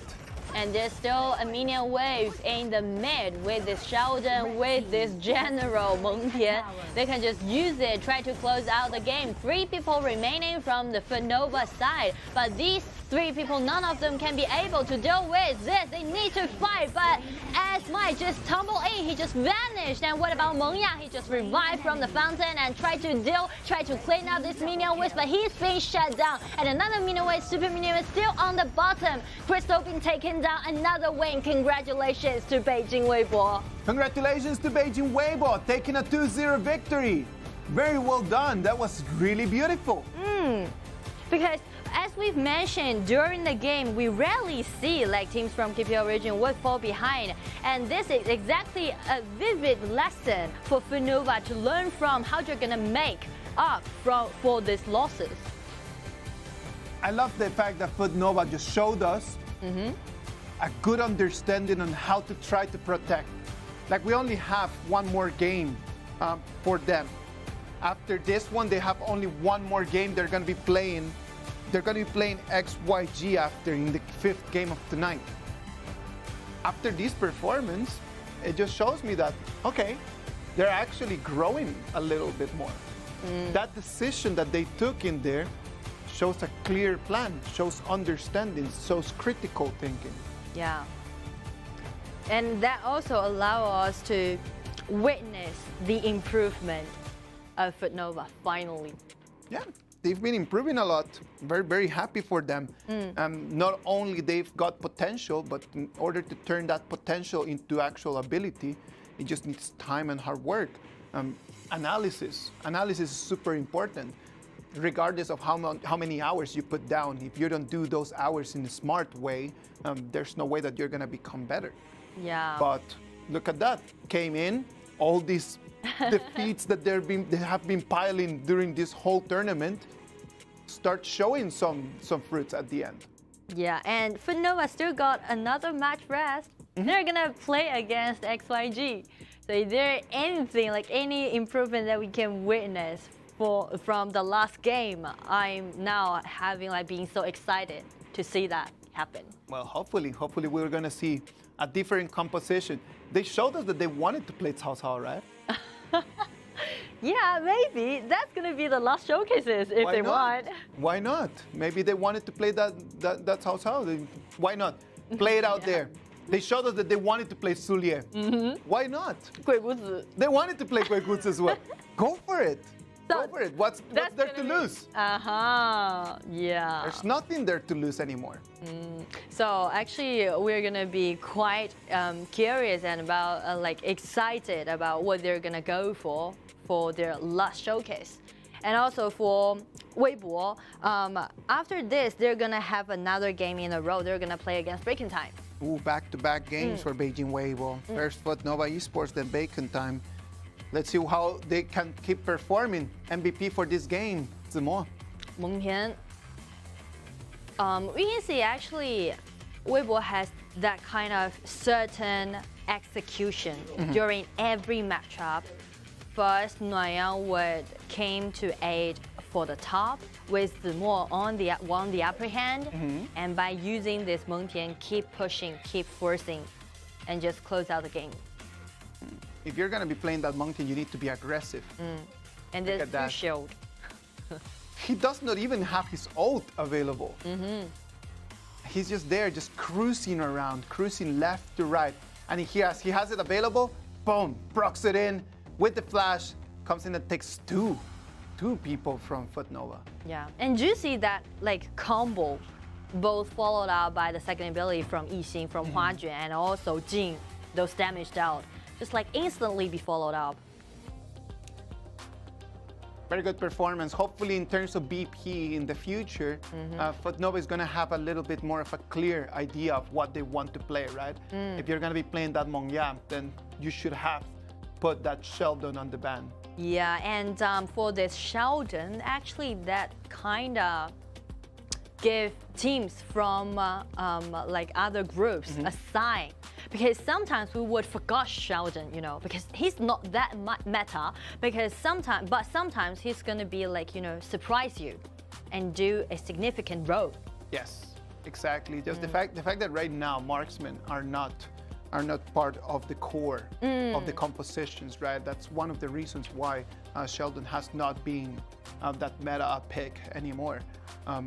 In a game right now where the junglers and the assassins are the most core players. Yeah, but sometimes a support like Sheldon just falls down to second categories. Yeah, but sometimes due to like certain compositions, he can play a really important counter pick role.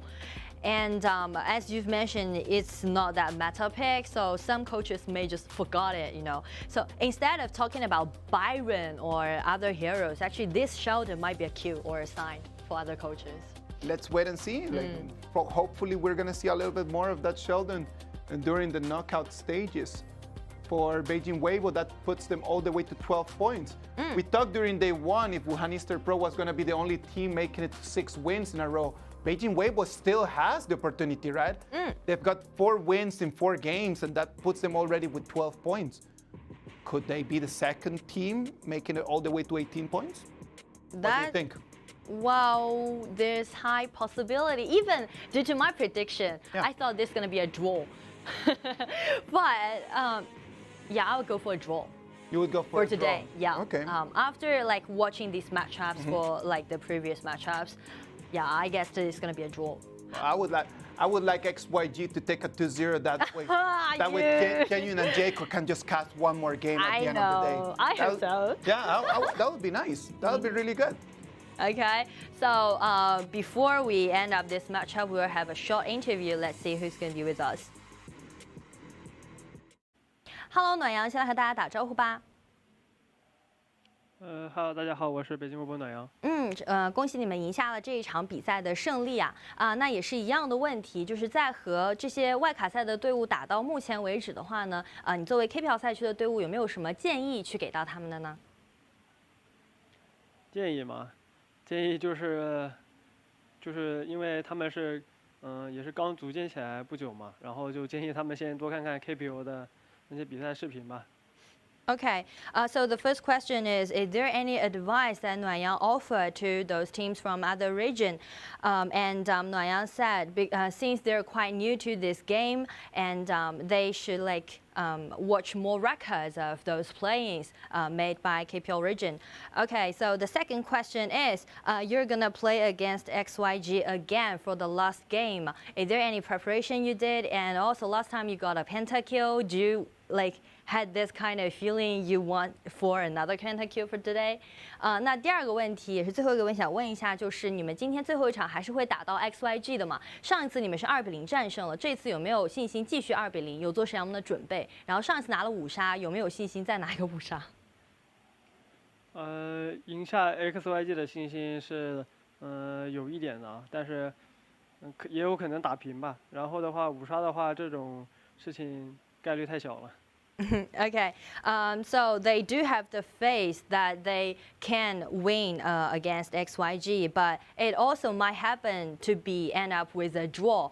And he didn't have any like expectations towards Pentakill. Maybe the teamwork's gonna matter more. Okay, thanks for sharing. 感谢你接受我们的采访啊，也是期待你们今天接下来的表现。Full of confidence. And at the same time, from a very realistic spot, like he can see that it might end up in a draw. And a draw is more than enough for Beijing Weibo. Is XYG the one that needs to go for a double win? Yeah. Beijing Weibo with a draw, they still make it first place. I do hope XYG can end up with 2-0 and go for the tiebreaker. All right, the first half of today's stream is come to an end. After this, TianYun and Jacko are going to bring you the next 3 games, and after that is going to be the draw about knockout stages. All of this is going to happen right after this short break.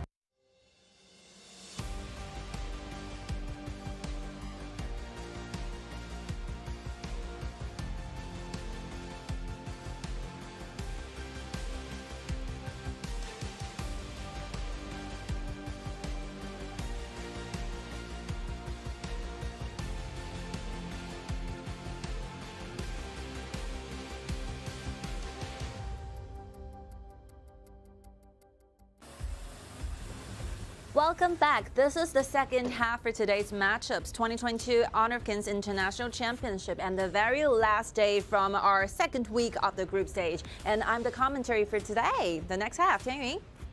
I'm the next half. I'm the next half, Jacko. Just one more time of the self-introduction, and here we go. Like the fourth match of today, Bacon Time versus Beijing Weibo. Quite a stretch from Beijing Weibo. Yeah. But I think the Bacon Time, they're really enjoying the tournament. I mean, the first half, like the very first one between Bacon Time and FUTNOVA, actually went for a very long time. Every single matchup ending in around 30 minutes. Yeah.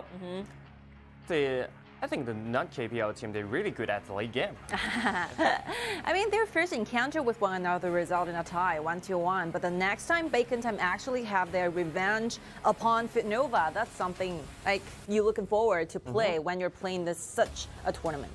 That's what we call the improvement in during this tournament. Actually, they get tied in the last. They get tied last time, but this time Bacon Time actually they improve a lot. Yeah, and for today's matchups, I think the schedule for Bacon Time is really good. So after like you fight against those non-KPL teams, and the next steps you're gonna face into is by XYG, even though they got like completely defeated by XYG, and finally they're challenging the best from Group D, because obviously the ranking, like WB is leading the ranking right now. Okay, WB leading the ranking, and I think also the XYG actually show a lot of competitive in this group. So as for them, it's pretty happy to face this kind of strong team. I mean, for WB, they're basically running towards getting the maximum scores throughout the entire group stage. So 18 minutes might be something they're expected to get. Yep.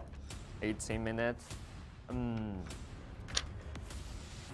just have some suggestion for the Bacon Time. If the late game is not available when you're facing the KPL team, you just play so aggressive in the early game. Just check the last game, Beijing Weibo versus FUTNOVA. Actually, FUTNOVA will create a lot of stress in the early game towards Beijing Weibo. And this situation began to start since the second day of the group stage from the second week. Like those non-KPL players, they just seems to pay more attention onto getting the kills for your marksman. So I don't really care what happened on the top lane or mid lanes. All I want to do is trying to make sure we gain those kills, we win those team fights happen down in the bottom lane. I think that's the same style that they're playing against with the KPL team. They just want to kill the marksman. Like the same strategy has been applied all the time. So for this one, like Bacon Time, basically do whatever they can, trying to kill Xiao during the early phase of the gaming and the team fights engagements. I think that's a good solution because the marksman is more easy to kill. Yes.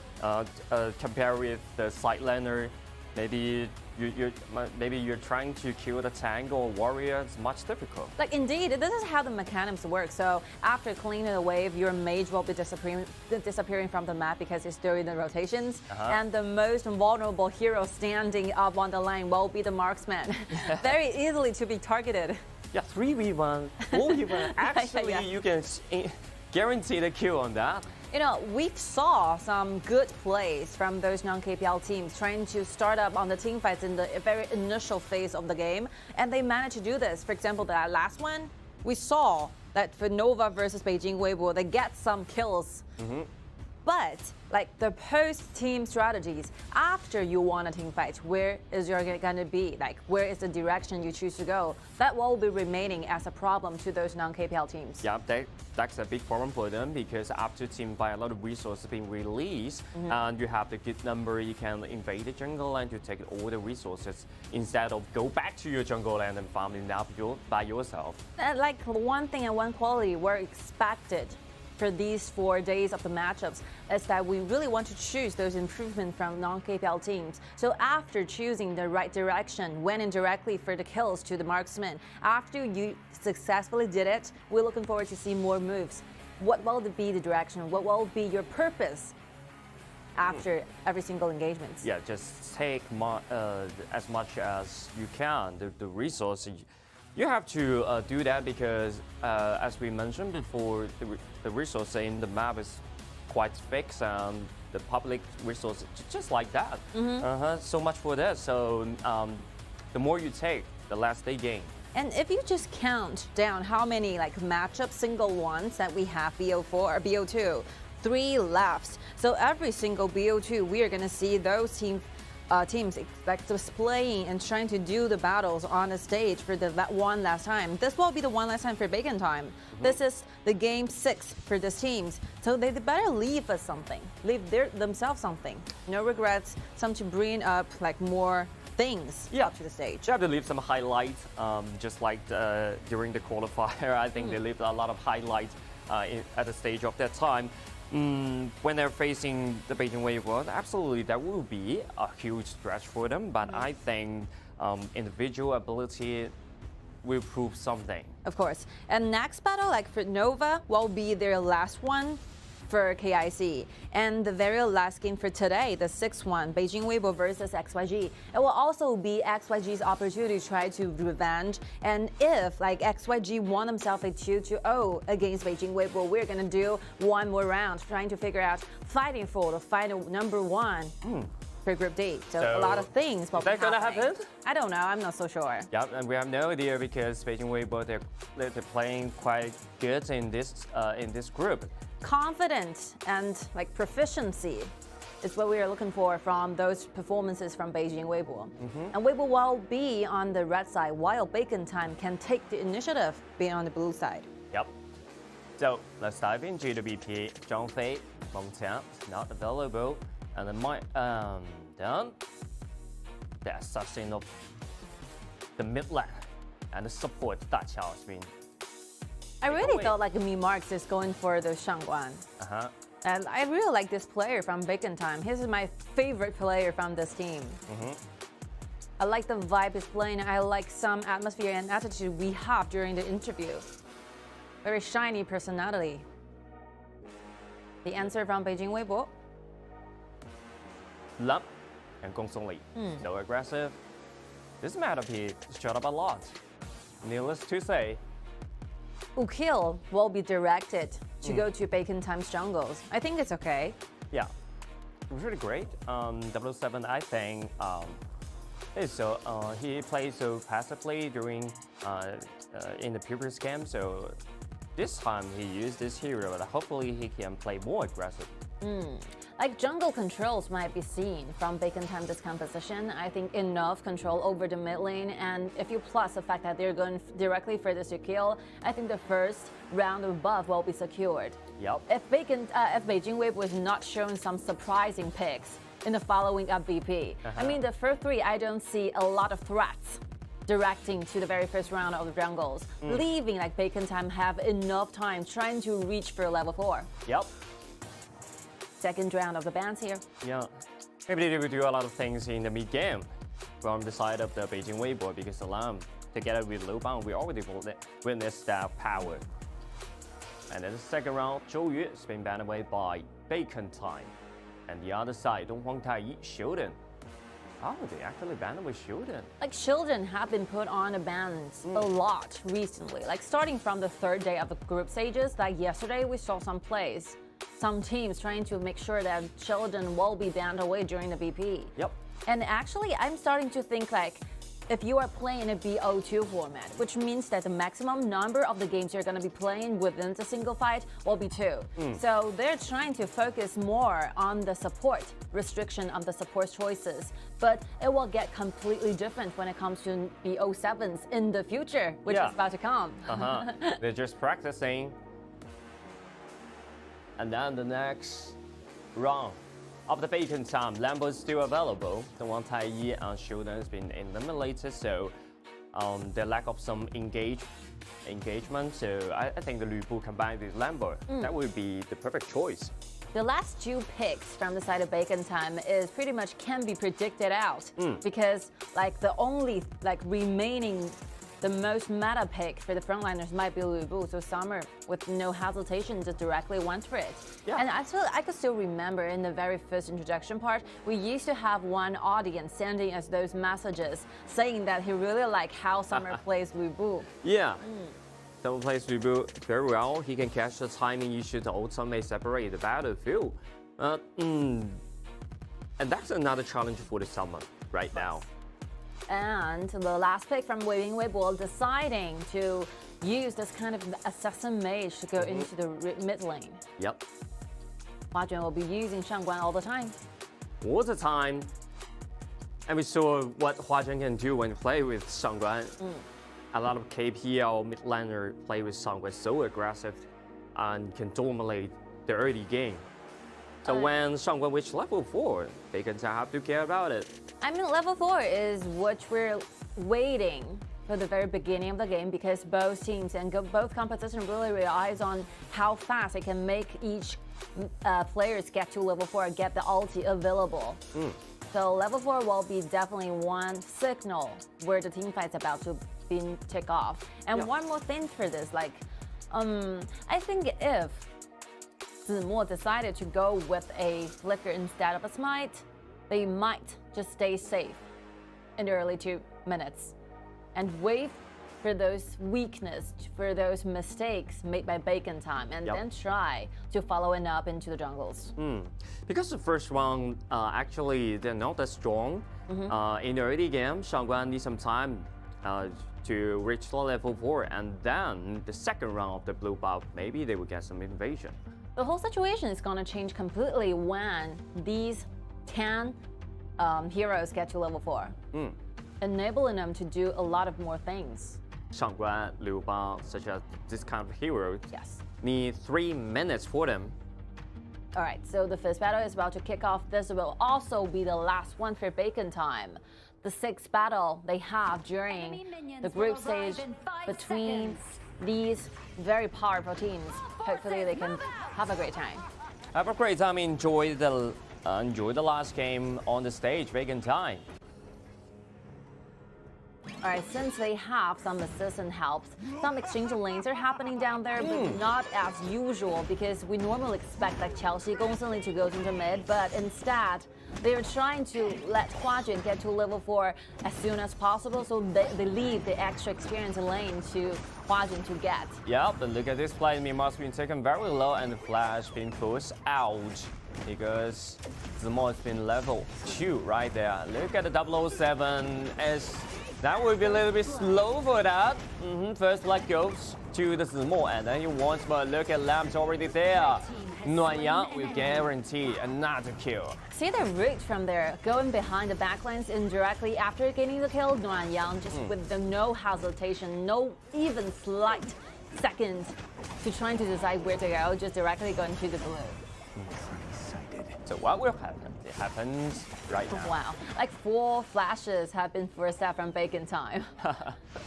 4 flash, but Beijing Weibo only used only single flash from Zemo. What a cost. Costs a lot. Even with no time differences, like these 4 members are facing their common skill went to gray at the same time.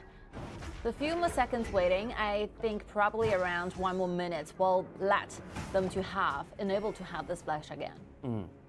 Actually, they're real brave to do this kind of things to invade in the first round, but the strategy that the Beijing Weibo they defend so well that the Shangguan go to the skies and then take a lot of damage. Someone's been taken down. I mean, we can spend a little more time trying to analyze more about the rotations and the laning initially from Beijing Weibo. So we all know the clash lane, the top lane, those kind of medium waves that offer you extra experiences. That's the right reason for Huajun to go into the top lane at the very first time. And right now it's been level 5 so fast. Time is always ticking.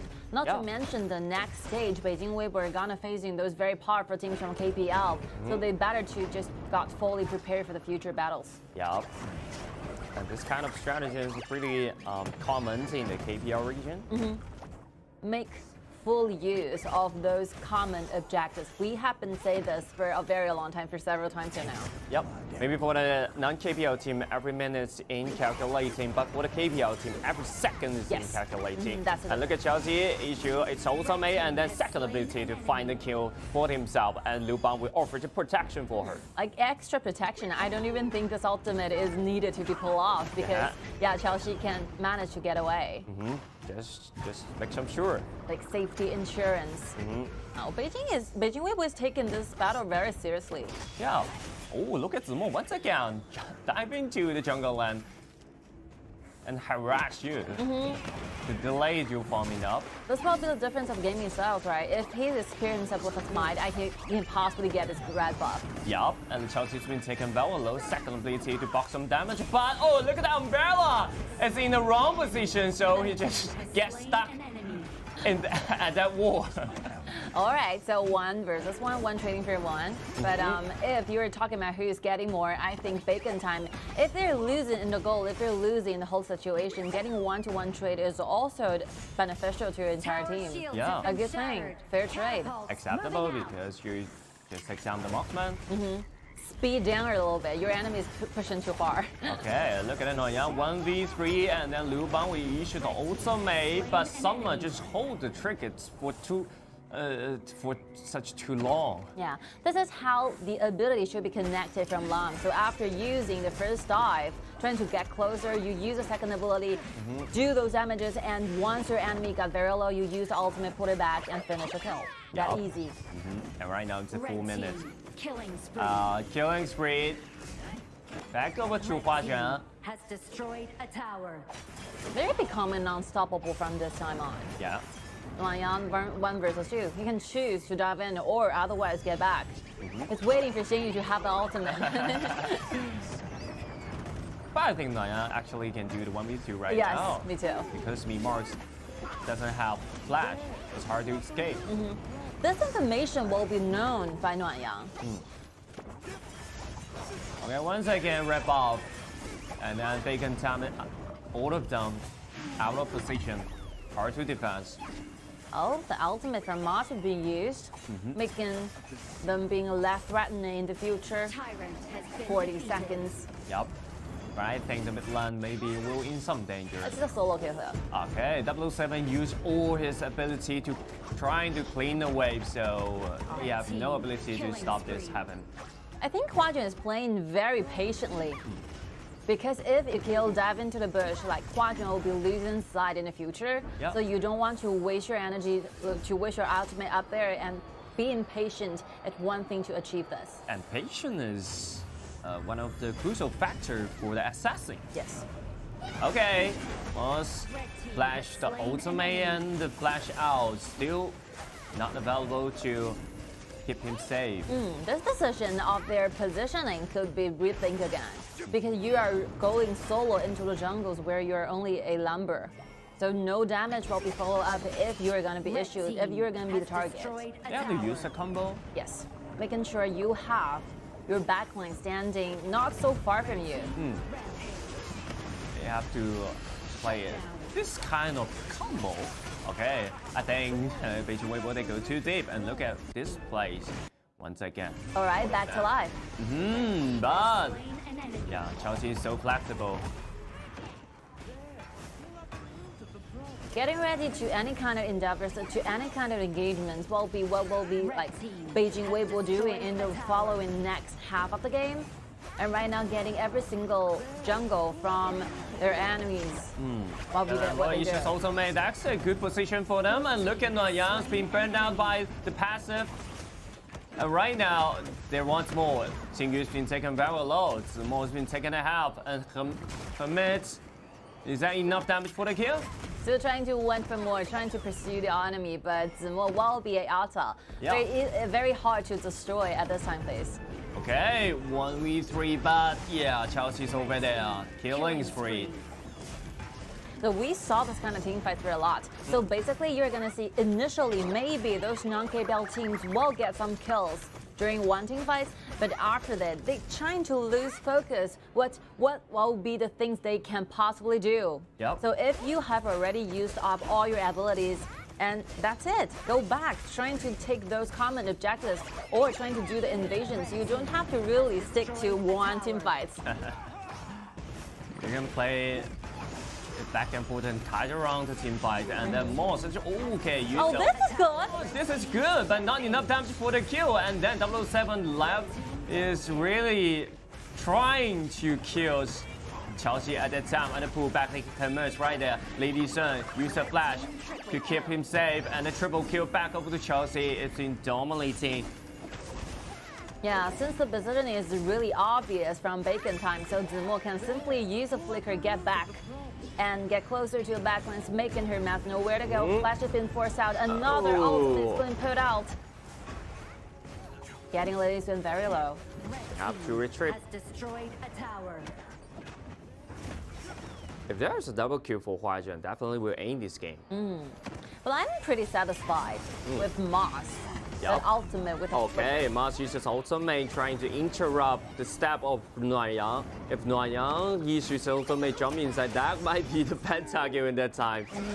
Because we all know the flashing ability and the mobility from Gong Sun Li, it's very, very hard to for Lomber only use one dash available using a flicker and the ultimate trying to pull up and knock up Xiao. So I think like Moss did a great job there. Moss did a great job, but some have to be followed up. Of course. Okay, and right now another skirmish created by the Bacon Diamonds. The most been taken very well. Look at Lu Bu jumping to the back line and trying to destroy the back line. Oh, look at the damage, quite good. And Hammer is being pushed out. Oh God, it's eliminated within a second, and then Moss jumping into the back line. But Shangguan's ultimate has been valuable. Ace for the WB. And the look at the wave. Look at the wave in the already mid. inside. Yeah, Beijing Weibo is looking definitely going to end this game quickly and shortly. I mean, yeah, this is how the team fight will be going. A lot of times, we have saw a lot of battles between non-KPL teams and KPL teams. So basically, if we take a single team fight into two halves, the first half you always saw those non-KPL teams managed to initiate quite good. Yep. But as a result, they start to lose focus on where their enemies' assassin will be. And after making a lot of very bold positions, and they finally have no one to make sure that the backliners will be protected safely. Yeah, so that's quite important for them. Maybe the timing they caught at that time to initiation is quite good, but the timing to actually knock out the carries of the WB, it's quite hard for them. I mean, to be committed into the team fights is one good quality if you really want to make yourself a very professional, a very powerful team. But if you're being too overcommitted, you almost forgot how to do a great team fight will result badly for your entire teams, though you still have to leave some ability trying to protect your own backlines. Backlines is extremely vulnerable when it comes to HP bars, so definitely you're leaving a lot of counter fight abilities trying to make sure that your backline, for example, your marksman, your mages will be safely protected. A lot of teams just like Bacon time this time, they just go forward trying to kill the carriers of the other side, but they forget they are in the back position and Nuanyang already targeted on them. Yes.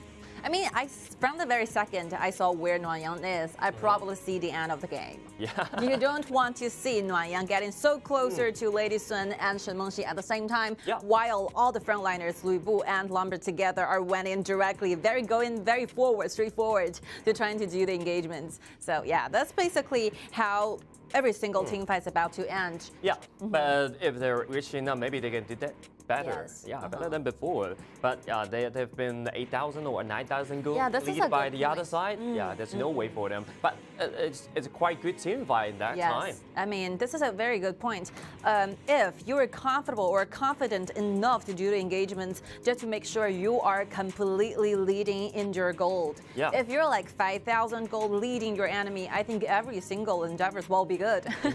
You will probably get a lot of winning team fights after all. So, which means they have to do this more earlier. Yes. Yeah. More earlier.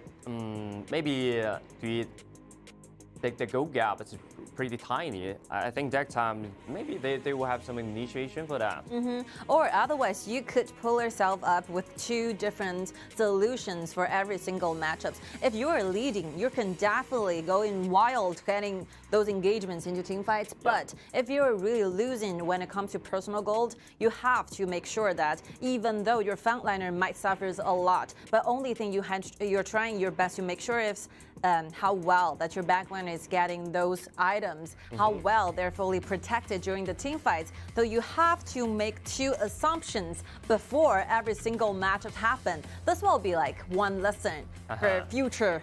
For the future. Time trying to develop. Okay, just for the future. Look at MVP of the WB on Chelsea. 39 damage, 39% damage. Oh, beautiful. Like very beautiful. Like legendary, every single position he choose during the team fights. It was so chasing, good. It was chasing after full members of the Bacon Town at that time. He's a marksman, but he is a warrior at that time. Look at that. Actually, I think most the prediction he did a great job. Really did a great job. But damage and the CC chain follow up is not quite good from the side of the Bacon Town. That will be the big problem for them. The coordinary is so important.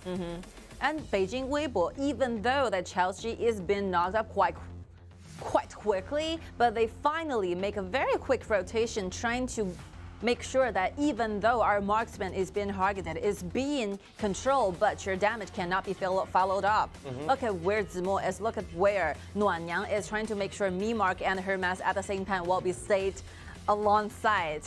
So their damage will not be put onto Chelsea. This is the all contribution as a result of the teamwork. So they have been working as a team for a long time. And for the other side, I think when you play with Lambo and Lü Bu, you have to make sure every single ability lands on the right position, the right location. That's quite important.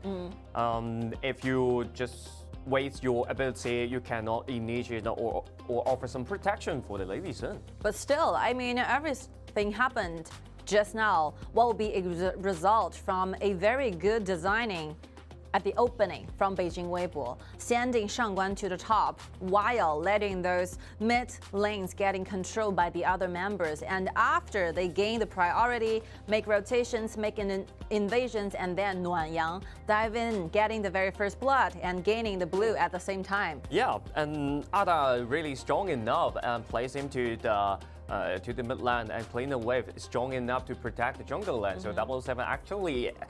They really did a good moves. They were trying to invade the red buff.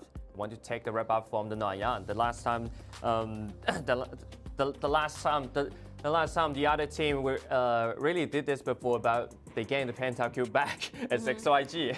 I mean, from my own observation of 4 days, so now 4 days of total matchups. The biggest problem or the biggest differences between KPL teams and non-KPL teams is not that how proficiency, what will be the proficiency like they have upon differently onto the same character. It will be like the understanding of how this game will be working will be like hugely differentiated. You can see the lanings. So basically every single non-KPL teams, they send those heroes to different lanes with the same premise. The mage going forward to the mid lane, while the warrior or the tank will go to the top, while the marksman will be only going to the bottom. It's quite fixed for them. They have to be flexible for their strategy. Think of like trying to create something new might be developed in the future. Okay, so much for the very first battle between these 2 teams, and we will be back shortly.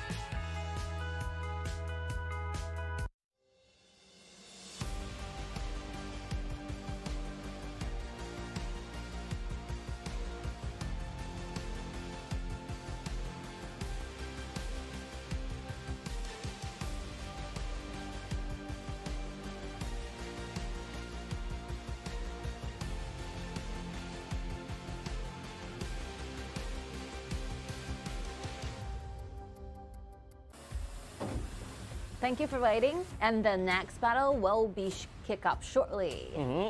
Yeah, this will be a very, very, very last game for the Bacon time. Leave some highlights right there. Yes, like early game engagements, Bacon time.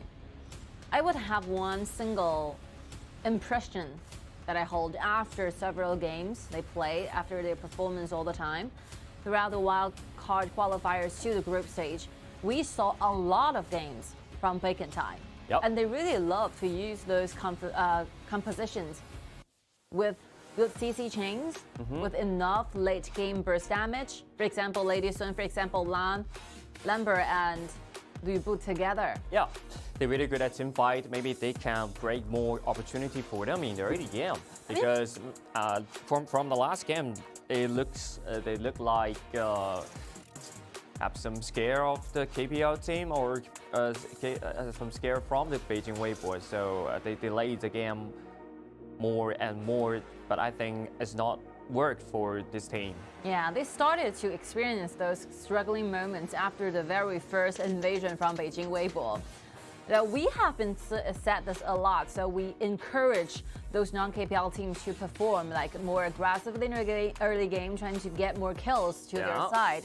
But one true fact is that they cannot do this because Beijing Weibo or those very good teams from KPL started to do those team fights starting in level 2, leaving them have no time trying to clean the wave and then gather around for the team fights. I completely understand their problem, the difficulties they're undergoing right now. The pressure is really significant. No way to dodge this. Yep, I think this kind of pressure, this kind of difficulty is inevitable at that time. It's just a matter of time. So just enjoy the game and improve yourself a lot. And with this kind of conversation, I think there will be something happen. You know, this is really weird because Mai is available for Bacon time. Yeah. Every single time we saw Bacon time being on the blue side, Mai, if they have the chance, they will gain me mark to have this Mai Shidanui. But instead, they're choosing to put this priority of the hero to Summer, getting the Meng Tian for this player. Yep, but they're really learning the strategy from the KPL team. Wow, Luna. Luna's been showed up, and when we play this hero, Luban Master together with Xiao actually, I'm willing to say that how Bacon time play with this kind of combo. Combo chains are supposed to be happen when you use this kind of two heroes sticking together. Yep. I would name one of the best KPL team who played this combo, Foshan DRG.GK. Between Qingfeng and Agai, those combos, wow, hard to dodge. Even perfection will be the word I use to describe this kind of combo. Yep. You hard to dodge this kind of immaculate CC chain. And look at the second round, Lambert's been banned away. And then, Luban number 7 has been eliminated. The last pick of the Bacon time. Focus on support or marksman? If I were them, I will trying to go directly to the supports. To support. I mean, a lot of marksmen are remaining. It's no clear truth that you can use only one position trying to lock down the choices. I think Bali Xiao is on the way. You have an opportunity where you still steal this Bali Xiao away from Beijing Weibo, getting one yourself. Like yesterday we saw a play, like a team, non-KPL team played like Xiao, even though it's losing as a result, but I think the process is very huge. Yep. But is that something wrong about the Bacon time to ban away the Johnson? No, it's definitely the right thing to ban away Johnson because you're gonna use this kind of combo. Yes. Luban Master combined with Zhao, that's right. But you will leave a lot of things out. That's inevitable because this is the BO2. Yeah. So many heroes are there, out there, available for each side of the team to pick. Did not choose the Bali Xiao. In my memories, I think Chelsea going for Baili Xiaoyue is not a very common thing. Like even for KPL, those players does not usually want to pick these heroes to go up into the team fight. Maybe this kind of snipers just doesn't fit the personality from this player, Chelsea. But when you dive into the BO7, that's the project you have to get to it, get used to it. like deep hero pool will be a sure thing for those KPL players in BO7. Maybe in the future we're gonna have BO9s. I don't know. Starting from the very first KPL, we only have BO3, and then we changed into BO5, and then we create all around generation, like all around BP, global BP it is, and then we're witnessing a lot of BO7s, and now we saw the ultimate battles. Maybe the future, 2 years later, we're gonna see the BO9s. That's the evolution of KPL. And one more like ban places being opened up for each teams. 5 ban places, each team 10 in total. 200 heroes available in HOK. Yeah, maybe that will happen in the future because the number of the heroes actually growing, right? Growing, increase a lot. Every single year, nearly about 1 month, we're gonna see a new hero. Like they're being spawned from HOK. Yeah. Right? Just like that. So new hero appear, and then there will be a lot of strategy will become different style. Yes. And you have to discover the new strategy because every meta will create every different strategies. You have to discover and do some research on that. I really like the idea of using mods as a support from Beijing Weibo. I think the best decisions of the hero they choose among this BP will be this mods. Was actually really effective. Countering against the bacon time this kind of dropped. Really working. Yeah. You're a lot. What a mess, what a problem for Jin trying to make sure they can travel through like smoothly during the team fights using the ultimate. And one more thing, true factor, like DRG.GK might face a lot of problems. His second ability might be forcing out from mods constantly poking. Yeah, after Jing's ultimate immune state being cut off this kind of part, so it's quite suffering from the mods. When I play with this hero, really disgusts me. I mean, sometimes we really have to take mods into consideration when we are trying to figure out what kind of supports in the very second round of VPs those teams is gonna be going for. We always neglect this kind of choices, huh? Yep. All right, the laning, no differences. No differences, that's the same. And actually, I think some can more aggressive. Oh, look at the red side once again, which dive into the red and trying to disrupt. Flash out. Okay. Look at this little skirmish. Will create some kills or not. First ability available for the Mars to keep him safe. I think that's a good sign. You're trying your best. You're trying to defend and protect your own jungles. Yeah. Making sure that you can force that flash out from Huajian. It's good. When your opponent plays so aggressive in the early game, you have to fight back. You have to fight back. Don't need to worry about that. You're strong enough. The 007 has been taken a half. All 4 members gathering together, and Xiao was taken down by the other side. This is how quick like Beijing Weibo responds, right? After having all the vision for 4 members down below, they finally make the quick rotations using the mobility offered by Mai Xiaonu's passive. Rotate directly to the blue, making sure that your member, even though you're going back, you're gonna be much slower than me. Yep, that's what we call the after second intel. All right, hiding in the bush again. Huajian has been disappearing from the mini-map for a long time. Moss, that's the wrong way. Without the flash, only you can use it as a first ability, but not available for him to save a life. Like 4 members surrounding Moss at the same time. And you cannot just simply trying to get through the walls in front of Nuanyang, in front of Luna. Luna have a lot of gaps already offered by this hero. Okay, once again, 007 has been taken very low, is in danger, and you have to make some rotation by his ultimate, trying to do some damage over there. And Huajian has been taken down by the opponent. Oh, look at the CC chain of that, and Xingyu's second ability finally stun onto 3. I like the very first 2, how Bacon Time plays.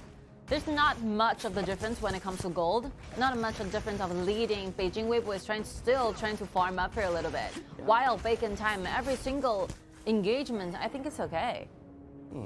completely acceptable at this time of time. Yep.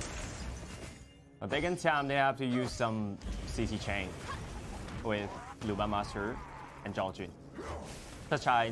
This kind of location really effective. Look at that, we pull back something or not. Okay, just a blue buff. So this is successful security of that. 7X get himself a blue buff. Newly respawned from their own territory, even though they're like basically trying to restrict it, going back for a little bit. The situation is not very looking good for Bacon time, but the blue went to the jungler. This is a good sign. Yep, good sign. But 7 to be taken very low. Use ultimate trying to get out of this place. Lu Bu falling guard jumps in, and then they will find himself a double kill. Good dive. Not a huge look, not a very heavy crowd controls ability will be shown from Bacon time side. So you can see that Lu now is just gossiping around. Nobody can seem to stop him. Yep. It's really hard to go through with it because it shows a lot of gap of the individual ability. Like only Luban's ultimate will not be enough. Yep. For Bacon time trying to stop or trying to cause some interruptions for Nuanyang. Gradually, we saw those differences been built up from the side of Weibo. And setting free their marksman, letting Chelsea to go into the mid, trying to create some new rhythm to the game. Chelsea already committing the team fight. Eternity plays been built up. I mean, this will be the second step when it comes to a very early game. After doing the laning 1x1, 2 versus 2, you began to shift your marksman into the mid lane or the top lane. After you tear down the very first tower in the bottom lane, this will be something new happening on the game. It's quite simple rotation from the KPL team, but actually effect for a lot of things. Okay, Nuanyang farmed up so quick, already level 11. Trying to engage, but Chelsea have Purify, can dodge a lot of CC off that. Oh, look at that! Lu Bu jump inside and find a lot of damage into the backline, but it's under the threat of the turret. But look, I see the side lanes. All the waves are rushing into the second tower on the side lanes. So Bacon time after this kind of serious team fight, they have to retreat back. But unfortunately got cornered on the bottom lane. Chelsea doing the solo attack. Oh, there's a double kill and Flash, you make himself to get away. What a play of the summer. You strike back with double kill. Look at the time here, 6 minutes. This is the most picking time for summer, this player. And this hero especially, Meng Tian. Getting those HP recovery all the time by doing the solo and auto attacks. And solo battles for Meng Tian is really good. Frozen down. This combo is really beautiful. Really beautiful, but not enough damage for the kill because Nuanyang really in reach, really wealthy right now. Double kill back over to Nuanyang, but performing monster, he plays down the second ability and Nuanyang's been frozen and taken down by the enemy. This is one last contribution he gave to the entire team. Even before he went down, he used the second ability, froze down Nuanyang one more time. So Nuanyang is being directly targeted for 2 times during one play. One single fight got frozen down too. 2 times. Imager said so much for that, bro. That's what I can do the best right there. And firstly, Huajuan will be the one initiate the whole team fight, but he's taken too much of the damage from Summer. And after all, initially, Chelsea, this kind of hero without the ultimate, the damage offered by Meng Yang is quite limited. Yeah. Comparing with Meng Tian, of course. That's why make Meng Tian so popular in this meta. Yeah, I can start to see the reason why Bacon Tian going for this Meng Tian instead of Mai Shiranui. Summer really shows some hero pulls down there. Surprises me a lot. Lu Bu is okay, Meng Tian is okay. Sometimes we saw a lot of more heroes, like Warrior, being pulled out by Summer. Yep. It's like Ata, Limport, this kind of tank, and Xiao Hodun. Maybe he can play a lot more warrior. Machar is hard to practice. Maybe Guan Yu is available. Has destroyed a tower. And slightly, we saw those little steps, minor steps made by Beijing Weibo, getting those outer turrets down. Okay, Sama used the flash trying to get away, but he should use he should issue the ultimate to block some damage in that time. Mark suffers a lot trying to clean the wave down there. So dangerous over that place. Yep, but luckily that's Xiao. You know, a little bit more shield will be provided when Xiao used the ultimate. Yep, but 7 is trying to clean the wave, but not available for him. But the ultimate is being pulled out and the Wang down below trying to defend their high ground tower. So that Mark will extremely dangerous right now. Another fan from Huajun getting the kill, securing down one more kill to Beijing Weibo. Yep. And right now, Nora can jump back and forth among the enemy. All right, mid lane. Yo, once again, find a stun and then use a flash. Ooh, look at the damage from Zimon, so high for that. And then Nora just jump inside, trying to find another kill for himself. And he's still flying, And Beijing Weibo actually can destroy this turret. And the minion wave is still available. But they would like to wait for a few 40 seconds for the Shadow Tyrant. Look at the cooldown time for both dragons, all available for Weibo to pick. Yeah. Okay, Nara's been pulled back, but the CC chance not available to make sure the control. Yeah. So the second ability might be pulled out as soon as you see and you grab the idea that that Lu Ban is going to use the ultimate. You have to use your ability at the same time. After somebody to pull back, then use the second ability. The time cost might be huge, might be long. Such a long time.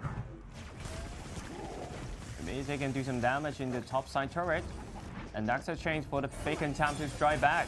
Look at 007. Oh, find the stun onto Zhao Qun's been melted down within seconds and her Mer's been blocked the way out. And right now everyone will dive into the fountain, into the base and destroy the base. And congratulations to Beijing Weibo. I mean, before this game even starts, like 2 games earlier, we talk about how determined that Beijing Weibo is going directly gaining themselves the maximum amount of the scores they're going to have.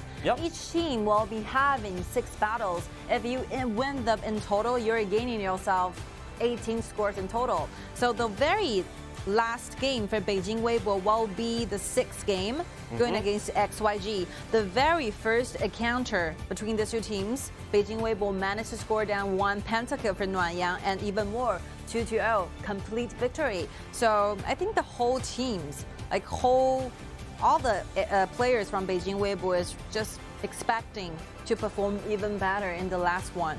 This will be a huge pressure for XYG especially. And to take the topic back, Bacon time, one last hit. The last battle they have in KIC. Last battle they have in the KIC, and actually they performed so well in this during this tournament, especially in the wildcard. Actually, they showed a competitive showed up high quality matches when they against with each other in their qualifier. This is one thing I want to emphasize, because even though they are ranking at the very last spot after the wildcard qualifiers, we all know only 4 teams will be making out of the wildcard qualifiers, and they have Scars, they have Genji, a lot of very good ones during those games and competitions. But after the 4 days or week 1, week 2, 2 days of the competition and battles, I think Bacon time will be the best one. When I was kind of doing the review out of those non-KPL teams, they are good at team fights. They are good at each single roles and each single positions. We saw a lot of plays by Summer. I think this player is really good. They have a lot of experiences in other tournaments, in other games, and I really think they are bringing us those surprises as a result from the former esports tournament experiences. Yeah, former esports experience for this game is very important for them, because for them it's just a few months for them to practice in this game. I think Mars also played in a good stage. Yeah. I mean, Mark will be the player that we often have an interview with. So hopefully they can stay happy about the result and looking for the future endeavors, because a lot of tournaments will be going on, and hopefully they will be fully developed by the next time we saw them play. Yeah, we're waiting for the next time we see them. That will be definitely a highly potential and really talented team. And for Beijing time, I think they are pretty much pleasant for what they got for today's matchups, because they have like complete winning going against FUTNOVA. That time, the first one, because the last thing you're gonna have those battles 1-1, the tie. Yep. So you have to make sure you perform better than the previous one. So for today, they actually did it. The purpose is been fulfilled, like 2-0, complete winning for them. I think that's enough for them, because when you're jumping to when you're turning to the group stage, when you're facing the KPL team, it's hopeless for them to win this kind of competition. But when they against FUTNOVA, they actually take some revenge of that. So it's quite enough for them. I think they feel happy. I mean, the gaming style and the composition for Beijing Weibo is quite tricky for this time, because they choose Mozi and the support.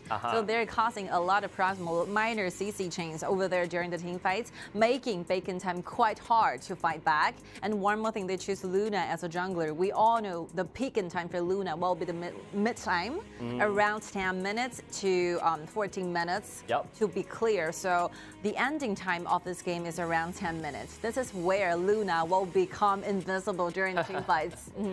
Especially when you found up so quick. Yes. Yeah, you will just commit in the strong period, maybe in 8 minutes or 7 minutes, even more. Like magical damage is very hard to handle at this right moment, because you're facing the fact that you have not enough gold for your frontliner, for example, the tanks, trying to buy those magical defense items, for example, Succubus Cloak, and your backliners are facing even bigger threat with those magical damage coming out from both Luna and the mage at the same time. Yeah, especially he played by Nora, right? The individual ability is pretty important for you playing with Luna. Okay, look at the MVP from Beijing Weibo, Zimo.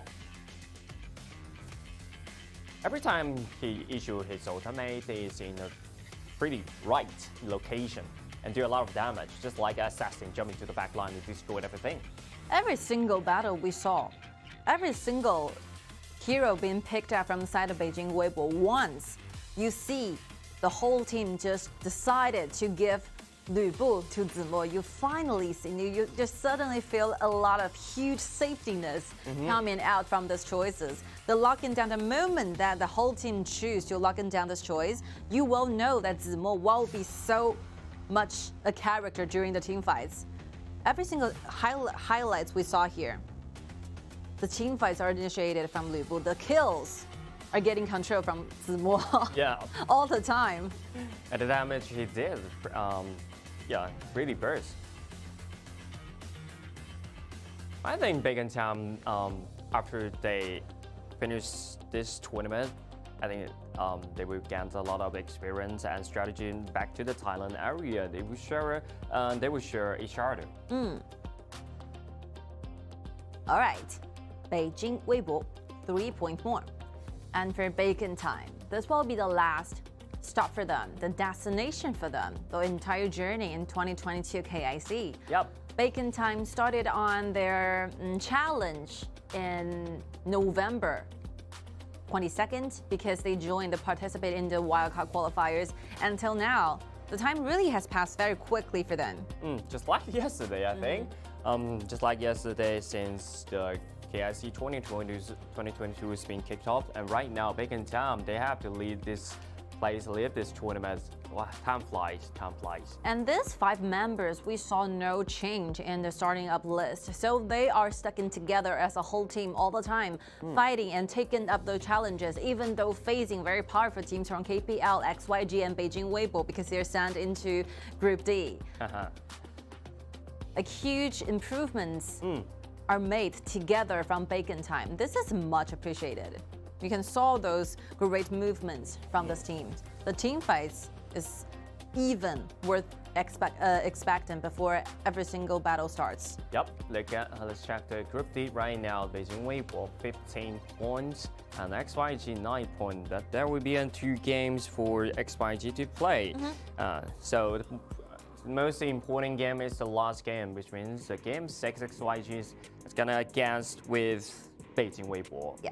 If XYG is trying to gain themselves the first place, they have to defeat Beijing Weibo in 2-0.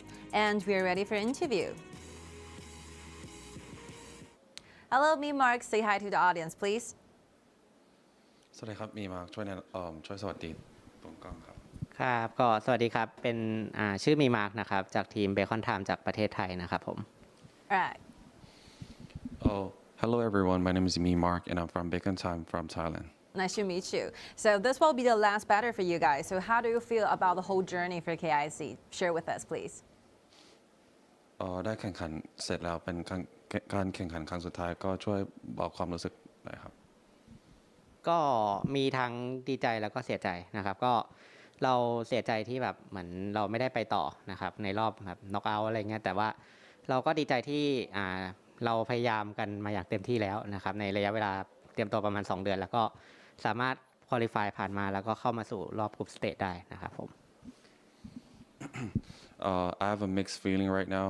I'm proud and sad at the same time. The sad thing is that we're not able to go to the knockout stage. The proud thing is that we prepared good and then we did our best in the game and we qualified the wild card. You performed wonderfully, thank you. But you don't really have to feel like frustrated now. A lot of love and a lot of encouragements are offered from us. All right, the second one will be like, who will be the good opponents you experience, or what will be the most memorable moments, the battles you have? Which team leave you the most impression with? มีทีมไหนที่ทำให้พี่แบบจำได้จดจำนานไหมครับแบบจริงๆผมก็ดูการแข่งขันที่เป็นทัวร์จีนค่อนข้างที่จะเยอะเลยนะครับก็ถ้าสมมติให้จำผู้เล่นได้เยอะๆก็น่าจะเป็นป่าของทางทีมวูฟนะครับผมที่ชื่อจำชื่อไม่ได้แต่ว่าเป็นป่าของทางวูฟนะครับ I actually watch a lot of KPL and Chinese team, but the most memorable person or the player is the Wolf Zhongqing, the jungle of the Wolf Zhongqing. All right, thank you. So what's your future plan personally or the whole Bacon time? ช่วยบอกเขาถามว่าแบบจะทำอะไรต่อไหมครับกับเบคอนไทม์ช่วยบอกฟิวเจอร์ของเบคอนไทม์หน่อยครับหรือว่าความฝันของพี่ที่พี่จะทำต่อครับก็เราก็อาจจะเหมือนอันนี้ยังไม่แน่ใจนะครับยังไม่ชัดเจนว่ายังไงแต่ก็มีโอกาสที่เราจะอยากจะเข้าร่วมกับการแข่งขัน KC ต่อนะครับหรือว่าการแข่งขันของ Honor of King ต่อนั่นเองนะครับผมก็ถ้ายังไงก็ฝากติดตามแล้วก็สามารถเข้าไปอัปเดตได้นะครับที่แฟนเพจของทางเบคอนไทม์นั่นเองนะครับผมFirst of all, I'm not really sure about the future, but the one thing that I'm sure of is I really want to participate the upcoming KIC tournaments, and please follow and encourage our Bacon Time team. And yeah, thank you. All right, thank you so much for this, and we really looking forward to see in the future. Thank you, Mimarks. Thank you. The answer is affirmative. We're going to see them in the future. Yep, one thing you can sure is that they will come back. Yeah, they will come back. This is like the observation process. So after our first encounter, first appearance, we became friends. And after 1 year of hard working, maybe they're going to be a monster. Yeah. For example, very powerful teams. Just a matter of time. A bigger threat to the KPL teams. All right, so much for the fourth match of today. We'll have a short break and we will be back shortly.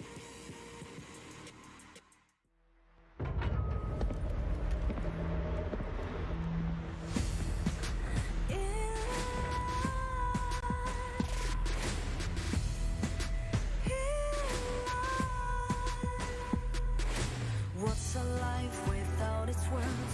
Compromising with what hurts inside. When you let fear decide your fate, you don't choose which path to take in life.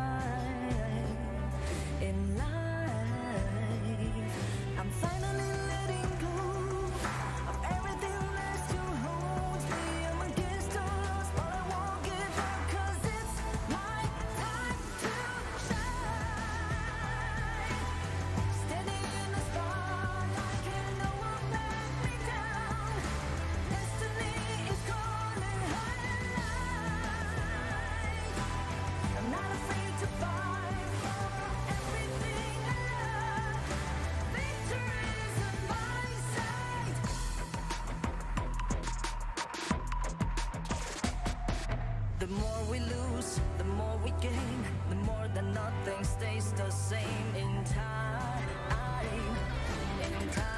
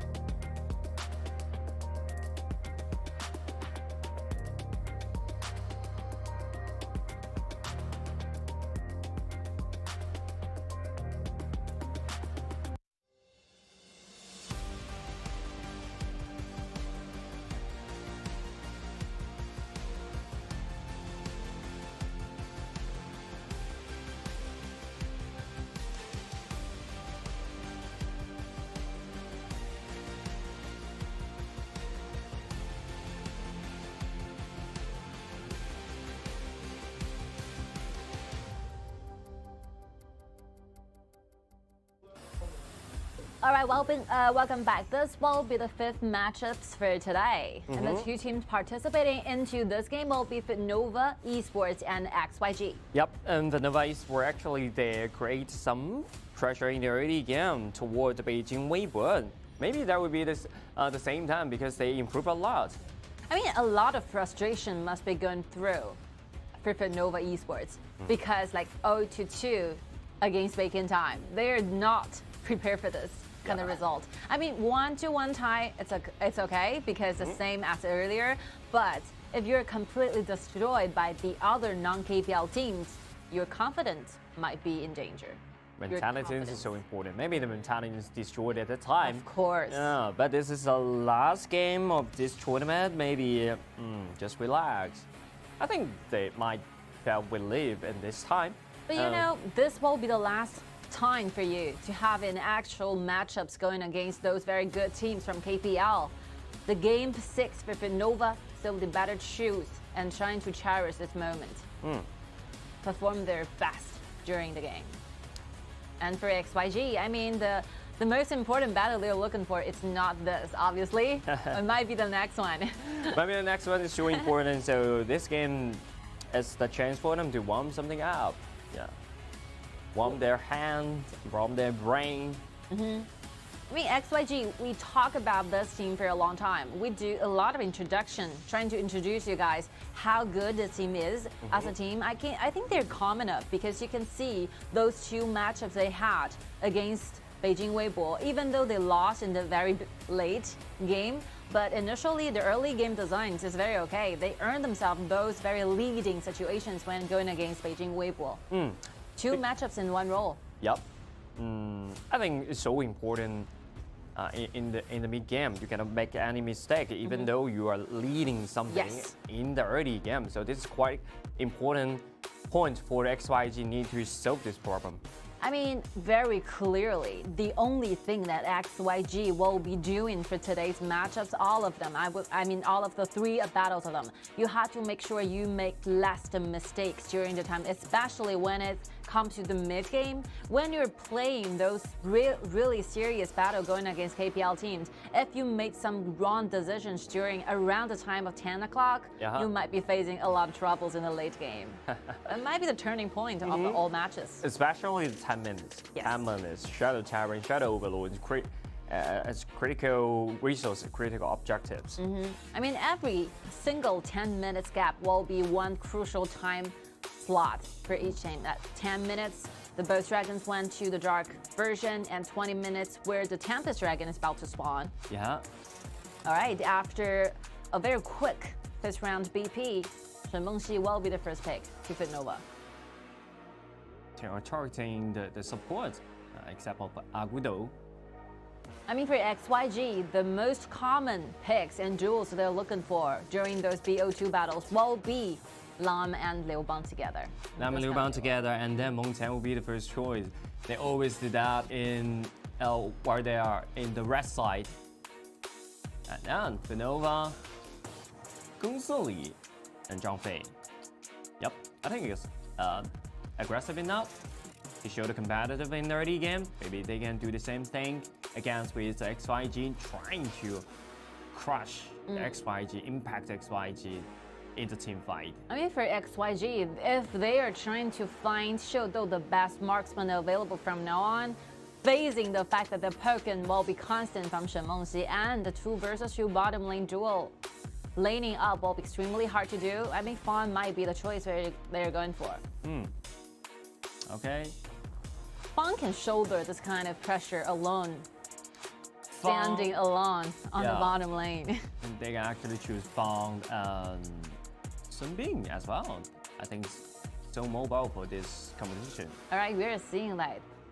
The coaches, the coach from Weibo and Huajun, the mid laner from Weibo are standing side by side. They're waiting and they're watching. Oh, this is what I call observing, you know, observing what your future enemy is about to do. Exerting those invisible pressure to Ling Meng at this time. You have to take it that serious because you don't want to lose the last game. Yeah, like Renan all the time, 18 scores, about a huge representative, making sure that you will be the #1 sit-in for the entire group stage. Yep. And more information should be added. We are going to do the draw for the quarterfinals. And for those 4 teams who make it at the very first place from each teams, they will be pulled in. They will be put together in pool 1, pool #1, and then all the #2s will be put into pool 2. So they will be resolved completely differently when it comes to the quarterfinals. So you'd better make it to the very first place. Yep, because the first place is gonna against with the second place of the other group. Okay, Q and Xiao. Good ones. Quite good one. Yeah, because you cannot choose the late game hero when you're facing KPL team. This composition even looked good for KPL teams to play. I mean, if you put this 5 hero together and put it into those KPL spring season or summer season matchups, I think it's totally fine. It's totally fine. And if the name of the team is Wuhan Eastside Pro, it's even more. XYG, and as we talk about it, even though after the 2 hero being pulled out, we can pretty much guess what kind of support they're looking for. Xihe, the Liu Bang together with September. Yep, that's FUTNOVA. And actually, they not enough homework for that. They just ran away the Great Woods, which I think overthinking the problem. Yeah, overthinking that's this kind of problem because XYG definitely will not using this hero. Yeah, you're not going to this Great Woods when you have obviously better answers and easier ones for Xihe. Yeah. Especially in the BO2, it's not available and not possible for this hero to show up.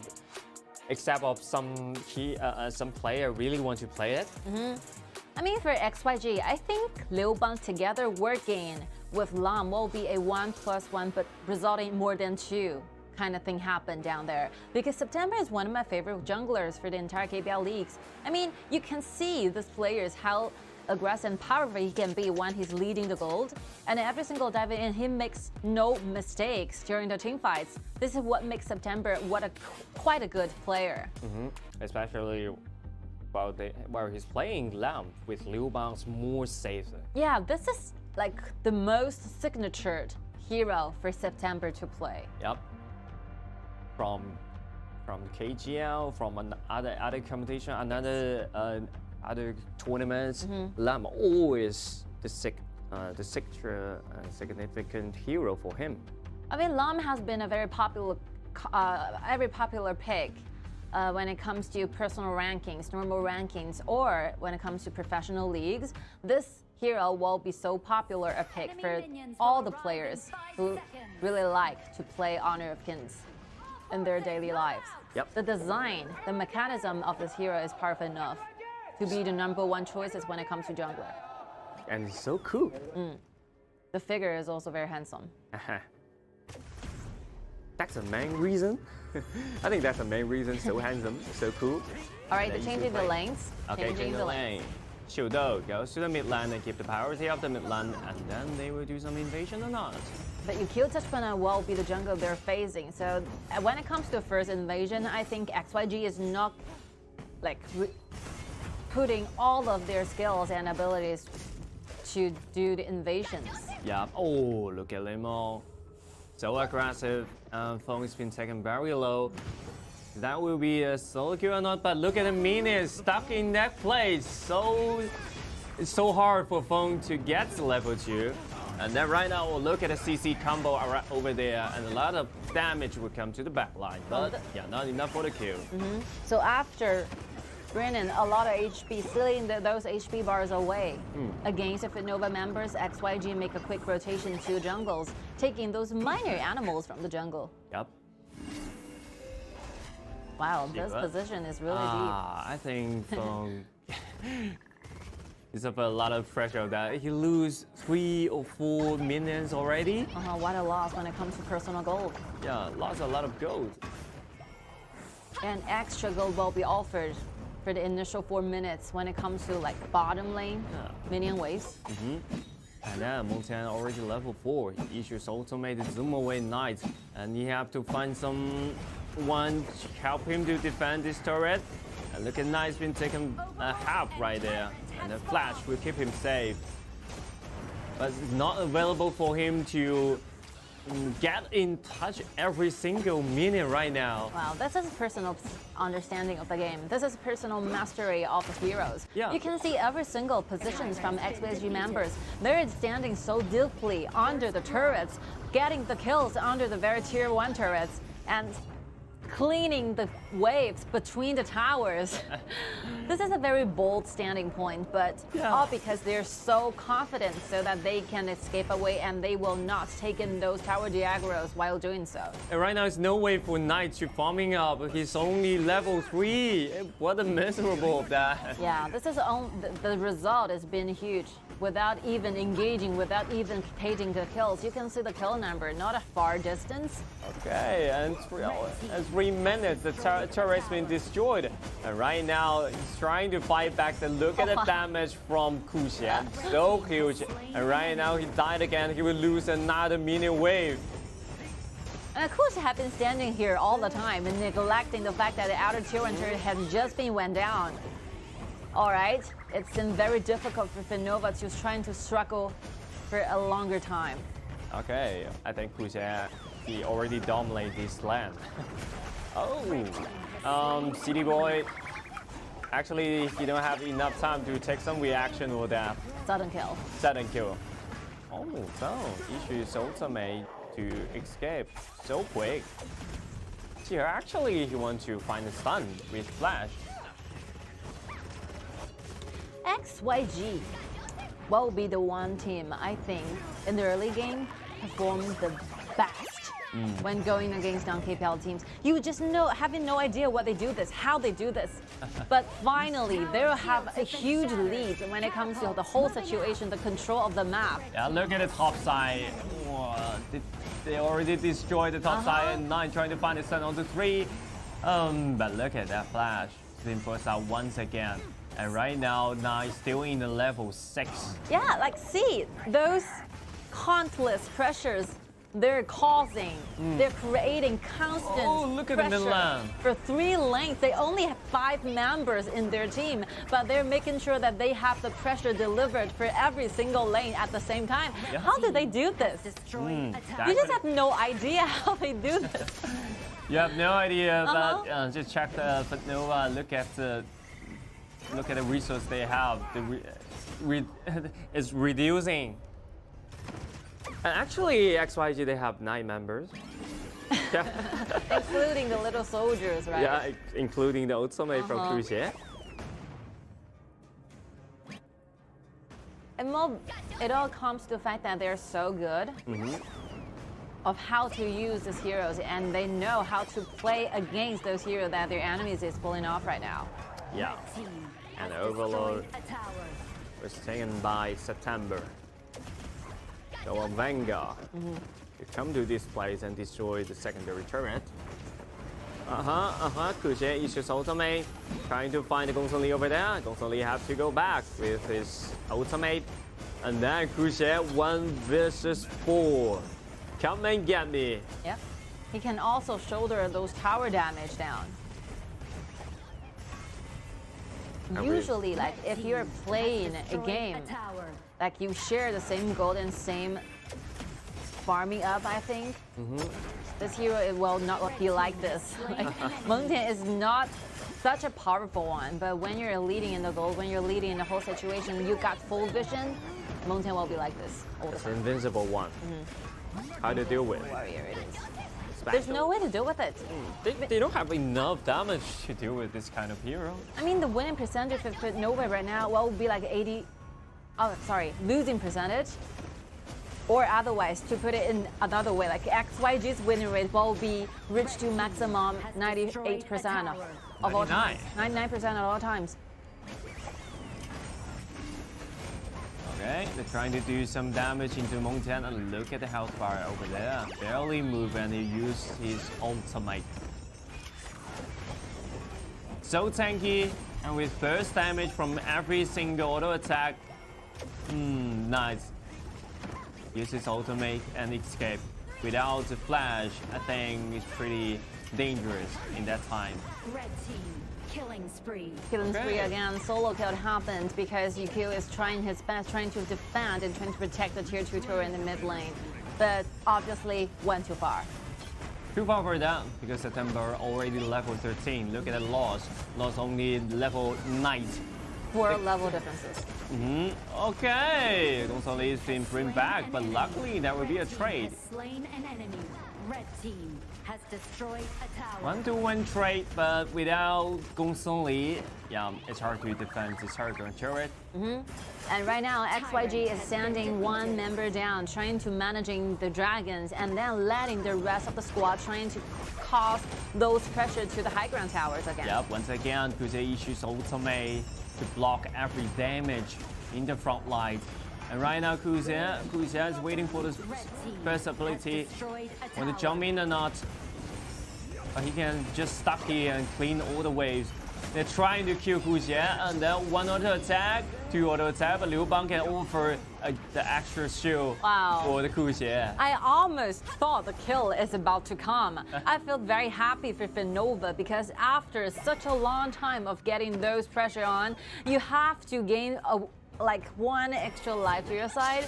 But I think the fact that Shika is used the ultimate to protect Kuxie, that sudden time, this moment, FUTNOVA members must feel like hopeless. Yeah. They've been waiting for this kill for a long time. But unfortunately, that's the only 1 kill you can get. Has destroyed. And they cannot deal with Meng Tian. Yes. Yeah, with 5 members, that is still insufficient. Look at Xiao, very wealthy, very healthy in the HP bar though. Yeah. Okay, Kuxie's ultimate blocking the just right in front of your face. You have no way to stop this. Okay, once again, Zhangfei issues ultimate, knock in the air. Nothing's gonna happen. Where he wanna go? And look at the last high ground turret, the high ground turret of the bottom side. You're destroyed by the XYG. And then What a diving in. What a diving in. But yeah, it's too deep for that. Trying to be assessing. I mean, the position is good, very creative, but if you're leading the gold, I would say you probably get some kills in. Yep. And look at Xiao using the flex, using the dashes available, making sure the maximum of damage of the burst damage will be offered by those auto attacks. Though, look at the critical damage from now. The second Ultimate bullet is still available in that time. Okay, Kuang will gain himself another kill, and then he's so tanky, he's still doing the damage inside. And then another cannon is still in the base, so he will end this game in 8 minutes. I mean, all the players from XYG is also happy, enjoying the game a lot. Yep. Getting their hands warmed up for the future battles going against Beijing Weibo. Yep. And the most enjoying one maybe is the Kuang right there. It's so funny. And he's so excited in that time because he can block a lot of damage and he can 1v5. You know, I was trying to soak myself into the position from FUTNOVA because as a caster, if we have those full screen vision of the game, we know exactly what's going on, right? And the use of 5 heroes at XYG managed to getting those advantages happened on 3 lanes in the total map. Yep. Counting together with the jungler, they will have result into 4 lanes. And every single lane at one time, the same second, they're leading it. They're winning it. This is how what an expert they have. When it comes to like those hero masteries, I think they are total masters when it comes to using this kind of heroes because you need to perform 100% confidence using these heroes. You stand between the towers trying to clean a wave and then you're not killed by your enemy. This is something. And that's what Mongtian usually would do, the things. Yeah, just stuck in between these 2 towers and clean the wave over there. But I think that is pretty effective when you are trying to delay the sideline hero. Yeah, when Kuang has been level 5, Xiao only level 3. I mean, what's more surprising is to see that Mai Xianhui is actually winning, doing the laning against Gongsun Li. Yep.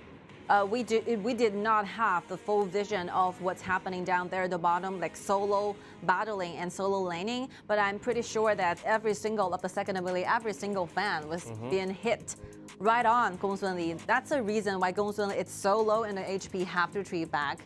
And that will be every single beginning, a beautiful beginning for XYG trying to dominating the whole game. So the FUTNOVA actually, they would need more time to study in this game, study other heroes. What this kind of thing will happen because you really don't know this kind of hero, what the damage of this hero, the strategy and the ability of this hero. So you will suffer a lot of different damage from the weird side. You don't know what happened.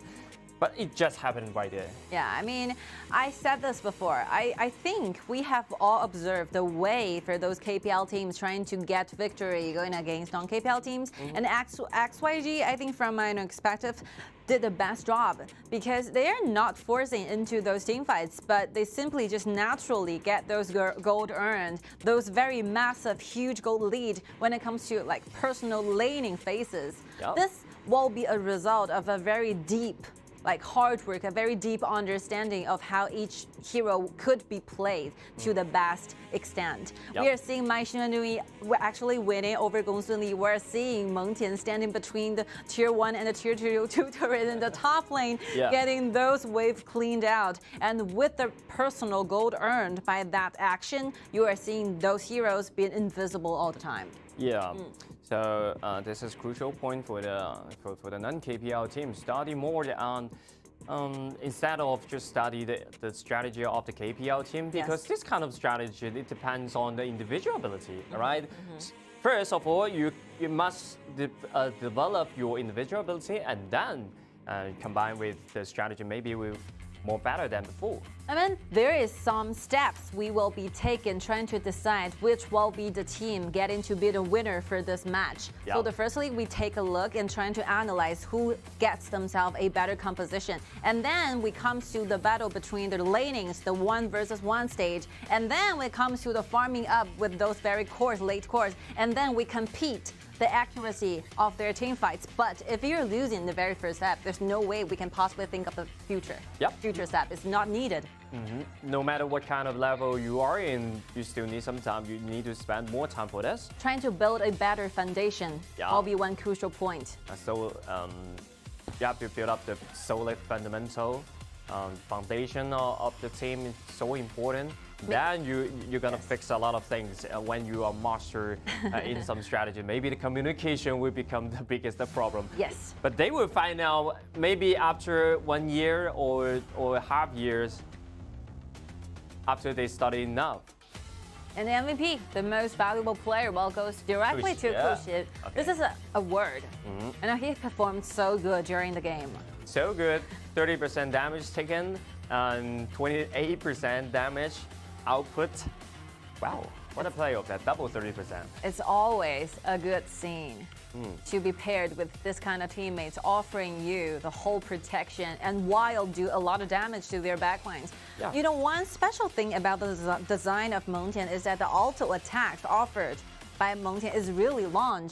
I would personally call this kind of warrior a very potent warrior when it comes to the rankings. You put all the warriors together, you compete the distance of their auto attacks. I think Kuang, this hero like Mengtian will be ranking the #1. Ranking the #1, you have to control the direction of your first ability to change the direction of your enhanced attack. So this is quite important when you are playing with Mengtian. But the auto attack speed is quite low.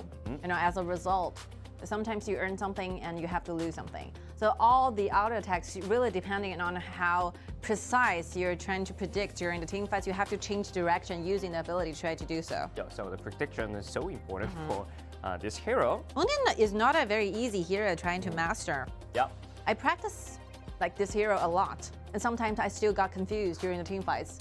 Pointing at the wrong direction all the time. You have practiced this hero? Of course. I think you're the one to play the ladies or the Xiao, this kind of person. I'm a very hard-working player. You're a tough guy. I'm a tough guy. I try my best trying to master those heroes for every single positions and ending up being exiled at nothing. This is one like truly suggestion from my heart. I think if you're a very first time or you're trying to be a HOK player, just choose a position and dig hardly, deeply into one position will offer you with better gaming experiences. Yeah, so that's the difference between us and the professional players. That's why it makes us to depends on our mouth, not our hands. Yes. You know, sometimes if you are trying to decide whether you are capable to do this job as an esports player, it really depends on your talent, right? Yep. You are gonna show your talents from the very second you play this game. You will know that you can learn so quickly or not. So For quickly, me, I think the technique of our hand to manipulate the hero is quite easy. Yes. Everyone can do it, but the brain of the esport athlete is totally different. And so much for the first one. We will take a short break here.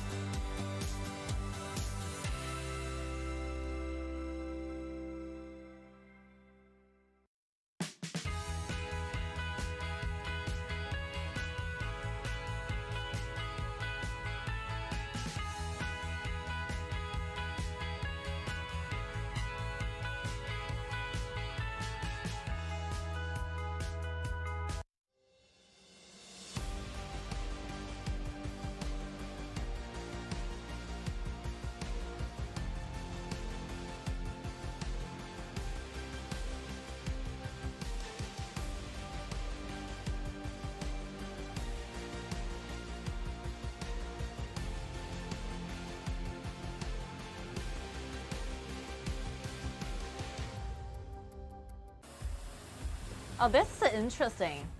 They're taking the selfie together. Yeah. That's a happy gesture. I will count as a happy one. And you're gonna live some moments on the stage. So this is, I think, I feel happy for that. Yeah, this is a good sign, showing that FUTNOVA is being enjoyable during the game, during the time. And they're pretty enjoying. Okay. And look at the coach over there. He's just thinking about the BP. Yeah.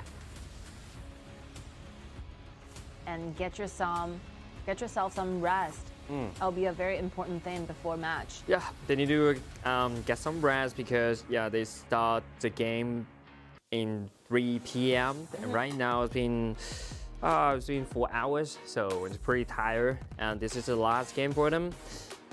Very, very last game for them. You know, the personal schedule for being an esports athlete is quite busy. Sometimes if you are having a matching day, you got up 4 hours earlier before the match kickoff, and you have to together like transport using, for example, the cars or some bus rented representing the whole club.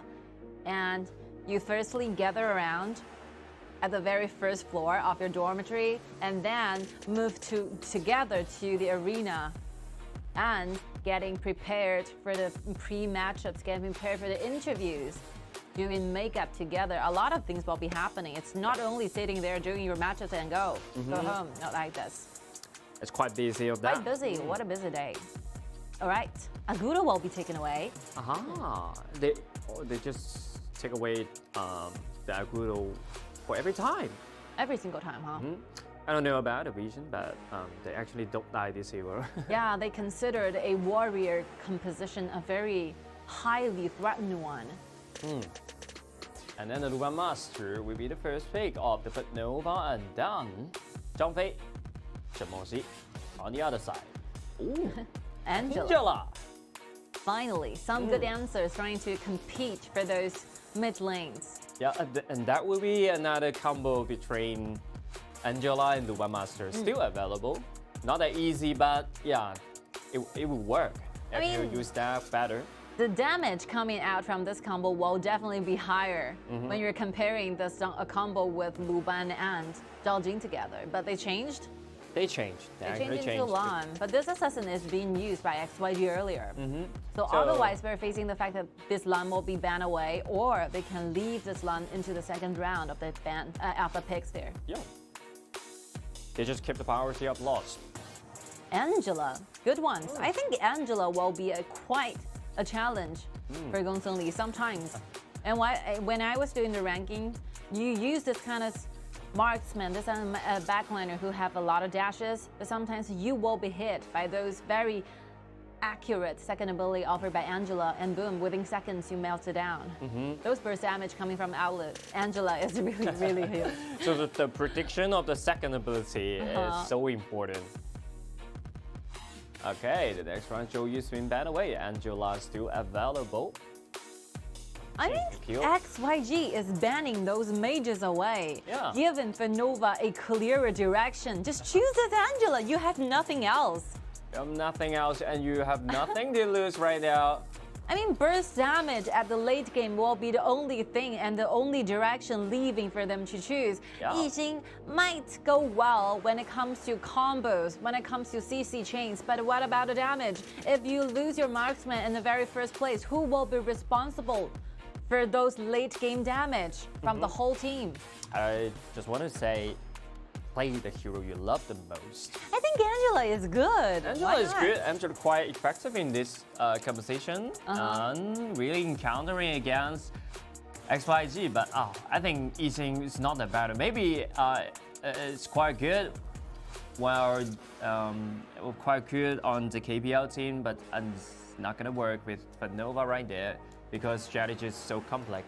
You know, Yixing will be one of those heroes who seems to be very easy to master, but as a result, when you're trying to pull it right, it will be really difficult. So Yixing, every single ability you pull off will be highly determined on where you put it. The damage is not a bursty one.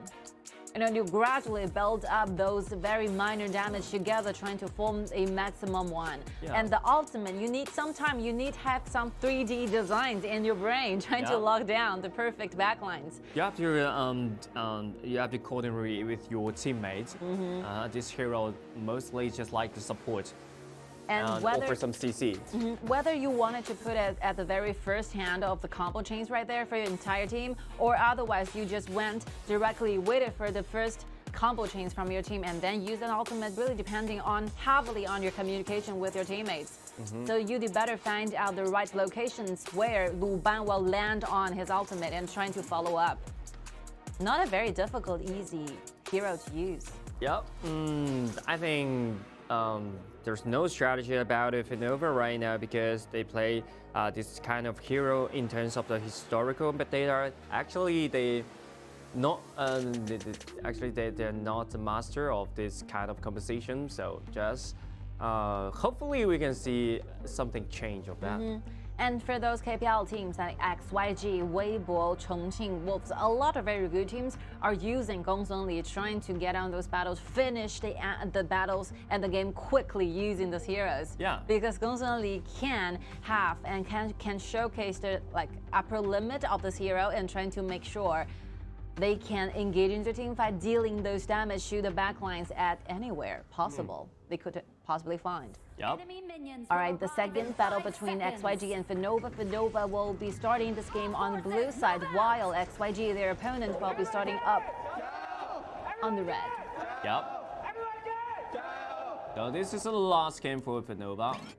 Hopefully they can leave some highlight, some cooperation they create.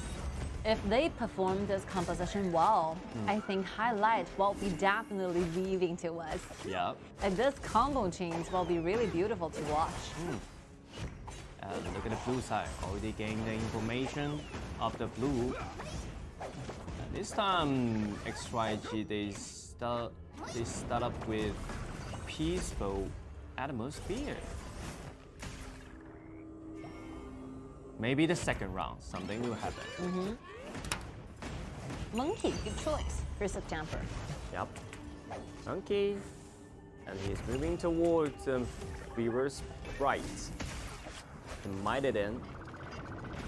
Oh, look at bottom side. Second ability has been used. Just force some HP out. Trying to cause something here, cause some tension happen down the bottom lane. Because Xiao has used a smite. Ah, yeah. Right. That's a nice coordinary. A little bomb leaving Ling Meng to gain this Fire Hawk. A little kitty bomb. Okay, City Ball has been interrupted by Xiao. They're completely winning doing this laning, going against Bone together with City Boy. You can see Lu Ban already have HP down, and Xihe fully HP around, and still having the second ability available for the future laning. And FUTNOVA, they actually play so cautious. Like the next several rounds of the laning, I would personally assume that XYG will getting themselves more advantages than till now. Yeah. They have to keep the priority of the side lane, and then they will go into the blue or not. I have no idea. And the blue buff of the other side is being spawned. So lost. Actually, this is a quite good moment for him because yeah, he actually can farm up so peace. Oh, this positioning is really good. This red might be some danger inside. They have been waiting at this position for a long time. Yeah. All right, Lu Ban. Lu Ban Master still in level 3, not enough ability to engage. I mean, the second Lu Ban will enable him to have an ultimate. I think probably Zhang Fei will be comboed and available for this ultimate at the same time. You can see both supports are reaching to level 4. Yep. The next team fight, both teams, all the players will be okay with all the available ultimate about to come. Who will try to initiate the first team fight for this match? Maybe there will be Lu Bu combined with Zhang Fei. Yeah, who will be taking the initiative? Final blow. The next round of the blue buff. And look at Xihe issues ultimate and flash, trying to find the kills onto Lost, and Lost will be killed by the September, and Kuang still alive. To take deeper, like to see deeper into this composition, if XYG is fully farmed up for all the 5 positions, we could take this at 3 frontliner compositions. That monkey can be a tanky one. It is in leading situation. And right now, still stealing those blue away from Lost will be very fatal for Lost personal growth. Yep, and they finally find a window to break in 3 minutes, and then right now 4 minutes. Oh, Knight even used the flash to duck away. Yep. And that happens again, once again. Using Yushi's ultimate, but retain no one on the other side.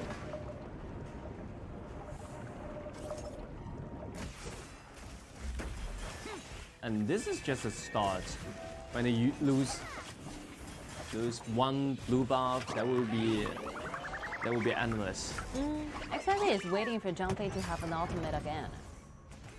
And from now on, I think XYG is not looking for those initiations because they haven't still spending some time waiting for the ultimate to be available. Yeah. Just getting the visions and using those personal talents, getting some pressure to the bottom lane, to the marksman. Oh, once again, 4 versus 2 right there. Oh, but the teammate already back up. Yep, another passive move. XYG is not looking for engagement still now. But the bottom side turret has been destroyed by the other side. Oh, look at Xiao has been taken very low. It's quite danger of that. And Knight trying to find a kill, but it's not in a right range. On my phone, that ultimate really helps a lot. If that ultimate Imperial Order does not reach for Xiao, I mean Xiao is looking for those kills. Yeah. One lucky news for FUTNOVA. Look at September once again, high in the bush. Okay, Lost might be in danger in this time. Knight participating in the team fight, trying to give some help, give some assistance for Lost. But the blue also still goes to the side of XYG. That would be endless. Okay. Like the invasion, the initiation of that not successful one, and then 3 will dead. 3 members been knocking down.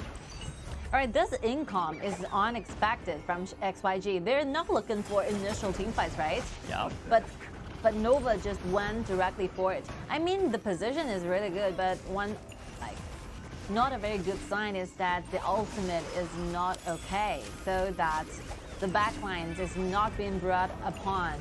Yeah. And Snake uses flash to get out. And the passive of Yixing's been triggered, so the next time is pretty dangerous for him. Tyrant has been defeated. All right, this game will not be XYG initiating all the time and getting the first-hand advantages. You know, this is a really close one. The positioning is really good, using a flicker together with the first ability, making City Boy travel with a very long distance. But unfortunately, the ultimate is being disconnected within seconds, so they lose the priority there. Yeah. Actually, that's a good move. Yeah, that the initiation created by the FUTNOVA, but that's not a good position for them. Okay, once again, they're surrounded by 4. Lu Bu will jump into the back line and stop all the one who's trying to get in. The one minor mistake made by FUTNOVA, the support City Boy, the ultimate is not a good one, resolved badly for themselves because XYG now taking all the other turrets on the bottom lane, and right now they're accumulating every single anger for Zhang Fei. Zhang Fei will be having those ultimate available all the time because a lot of minion waves are there for him to accumulate. A lot of jungles are there for Xihe, trying to get the ultimate ready as soon as possible. Yep. And 2K gold lead, gold earned by Xiao. Pretty high. Oh, look at Zhang Fei uses ultimate right over there, and look at the backline. He's gonna be the assassin or the warrior. This Zhang Fei, so aggressive. Xiao blocked by the ultimate used by Yixing that's not available to retain him. Snape's been taken a half to be retreat. Oh, bring back Kuxie, but not enough damage for the kill. And the ultimate from DRG reaches to Shoto every single time, making Shoto have no idea, just have to go back for a little bit. I think the Imperial Order quite accurate from Feng. Yeah, following Shoto every single time. Yeah. If you are Gongsun Li, you cannot just have to choose that you have been stunned here for over 1 second, waiting for some damage to get upon you. So you have to go back for a little bit, trying to buy yourself better positioning. But nobody rushing out. It's do or die, they have to go there. So simply waiting at the high ground tower is just simply waiting for it to be defeated. So they have to rush out, getting the full vision, trying to gain this overload, trying to gain the dragon to their side. And they're trying to gain themselves back the blue buff, but there's no way for them because Lu Bu, Zhang Fei, we blocked the way you're trying to go in. And look at Shoto's bring back, look at the damage of that. Not enough because the second ability blocked a lot of damage from Feng, from DRG.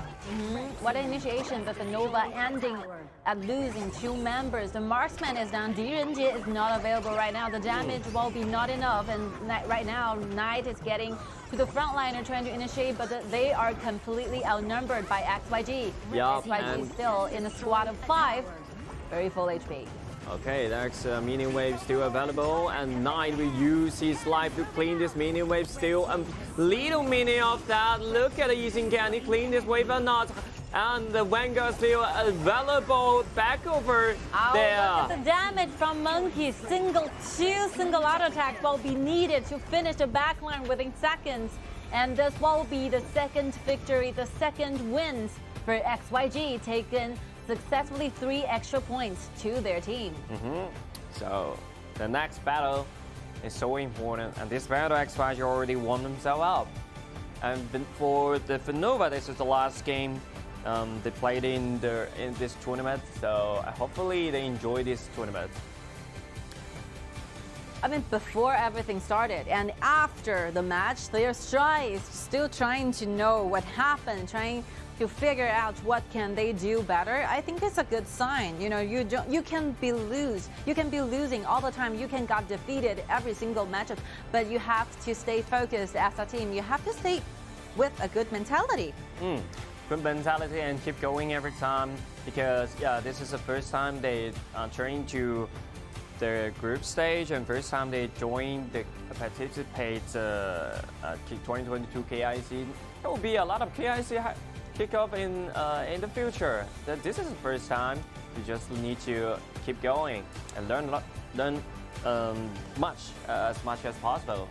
You know, for them, even though the results stay the same, getting defeated, but I think the process is completely different. You can see they are the one trying to take initiative, right? They gathered in the mid lane, trying to make sure the 5 members will be all available in the mid laner, and trying to make sure they will be the first one initiating for the entire game. They trying to do those very aggressive moves, directly aiming to the backlines, right? The ultimate from Luban, that positioning and that moment is really good, like well seized. But unfortunately, like the whole like chains got disconnected. But apart from this fact, I think this action, this cue on action is good. That shows some improvements. And we've been talking about playing aggressively, playing actively towards OKPL teams. They actually listened. They actually performed. This is a good sign. And this is well performed between this game, because this kind of action initiation is pretty good. Maybe that would be maybe it's really effective when you are coming out against the non-KPL team. But when you're facing the KPL team, that will be a lot of cautious over there. So maybe you will lose the team fight, but it doesn't matter because you're already stronger than a lot of teams. And I mean, for XYG, I think the second match between this BO2 is quite different with the first one. We are seeing they're standing at a very bold position in the very first battle. And for this one, obviously, they are slowing down their pace. I mean, the snowballing is very slow. They are taking those minion wave on each lanes. There's no clear way that they're directly to your jungles. Only several, like, hiding in the bush strategy are being pulled out by Monkey. But that will be on like solo act from September only. And the rest of the team, I think they're kind of enjoying in the farming up phases of the game. This gives FUTNOVA the chance trying to initiate. So I think that if that initiation and that team fights happen, that skirmish happen, the mid lane will be a successful one. We will be seeing a different game. There will be a different style, different game. But that's the Definitely. lesson they have to gain. That's the experience they have to gain. What's the position? What's the position and location and the timing they have to catch is the best to initiation. So this is about the experience. You know, sometimes if you're facing a game where 5 versus 5 team fights are happening a lot, and one side is completely leading the other side, who will be feeling the most excited? Who will be feeling the happiest? Definitely the mid laner when he's using Shenmengxi.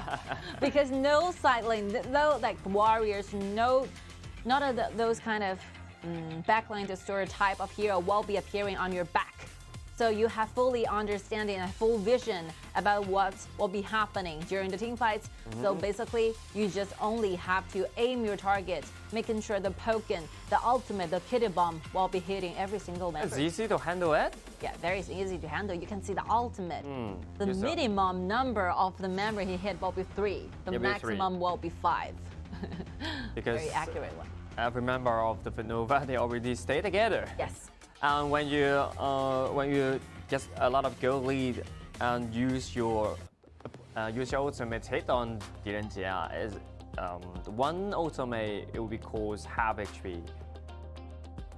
You know, this is a very good demonstration of how Zhang Fei and Lu Bu together can play passively as a passive sign trying to fight back. So counterfight will be also one strategy when it comes to a lot of strategy banks existed in AHOK. Sometimes if you are seeing those combos from Zhang Fei and Lu Bu, you just simply assume that they will be using as the first hand initiation method. But no, actually you can work in a reverse way. You can try to wait for your enemy trying to pull those CC chains upon you, and then using the ultimate stilts in combo trying to fight back. Also available. There are a lot of combos. A lot of combo can do with a lot of situation. So just depends on what you are playing at. What situation you are at. You can play aggressively. You can play passively. So you have to practice, and you have to gain yourself a good communication with your partner. That's quite important. Such as Lu Bu with Lambert, Lu Bu with Gui Guzi, Lu Bu with Zhang Fei. All of that is quite similar. 4 minutes will be the starting point for XYG. Okay, XYG still needs 3 points to chase back, but this is a quite hard task for them. Oh, very challenging one though. The next battle, the last battle for the group stage. How time flies, like every single battles. We are been casting a lot of games now recently, but we never expect this day to come this close and this soon. And after the short break and after the short interview we'll be having, like, we will directly jump into the battle between Beijing Weibo and XYG. But firstly, let's dive directly into our interview. Spend some time with FUTNOVA members. Hello, Lost. Please do your self-introduction to us and share some very precious gaming experience with us, please. 네, 먼저 시청자께 인사드리고요. 자기소개 부탁드리겠습니다. 그리고 이번 경기에 아주 인상적인 포인트나 또 경험을 한번 공유해 주시기 바랍니다. Öncelikle seyircilere selam verirsiniz. Bir de kendinizi tanıtırsınız. Ondan sonra da bu turnuva sırasında en çok etkileyici bulduğun anılar varsa bizimle paylaşın lütfen. Tamamdır. Merhabalar, ben FUTNOVA takımından Lost. Türkiye'yi temsil etmek için buradayım. Burada Türkiye'yi temsil ettiği için bir yandan mutluyum, bir yandan da üzgünüm maçlardan dolayı. Turnuvada en etkilendiğim anlar, genel olarak şöyle diyebilirim. The Bacon Time'a kadar karşı oynadığımız maçlar, yani çoğu rekabet içerisine geçti, hep başa baş geçti. İşte bir onlar önceliği aldı, bir biz önceliği aldık. O maçlar o yüzden keyif verici diyebilirim benim için. Burada ne öğrendiğimi de anlatayım mı? Tamam. 안녕하세요. 저는 풋노바 팀의 로스트라고 합니다. 저는 여기 토너먼트에 터키를 대표해서 이렇게 오게 되었고요.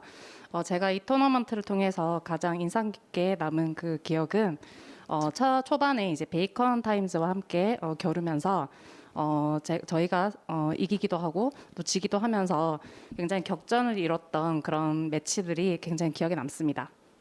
And hello everyone. I'm Lost. I'm from FUTNOVA, and I was from Turkey. And from this tournament games, what gave me impressed me most is we have encountered the baking time several times. In some bad matchup we win, and in some bacon time win the matchups. So because we have a quite fierce competition during this kind of games, that is quite impressive in the whole games. All right, thank you for sharing with us. And we was wondering, you actually went through a lot of very good battles with those very good teams. So what will be your personal improvements, or what will be the whole team improvements you find after the whole series of the games? 네, 전체적으로 이제 경기에서 아주 이제 우수하게 퍼포먼스를 보여주셨는데 자기 자신이나 또 자기 전체 팀에 있어서 봤을 때 가장 큰 수확이나 가장 크게 얻어지는 부분이 무엇이라고 생각하나요? Şimdi bu turnuva sırasında gayet iyi performanslar gösterdiniz. Yani takımca ya da bireysel olarak yani en çok yani kazanabildiğiniz yani bir şeyler varsa onu bizimle paylaşır mısınız? Tabii ki. Ben hayatımda ilk defa bir dünya şampiyonasına geldim. O yüzden hani buranın atmosferi kendi bölgemdeki turnuvalara nazaran daha hızlı geçiyor, daha zorlayıcı geçiyor, daha böyle hani spora yatkın, gerçekten maçı hissedebildiğin, yaşayabildiğin anlar yaşıyoruz. Hani o yüzden maçlar daha çok zorlu geçtiği için kendi mentalimi de daha üst bir seviyeye taşıman gerekiyor. Kendi işte mekaniklerine daha üst seviyeye taşıman gerekiyor. Hani o açıdan biraz geliştirdim diyebilirim kendimizi. Takımca da böyle olduğunu düşünüyorum. 이번이 제가 월드 챔피언십에 참가하는 첫 토너먼트였습니다. 그래서 이번 토너먼트를 참가하면서 이전과 터키에서 제가 치룬 예선전과는 또 다르게 훨씬 더 뛰어난 선수들과 또 경쟁력 있는 매치들을 겪으면서 저의 그 스킬도 높일 수 있었지만 또 한편 이 매치를 통해서 저의 멘탈도 더욱더 강하게 할 수 있는 기회가 되었다고 생각합니다. And this is the first time I participate in such kind of KIC game, and it is quite a different experience from the matchups when I just attend when I was in Turkey inside our homeland. And I met a lot of excellent players here, and also during the competitions, I just enhanced my skills in the games, and also my mindset also being stronger than before during this whole game. Wow, that's a lot of improvement. So last one, very easy and simple one. What's your future plan? 네, 그러면 앞으로의 계획에 대해서 간단하게 소개 부탁드리겠습니다. Kısaca geleceğin için bir planınız varsa kısaca bir anlatırsınız. Tamam. Yani tecrübe edindiğimiz kadarıyla, öğrendiğimiz kadarıyla gelecek için planımız hani şu yönde ilerleyecek. Tabii ki de geçen sene şampiyon olduğumuz gibi yine Türkiye'de bir şampiyon olma hedefimiz var. Öncelikli basamağımız o. Onu açtıktan sonra da hani bir kere dünya şampiyonası tecrübesi edindik takımca. Bir dahakine daha hırslı, hani daha güzel maçlar çıkarabileceğimi düşünüyorum. Daha hırslı bir şekilde çıkarak o sahaya. Yani ekstra zaman olacağı için çalışmak için hem bir sezon Türkiye'de oynayacağız kendi sezonumuzda, hem de buraya ikinci kez çıkacağımız için hani o amatörlüğü üzerimizden atmış olacağız. Hani daha iyi maçlar sergileyebileceğimi düşünüyorum bu yüzden. 이번 토너먼트를 통해서 정말 많은 것들을 경험하고 배웠기 때문에 저희가 이미 터키에서 챔피언이긴 하지만 또 앞으로 또 이뤄질 대회에서 또 챔피언이 되고자 많은 노력을 하고 훨씬 더 저희들 실력을 개발을 해서 또 다시 챔피언이 되겠습니다. 그리고 다음에 또 이 월드 챔피언십에 참가할 수 있도록 더 열심히 해서 저희 자신들을 이 토너먼트에 걸맞는 실력으로 돌아오도록 하겠습니다. And from this KIC game, I have learned a lot, and I still think there are some kind of shortcomings in my skills. I will try my best to keep up my effort to enlarge and also let my skill stronger than before. And I also hope I can have the stronger skills and to have the qualifications to enter the next times of a KIC in the future. All right, thank you so much. Thank you for doing this interview with us, and we really hoping forward to see you in the future. Thank you, Lost. 네, 감사합니다. Oh, that's a very long interview. I really like this because you can see how desperate the Lost want to share with us all the emotions, all the experience he had upon the whole journey for KIC. All right, with no more short break, we will dive directly into the final battle of the group stage, the final ones. Last one. The final one is the Beijing Weibo against with XYG. It's quite important for the XYG. I love the design of the whole schedules. You know, leaving the most anticipated one as the last one for every single day. So here we go. After several hours of waiting, the most fierce and most serious battle will be taking place between Beijing Weibo versus XYG. And XYG, if they want to get themselves the extra game, extra BO1, they have to win Beijing Weibo in 2-0. So they're quite important for them, and this is the biggest challenge for them because they have already got defeated by the Beijing Weibo in 2-0. I mean, we have like 4 groups in the group stage, and every single group will have 2 KPL teams.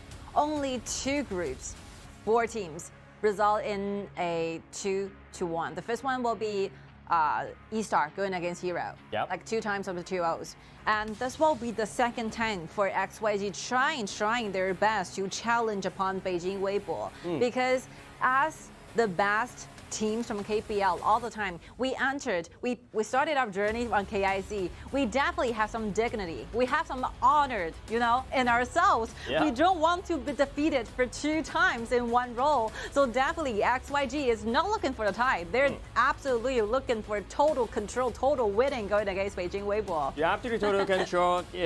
XYG, every time they showing their ability in the group stage and showing their ability during the KPL qualified. Actually, they did at that time. And right now, they're gonna face one of the strongest team of the KPL, Beijing Weibo. Right now, you want to be the best, you have to beat this kind of best. That 2 matches these 2 teams went earlier, I would use the word dramatic, trying to describe the whole scene. You know, a lot of leading, a lot of very first-hand initial advantages are all earned from the side of XYG in that 2 match. But just unfortunately, they just lose track of how to win the game eventually. You know, Beijing Weibo is turning every single minor paces during the game, step by step, and gradually finding those very important and crucial turning point for the game. Crucial turning point means the timing. The timing is so important, especially in the mid-game. Because when you find out while KPL team against with this charter, the 10 minutes, the shadow overload and the shadow tyrant is a crucial objective for them. Besides that, the early game, I think they will find out peacefully because they know how to defend and how to attack. They know each other. I mean, this is a competition competing who performed the best, but not who performed the better ones, you know? Just perform good enough is not enough to be the #1 ranking leading the entire league. That E-Star and Wolves have become #1, #2 all the time. And they have kept fighting. They have kept improving. And for those of you who are following those steps, following the lead, especially like, for example, GK, Weibo, or XYG, they have to learn how to run faster to keep up the pace. Like huge pressure for both teams, even though the XYG is looking for those 2-0s, but definitely like Beijing Weibo is looking for earning themselves 18 points. And 18 points would mean you are the #1 representing Group D, and you're gonna be facing those #2s in the quarterfinals. 18 points means you are undefeated. undefeatable in the group. So this is quite really cruel, huh? Mm-hmm. Like top two, not a very easy task, but we separated them into two pools, where number ones can be qualified at the same level into the pool one, and like the number twos have to go to the pool two. But the first place have to gain some right for that, I think. Of course. That is the right offered by the KIC. So this is the rule, and this kind of rule can protect the first place because they gain them by themselves.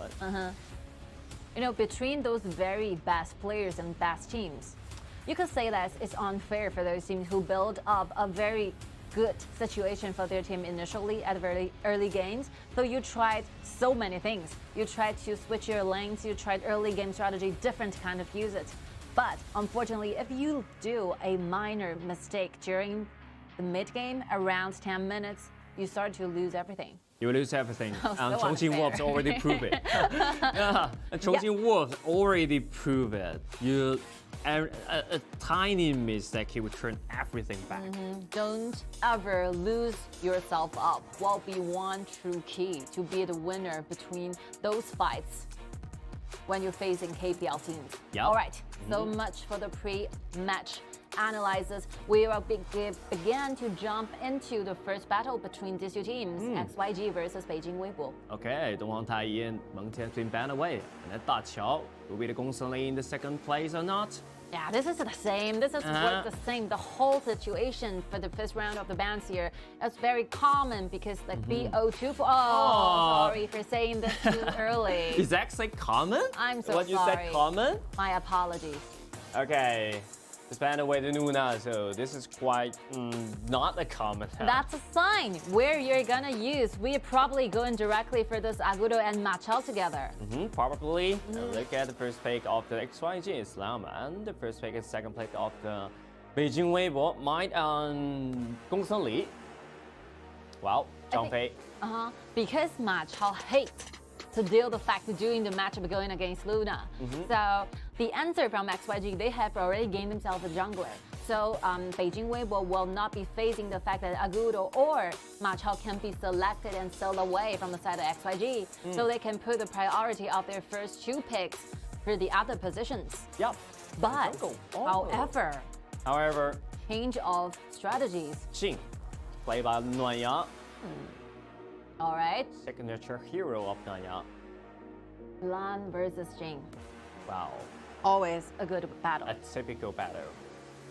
Now we come to the second round. XYZ, the lack of the mid laner, lack of mage, and the top laner. Shimengxi can be a good choice. Shimengxi may be a good choice. I think Zhao Jun and Zhou Yu will be banned away by the Beijing Weibo, so Shimengxi definitely a good choice against show the competitive in the early game. It's definitely one out of these threes, right? We've mentioned the three mages also have, like, at the same time having those poking ability offered initially born into their settings. So it's either be Zhou Yu or Shimengxi.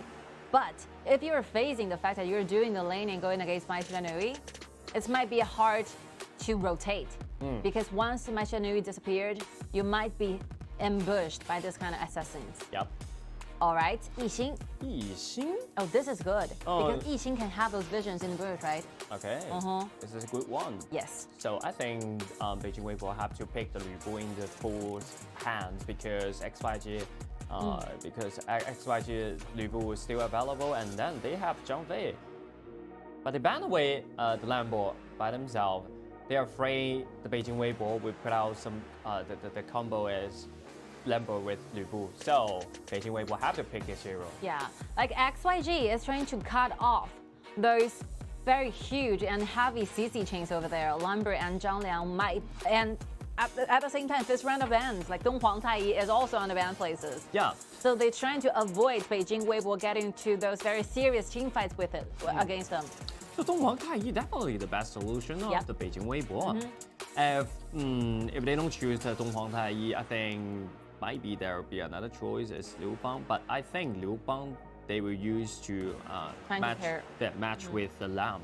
But since Huang Tai has already been banned in the very first position from XYG, so leaving them only the choices and this option. I think the prediction is all right about this. All right, it's okay. That's a BO2, not a BO7, please. You're gonna have another chance. A lot of meta heroes are still available, even though you have pulled off the first fight.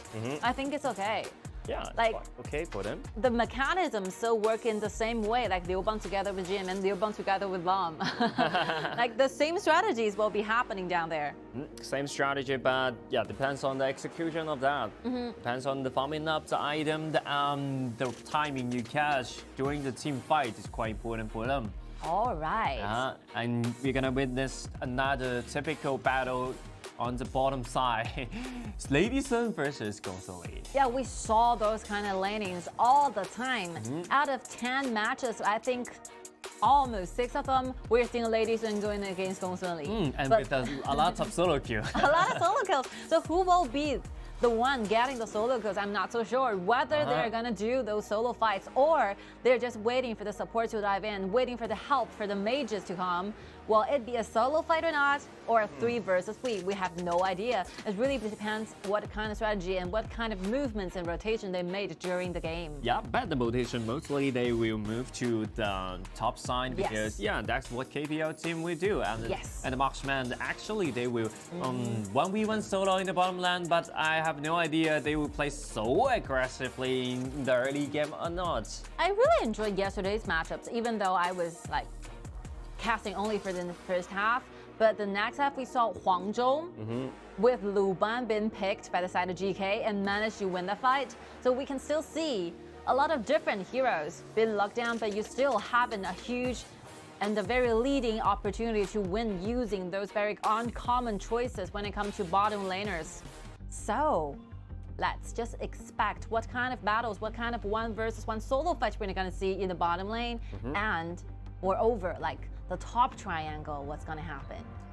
Top triangle, I think that's a crucial thing in this game, crucial factor in this game. Will influence the win or lose in the top side because you have to be you have to control the jungle and to control some resources. You have to and you need to depend on the top side, the mid laner, side laner, and the jungler. Yes. So the current meta, we can see the top triangle having those battles all the time because we need to give those resources, to give those attention to the top laner and jungler as well. So let the battle begin. Our first match between these two teams will be kicked off at this particular time. Let's see who's gonna be the first winner. Okay, let's hear the voice. So if it's a tie, ending up in a tie, Beijing Weibo will be running at the very first place, representing Group D, or XYG getting a total victory 2-1. So making sure that they have 1 extra opportunity to have performed 1 extra BO1 going against Beijing Weibo, trying to decide who will be the number 1. That will be the challenge, but who knows? Who knows? That will be the miracle happens in any single time. We have been expecting to see those extra BO1 all the time. We have been talking about this for the last 4 few days. 4 days in total, but never happened. Never happened. Crit damage, crit damage. Big damage of that, and Chelsea's been taking that help, so he need to use the heal. Might knock up 2 and do a lot of damage onto September. All right, every scrimmage happen is slowly and no first blood has been spawned yet. And that will be another choice, another chance for the Beijing Weibo to do a lot of damage. But Ling, he used the second ability with Flash. But what a prediction of Huazhen. He used the Flash to escape. It's a sign showing that Huazhen know exactly what Linmon's gonna do. So if you saw that flicker and use a flicker, then the time will not be enough. So Huazhen just know the idea that Linmon will be using those flicker, trying to get closer, trying to use the little stun effect, trying to get a first kill. This is a good mastery of each different mages, huh? Yeah, each different mages. What you can do, I can do it. Yeah. So I really know this kind of things. Of course, and from the mini-map, you can see Huazhen disappeared again, trying to make rotation to the top, secretly. Look at this round, the mid lane. I mean, the They keep the poking is priority. good. The laning is good. Like the HP exchanges is favoring the side of Weibo. XYG was brought very low there. That would be the first blood goes to Chelsea. Yeah. 2v2 solo. Just right after what you're talking about. And one Seeker went down at C. The other two members from Weibo are trying to get some vision over to the blue. But you're just saying level 3. You're not a level 4 Zhangfei. That's totally different. And they have the idea that what's gonna be the spawning time for the next blue buff. Yup. The information will be directly sent to Nanyang. I mean, that will be the big window that the Beijing Weibo have found in this time. And they're so aggressive in their early game. They have Mai Xinyu, they have Gongsun Li and Jing. Yeah, this is called management. You know, once you have something happen down below, you exchange something Ling return without quickly. without the flash, and look at the CD of the flash over there. 10 seconds, maybe 10 seconds, but they catch this kind of timing because. Yeah, Huazhe actually know the time of the flash. Wow, another ultimate is being followed by Lu Bu trying to initiate, while the damage is enough to get that kill. Okay, and Zhang Fei uses ultimate to protect the Xiao Dun. Wow, frontliner protection. Frontliner versus a frontliner. Yes. That's a lot of fun of that, and 2 flashes been forced out. All right, so a lot of things are happening. A lot of common skill has been forced out, but ending the game, ending the team fights 1-to-1 trade. Yeah, but Nanyang is in dangerous place and use ultimate, trying to strike back, but 4 members surrounded. And look at the damage from Nanyang. Oh, it's so cool! And Liu Bang uses all the way to Jacko, yeah, with 1 kill and Liv is still alive. What a play! Miracle down there. 1 versus 1, only level 8 Nanyang is. Oh, wow, that's what we call the representative of Jing. This is why this player have a special designed skin for this character, right? Yeah. He excelled of the use of Jin so that he can find those places, dodging all the damage and the minor controls, trying to wait for the cooldown and the ultimate from Xingyu. Oh no, that's a show. Showcase. That's a showcase. Yeah, this will be the player who have the pentakill. So that's a big problem for X-Fighter right now because Nanyang definitely at some point you're hard to handle right now. I mean, not to mention Beijing Weibo is winning in every single lane. Just to imagine the 4 members going ahead 1 and you ended up getting nothing in return. That's a huge disaster and a huge destroy when it comes to personal mentality. Yeah. Like XYG, they're determined to have a 2-2-0, and right now it's not looking very good for them. Not very good because the jungle land will get controlled by the other side, especially when Jing so rich and played by Nanyang at this time. We have to see this. Wow, 4 members and use the ultimate dodge, and dash to dodge a lot of CC and damage. It's not like this 4 members does not have enough CC chains. I think not a very heavy and good ones, I would say, like for Donghuang Tai or Zhang Liang, but those minor abilities are there. Like Hu Xie is there, like September is there, the damage and the CC chains are there, but Nanyang just happened to find a slight opportunity to dodge all of this. In some normal time, you definitely can guarantee the kill, but this guy is Nanyang, right? This guy is Nanyang, but with the help of the Xingyu is so important, also so important at that time. Always making those impossible possible happen. Yep, that's a miracle, and that will be the quite big highlight of the KIC. And right now, he's trying to defend his blue buff. September has been zoomed away right at that time, but she has been taken very low and taken down by Zimo. I mean, for me, for the side of XYG, it started to seem very hopeless right now. You can see the goal deficit rate of 5,000. It's so huge. Like only 6 minutes and 30 seconds. XYG have to wait longer than 10 more minutes to finally balancing out the whole thing. Need the time to bombing up, especially Shudo. Okay, another ramp up still by Nanyang.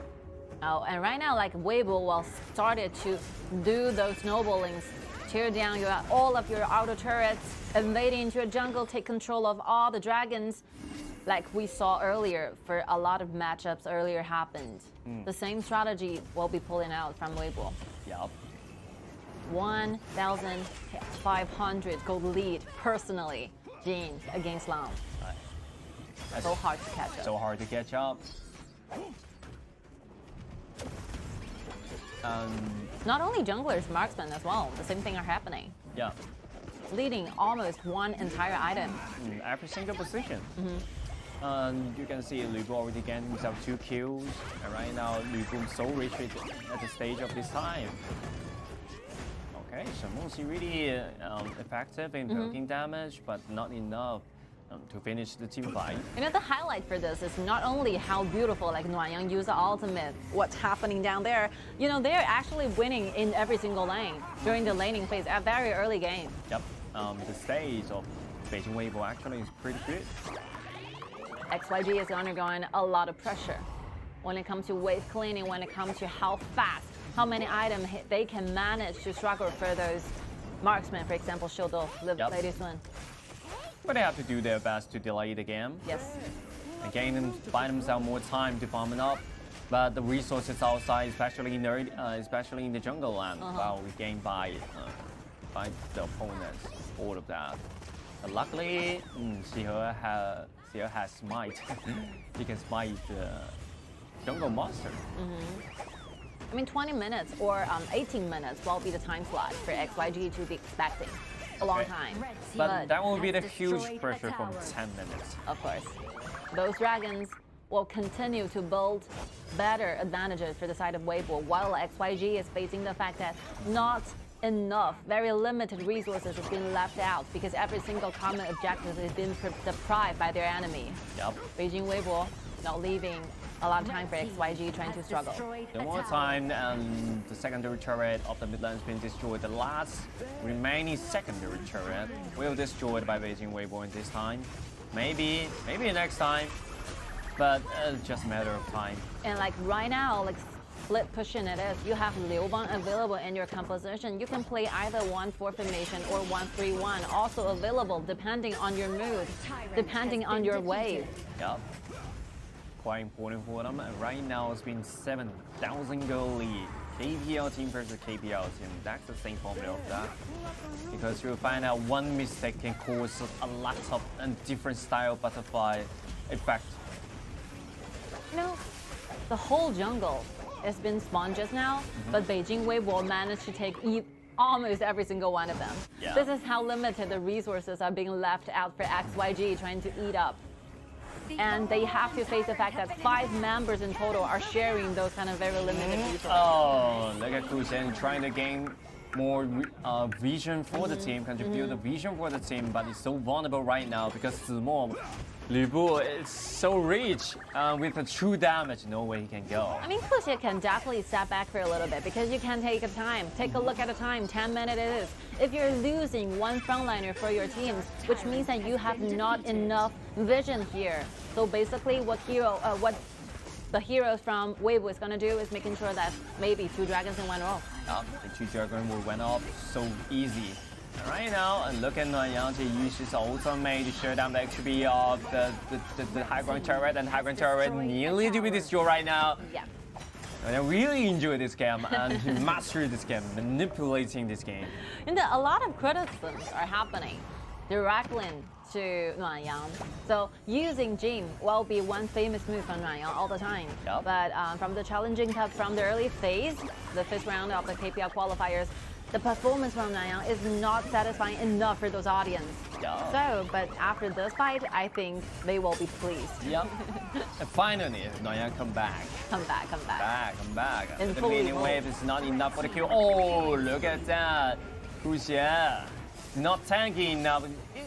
Actually, find a right timing to interrupt Chelsea just right under the turret, but yeah, not enough damage can guarantee the kill.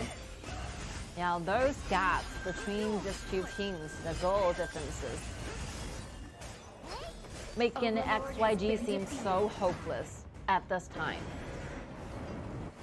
Well, it happened. Well, the huge turning over point happened, favoring the side of XYG.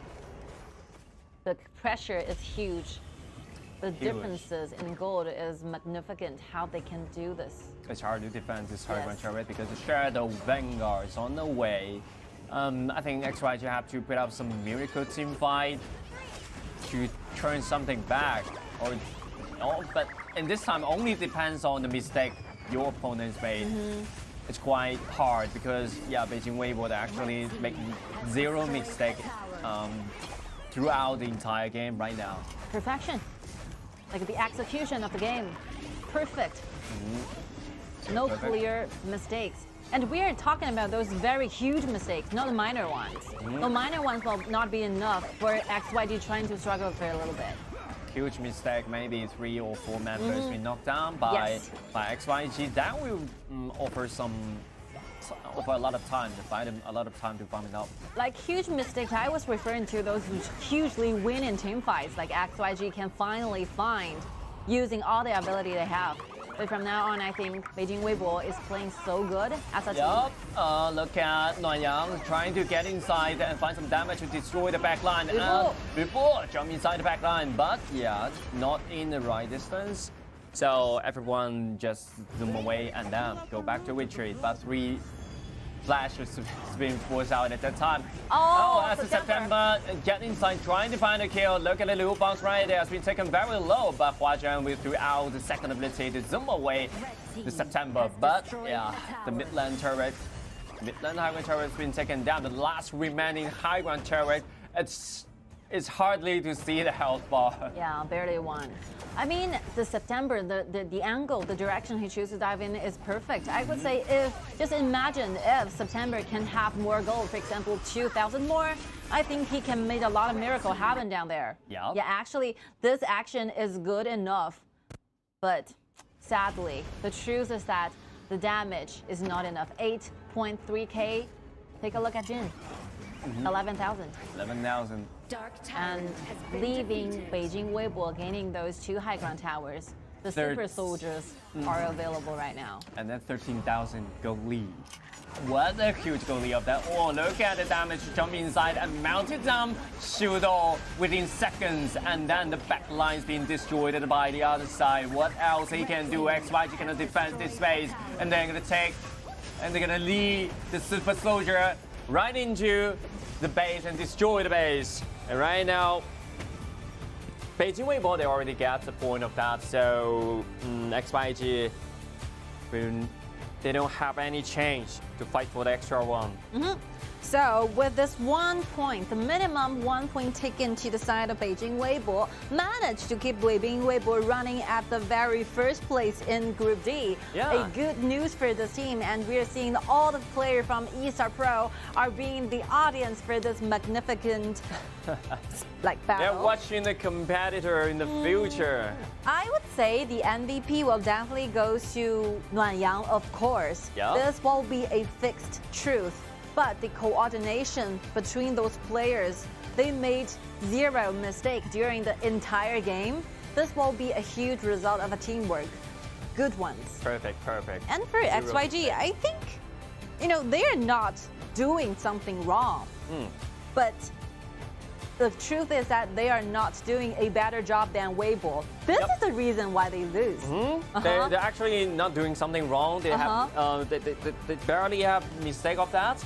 And then I just thinking about the Beijing Weibo. I think the individual ability and the individual stage it's more better than XYG, and that's it.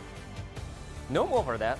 I'm not especially referring to those team fights where Nuanyang is traveling through those 4 members. That's the following butterfly effect after several winning when it comes to laning. So laning will be the one true factor leading the whole game, the starting point of Weibo. So the fact that Chelsea, 2 versus to the bottom lane, they gained the kill over there, the first blood. And after Mai Shili made several rotations down there, we can see another kill happen on the top lane. These 2 kills adding together, gaining the whole advantages to the side of Beijing Weibo. The laning phase is more important. Laning phase is so important because you have to gain yourself some gold lead or some advantage in the early game. So ladies might be not the best choice for for the BO2 or BO1 because Yes. that's a very late game hero. But when you're facing this kind of strong team, you have no time to pump it up. When you are trying to turn something back in the late game, maybe you already lose 3 or 2 high ground turret. I mean, the invasion to the jungle will be a result and good consequence after you win yourself into the 2 side lanes. Yep. After getting those kills, the first one in my memory was like the kills over to the support. Yep. Directly to XYG. And after getting the kill onto the support, the mid lane, Maishini together with the jungler made their invasion to the jungles, getting the time where the next blue buff is about to spawn and giving Nuanyang that information. That's the reason why Nuanyang goes directly to that blue next round. So you can see how the messages has been delivered in this entire team. Good work. And every second is so accurate in that time because you catch every second. When you have to hide in the bush and wait for the buff, and when you have to place some vision around the buff, is quite important. You get as much as information as possible because your support is helping your marksman getting those victorious winning laning down there. So you have to buy those information by yourself. This is what exactly Huajun did. You know, using his own body, using the dashes and passive he have, trying to roll in down into a jungler and see where the jungler is, where like September is, getting the exact right amount of time of what will be the next round of jungles. And that's a good mid laner, and that's a good player. And what you can do, it's not the limit of the in the team fight. You can kill the you can destroy the backline, or you can do some damage. What's more, you can offer some vision. Yeah, you can collect the information and you just tell everything to your teammates. Have a good communication because you're the mid laner. You are the middle lane of this 2 side lane. So you are the bridge of this. You are the bridge of the side lane. So this is quite important for them. So the MVP, we talked about this for a long time. Nuanyang. Nuanyang, wow, what a play of that team fight, 1 versus 4. With the help of the Liu Bang, he can safely get away of that place, and even more with 1 kill of that. Like more elaborations, I think like Nuanyang in Chinese, there's a character stands for the meaning like the warmth from the sun. You know, this player is just like the one light for Beijing Weibo. I think that would be the hits of the sun for the XYG in this game. Explosive energy. It's too hot. Explosion is what we're looking for right now.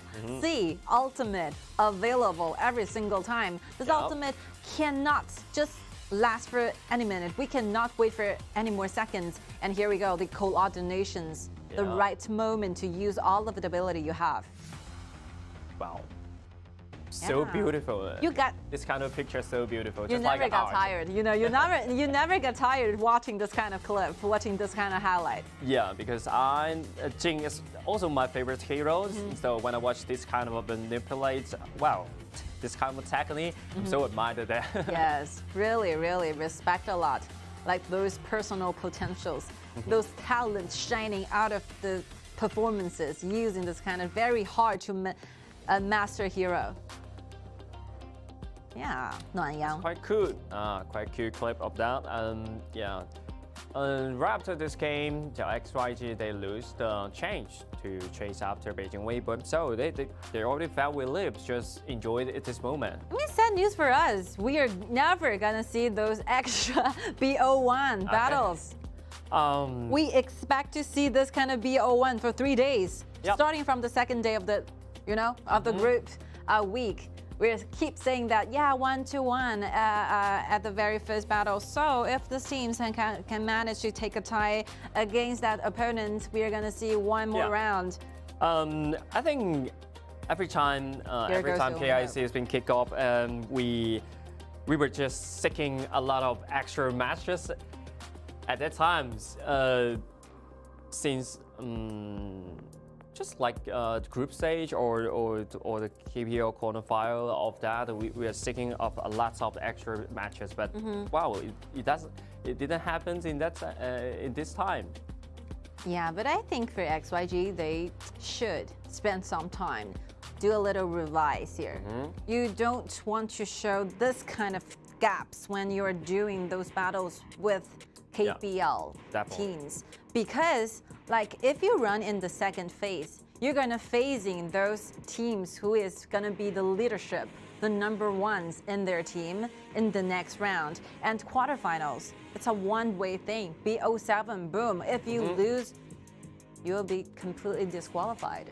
You do not have a secondary chance. Yeah, so this is quite important for them. You cannot turn into the quarterfinal with this kind of stage, right? Yes. And absolutely dominate by your opponent. Because we are so familiar with XYG, so definitely they can do a better job. So get prepared, lift up your whole spirit, get prepared for the second match. We will be back shortly.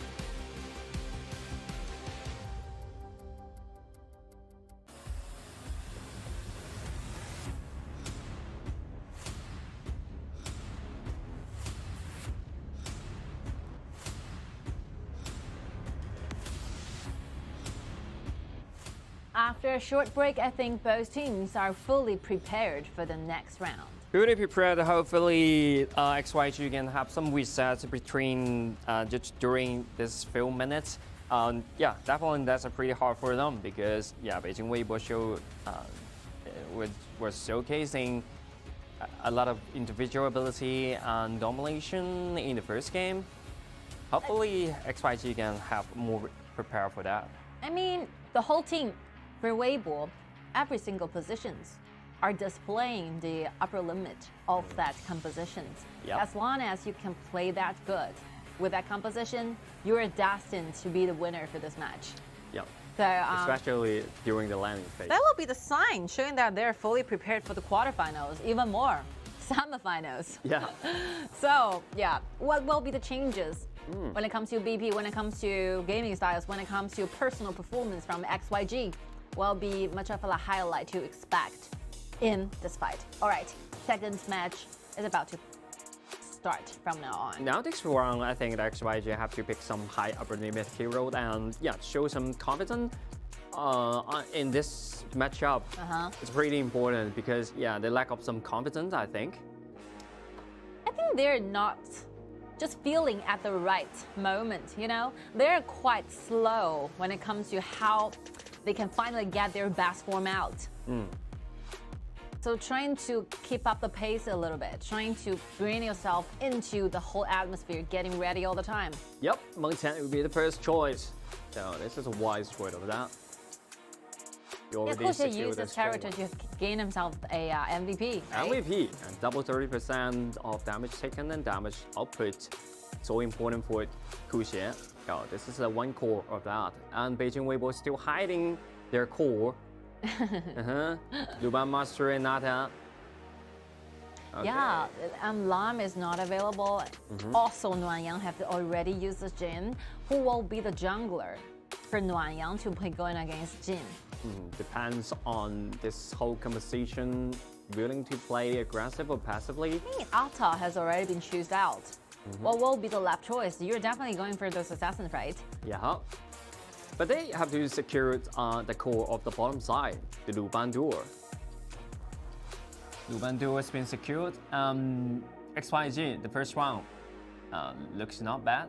I mean, if Beijing Weibo is stick to this kind of plan, I think the next two bans here from XYG might still go in directly towards the jungles. I mean, it's not a very uncommon thing for Nuanyang. Nuanyang used to play those BO7s where all of the bans here from their enemies are directly directed to the junglers. Like 4 bans, all aiming to the junglers. We always saw this. You always saw this. Maybe there will be the Q touch ban and the Tigress. Yeah. We have no idea, but the first ban is to eliminate Shangguan because Huajian is pretty good at this hero. I mean, for those soldier assassin junglers, maybe Q Touch Pena or Xiao is still available right now. Yeah. Awesome. Xiao, I think that's a good choice. Yeah, that's a good choice. Xiao is a good choice.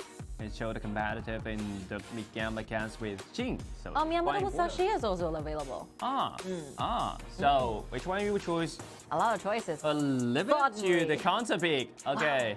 So many high-quality audiences are standing and sitting so down many below. talent.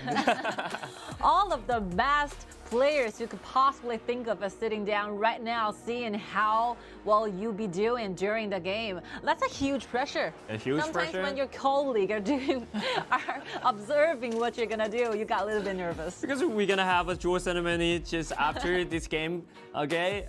In the first 3 days, there's no so much audience. Oh my God, Li Bai! It's not a joke because you can see the gesture, you can see the facial expression from them. They're going for this seriously. Seriously? It's not a surprise design for us to be happy, to feel excited. For even the audiences, the players are really excited for this. Even all the professional players, so excited. Well, it really surprised me. Nuanyang playing with Li Bai. Well, Li Bai actually disappeared for a long time, very long time. I mean, let the party begin. We are so good, so content with this kind of result. And I really like the atmosphere, the tension here. So Weibo is doing this. They're determined to give this decisive decisions to this jungler. And I think it's working because you have Ata, all right? So Ata will be a sure thing trying to protect the jungle for Li Bai. Li Bai extremely weak in the early game. Yeah, I think as only Ata to defend the jungle land is insufficient because Yixing also pretty weak in the early game, so they have to find out some solution to protect or to protect the jungle land, or just trade or exchange some resources. Yeah, take a look at their opponents' compositions, right? Even though they're directly going to the Sun being very weak early game support, but they pair him up. This is a pair, you know, this is a very common pick, making Meng Ya a very good, a very aggressive early game marksman. Yep, speed up. Speed up, the more damage will be offered by this single marksman. Oh, they're really excited. Yep, because of super confident. Yeah, super confident of that because of the second ability of the Sun Bin can speed up the speed movement of the Meng Ya. So Meng Ya, you just need to carry the purified. It's enough for him. You know, that's a whole reason underlying why they choose to go for that jungler at the very last pick. They basically using this kind of hiding strategy to force XYG into using 3 bans, very limited, very precious 3 bans targeting to the junglers, while they appear to show Li Bai at the very last pick. I think every single jungler is possible in this matter because already show a lot of limitation of the mid lane and also the jungle. And the jungler, we only have 97 hero in this matter, so when we turn to the BO7, Li Bai definitely will be the core we showed up in the game 5 or game 6. Like way too unexpected. I'm so surprised, I'm so excited here. So let's gather, no more time waiting, dive directly into this match between XYG versus Beijing Weibo. Definitely another surprise also for the side of XYG. So they have to make quick response to this kind of composition where their enemies are showing their loopholes in the early game. Whether XYG can quickly develop a strategy design for this to counter this kind of composition is really like something really important. Yep, and I think really surprised XYG. They don't actually know the style of TianYun playing with this hero, so that will be some difficult task for them to predict the rotation and movement of TianYun. Of course, we're not the only one who's been surprised, you know. All of the players from XYG and all the audiences, those players from the other esports clubs are all of them together were surprised. watching. They're witnessing the new style of playing this hero. I mean, there's no loss, right? Beijing Weibo have already gained themselves one more. They have to secure the first place, so it doesn't matter. Yeah, the spot is already been secured. All right, very like safe. Very peaceful starting point for TianYun. Really takes some time to farm it up, especially TianYun. Oh, when it comes to late game, let's see that Luban number 7 together with Li Bai. Oh. Yeah, it will be something. Oh, Li Bai choose to go to the mid lane and share the land with the Luban Master. Then Yixing will go to the top. Oh, this is something. This is a detail because when you go into the top, it will be extremely dangerous because Meng Tian has been level 4, and then September definitely will go to will go toward to the top lane. So this is a quite detailed design. And then secretly moving to the bottom lane where Shoudo has a vision, but there's no way that can fight for this River Sprite going against 2. Yep, and the second round of the blue buff. Shoudo already level 4 in this time. He used the ultimate to force the flash out. Now Chelsea only level 3. Yeah. Luban Master have to offer some protection of Li Bai, so it's quite hard for them. Oh, he gained himself back the blue buff with the ultimate and this double dash of the first ability in trying to find some kill onto Meng Tian, but not enough. It's not enough damage because his ultimate is still in CD. The whole rotation for XYG trying to get the blue is because, like Xiao, having the vision for Li Bai, having the vision for this Nuanyang jungler, he know exactly the reason why Nuanyang moved to bottom is because the blue buff will be available shortly. So the whole team, XYG, just directly moved the rotation down into the jungler, but one beautiful move by Nuanyang managed to take this blue back. Yeah. Nora, this beautiful move solved a lot of problem. I mean, a lot of beautiful plays by XYG. A lot of like abilities are being cost. To make sure that the blue can go to their side. The XYG actually doing the right thing and the beautiful move, beautiful rotation and movement from that. Wow, but unfortunately, Noyan's pretty good at this thing. Oh, Jin happened to get the first kill to XYG, and right now look at the positioning from Kuxie again. Confident positioning. Confident, so confident of that. Xiao trying to do some damage, but it's been taken very low. You have to be careful about this. I mean, initially it's a 1 versus 3. I think it's enough. Like one member brought 3 very low, waiting for the rotation for Ling Meng. Oh, look at this move. Pretty nice. But Chelsea is in danger right now. And Hua Jun issues on Flash, trying to get out. And Chelsea is in danger, definitely at that guy. I mean, Chelsea, with only 1,000 HP remaining, have been surviving for a very long time. Okay, better course is the Jinx live. That's a fair trade. That's a fair trade. That's a fair trade. But Chelsea, wow, already realized he's gonna be that man. If we can save the Flash for the next time. Where's Luban anyway? Luban goes back. Use the teleportation. Yup. All right, this is what First Blood is gonna happen. Like 3 versus 1. More losses way. Yep. That would be a lot of pressure to Chelsea because Luban Master have to offer the protection for the jungler. Oh, cool. Okay, Hua Jun. Oh, passive in trigger right here. Not enough damage for the kill. And then Kuxie has been taken very low, but still damage insufficient for each other. But for the fights of Weibo, because you're getting yourself like a very late core jungler Li Bai, so every single skirmish, every single kills for the team, if they are okay, as long as it's not Li Bai. As long as Li Bai still have those jungles and buffs available to jungle up, to farm up, I think it's okay. Yep, and this is a nice switch from the side of the Beijing Weibo. I think Nora actually protect his well enough. Yeah, well enough protect his jungle land, and the team may offer a lot of protection. But XYG, look at this composition. They'll be really good when it comes to mid game. Look at the acceleration. Look at the damage offered by Xiao. Will be way too enough, more than enough during the mid. But look at Zhao Jun. Ling Meng's been surrounded by 3. Okay, that's another surprising movement from the Beijing Weibo. Unexpected. Unexpected, and Ling Meng's flash still need 10 seconds to cool down. I was just talking about how powerful XYG's composition in the mid game can be, and they have to facing one fact that one member is going down again, giving Nuanyang Li Bai more time to farm up. Actually, Nuanyang farm up so quick. Yes, level 10, level 10 already. Wow, they practice this kind of composition maybe for a lot of times. They will not commit in any team fight. They will avoid a lot of team fight, but win in a well defensive of all the resources. Okay, Li Bai once again clean another wave, so safe.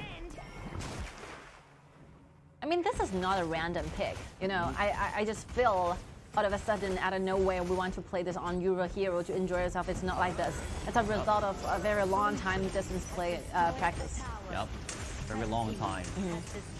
Because you're gonna use this hero. Oh, it's a secret move. XYG gather around. With Flash, hit inside, trying to find a kill, but look at the Arta. We'd like to pull back the commentator over there, and Jing issues ultimate with nothing. So this is a bad position for Jing to use his ultimate. But when he get out of the mirror space, you get a kill from Hua Jun. All right, Hua Jun is rotating to the back line, trying to initiate while waiting for his member to follow out the damage, but the positioning is quite close to the damage he possibly taken, so 1-to-1 trade. Kuxie will be the first one getting down because he's showing too much of damage. way out of the one who can possibly shoulder. So, I mean, Weibo is going too deep, I would say. Going too deep. Going too deep.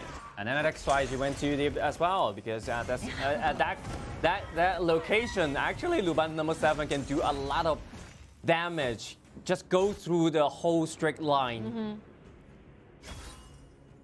If they are just doing more rational decisions, I think the team fights will just only result in 0 trading 0, just some exchanges into HP. They play so cautious in this game. Take a look at the personal farming. That's the most important thing. Look at Li Bai and Luban number 7 comparing to Jing and Xiao. Yup, and Li Bai still way to wrap up. So Devin is leading a lot. Oh, both got Master Sword at the same time. So September is really important in this game because he's the only one have the ability to eliminate Chelsea. And Shadow Ripper will be the one that Shoto is getting right now. 2 items, physical damage items in total. And available. I look the same like Luban number 7. The same speed, they're coming up. Eternity Blade and Shadow Ripper. Yup. Okay, Kuche uses ultimate, but Luban number 7, oh, look at the damage from Luban number 7. Kuche nearly attributing it now with only single combo. It started to see some effect going on, huh? Yeah. It's not a good sign for XYG. Not a good sign. Look at Sun Bin, is in the wrong position right now without Purify. Definitely need the dead man of that. Yeah, I think XYG should retreat more early. Yeah, I think this one, XYG is trying to make more things happen, trying too hard, so that every single team fight they're trying to engage, but ending up with nothing in return because maybe because of the bad positioning, maybe because of the wrong time and place they choose to do the team fights. Yeah, and the whole formation was separated by the Beijing Weibo. So this is a bad thing for them because they have to play around Zhao Jun, play around Ling Meng. So this is a crucial point for them. They cannot separate for several parts of that. Well, this is a very crucial point for XYG. They really need to make better decisions when it comes to this phase. 10 minutes is way more important. Okay, Kuche uses ultimate and Zumo has been taken very low, and look at damage enough for to ensure the kill. All right, 1 member down. XYG successfully got themselves a good team fight, and right now make rotation to the bottom and to the mid, making sure that they can do and put down this tier 1 turret in the mid lane. They really catch the timing to destroy this turret, so it's more benefit from it. Okay, look at Li Bai trying to use the ultimate to do some damage. September! Oh, September, he really did a good choice, but not enough damage for the kill. And the protection offered by the Huazhen is so well. And you can see the second ability, those little bullets putting count from Luban number 7 managed to put September one step back. That one minor control is so detrimental when it comes to these kind of very vulnerable junglers. This is that was a critical move. That's a critical move. Second ability to knock back September. See the position initially Chelsea getting targeted directly. Jump inside, but get pulled back by the Luban number 7. Otherwise, Nuanyang definitely a dead man. But look at that, Nuanyang and Luban number 7 and Chelsea. Oh, it's being taken down by XYG. It seems good. XYG using the acceleration here, trying to solo 1-man person, but Beijing Weibo will make quick rotation back to the fountain. But they're facing the fact that they're losing the second turret in the mid lane as well. And let's pay attention to the positioning of September. Jin getting the Shark and Dark Tyrant to themselves. Yep, the Shadow Tyrant will be taken by the Jin easily and pulled back. Xiao is in danger, but not enough damage for the kill. Oh, that's a close one because nearly used the Purify. Pretty close for that, but luckily Xiao just hold the trigger because he already knows these 3 members. Oh, let's see how these 2 members, the silence, the ultimate. The ultimate from Sun Bin managed to keep Nuanyang there. And the Purified issued by Xihe right in the timing and dodged the CC. Oh, this is a really good use and apply of the ability they have. Yeah, it's a nice strike back. All right, and right now XYG has been reaching to their peak in time where mid lane, like mid game, will be a period of time where they're really thriving in this entire game. Yeah, they're already turning to the strong period. They have to end this game as quick as possible. Yes. They don't want to delay this game. The clock is ticking. Also ticking because Chelsea is on the way to deck out. But I think that they're doing it very efficiently already because like nearly all the outer turrets are being taken down, only leaving the bottom lane one. I think it's okay. It's okay. They can target on the high ground turret of the mid lane and the top lane. Trying to speed up as soon as possible. Yeah, they have Sunbin. Actually, they can make a quick rotation to every single lane. If this game is really like being pulled out to the late game, 20 minutes we're talking about, let's imagine the damage, the burst damage coming from Beijing Weibo. Only a slight mistake you made during the team fights might result in a complete ace. So, whether Beijing Weibo can manage to find a way out, only way to break through this kind of dilemma here. Depends on the mistake XYG they made. But right now, so far, I think XYG they did a great job. Oh, they're not planning to give Beijing Weibo one more credit, one more point. Tie it is. We don't accept the same results like the previous one. So they don't need. They absolutely don't want to make any mistake at the stage of this time. If they do make any mistake, that self-reflection will happen tonight. Right now. Destroy of the mentality. It is XYG. Definitely to improve. And they will hurt a lot of fans of XYG. Also, yeah. They have to keep going. Keep going. Slowly and steadily. Making no mistake, manage a wave. Better. Okay, they would like to join, commit in the team fight, but get interrupted by the Arthur's ultimate. Oh, the damage is already online. You can see the ultimate from Li Bai. Managed to take Shoulder really, really low. So if that second ability from Sun Bin is not offered, I think Shoulder really have to retreat back to the jungle, trying to use the first ability to heal up a little bit. Yep. But right now, full HP already. And then Beijing Weibo, they gain all the Kuang. Oh, look at the Kuang's position. That's a good position for him. Oh, but the backliner is not quite low. I think Kuang can choose to take it back for a little bit. But he can just take some XP restoring from the jungle. Xiao is really frightening. Like this kind of position, this kind of damage. Yeah. Oh, look at Channel Overlord. Super number 7 is in quite dangerous. Oh, but Kuang has been taken very low. Use the flash trying to get out of this place. And right now, the Shadow Tyrant's been taken very low. And Zimo, he's isolated by the XYG. And then the team will take down his life. And Hua Quan got frozen by the Ling, and then it's been taken very low. Look at TianYun just strike back and have another kill for himself. And look at the standing point of the other rest of the members. Jin rushing into the high ground tower. Okay, he's stealing the turret. Solo. He's gonna steal the turret over there. And the high ground tower has been stolen by September. That's a good movement. All right, let's see. Luban is trying to find some targets here with the chain offered. Luban number 7 used the flicker to dash once, but was completely destroyed by Meng Tian at the same time. Yeah, and Nuanyang is on the back lines, in the back line, trying to find a kill onto the Shihe, but it's not enough damage for the kill. He's holding the trigger for the ultimate, and then another dash to want to jump inside and pull back by the Luban Master. He killed the Xingyu! And then we find another one, Xingyu. Oh, for a great initiation. Sun Bin used as a solution to manage to find a way out. The ultimate will be only ability available for the side of XYG, while Kuang is finding a safety enough position to rush back. Beijing Weibo, 4 members alive with the vanguards ready. They're ready to grab more things. They're ready to clean up all the resources of the jungle land. Maybe they want this high range turret 14 seconds. 14 seconds of the reborn. I mean, the team fight never stops. The team fight lasts longer than 2 minutes. A lot of things happened. Even though the overload, it takes a lot of rounds to finish up the overload, but ending and landing on the hand and the side of Weibo. And this beautiful strike back already lifting the whole spirit of the Beijing Weibo. I really need to highlight one member like Xiao. This Luban number 7 standing in front of the dragons and do a lot of damage to the frontliner especially. And no more time to do the replays because a lot of things happening at the right moment. And maybe the next second will be another team fight, another skirmish. So, okay.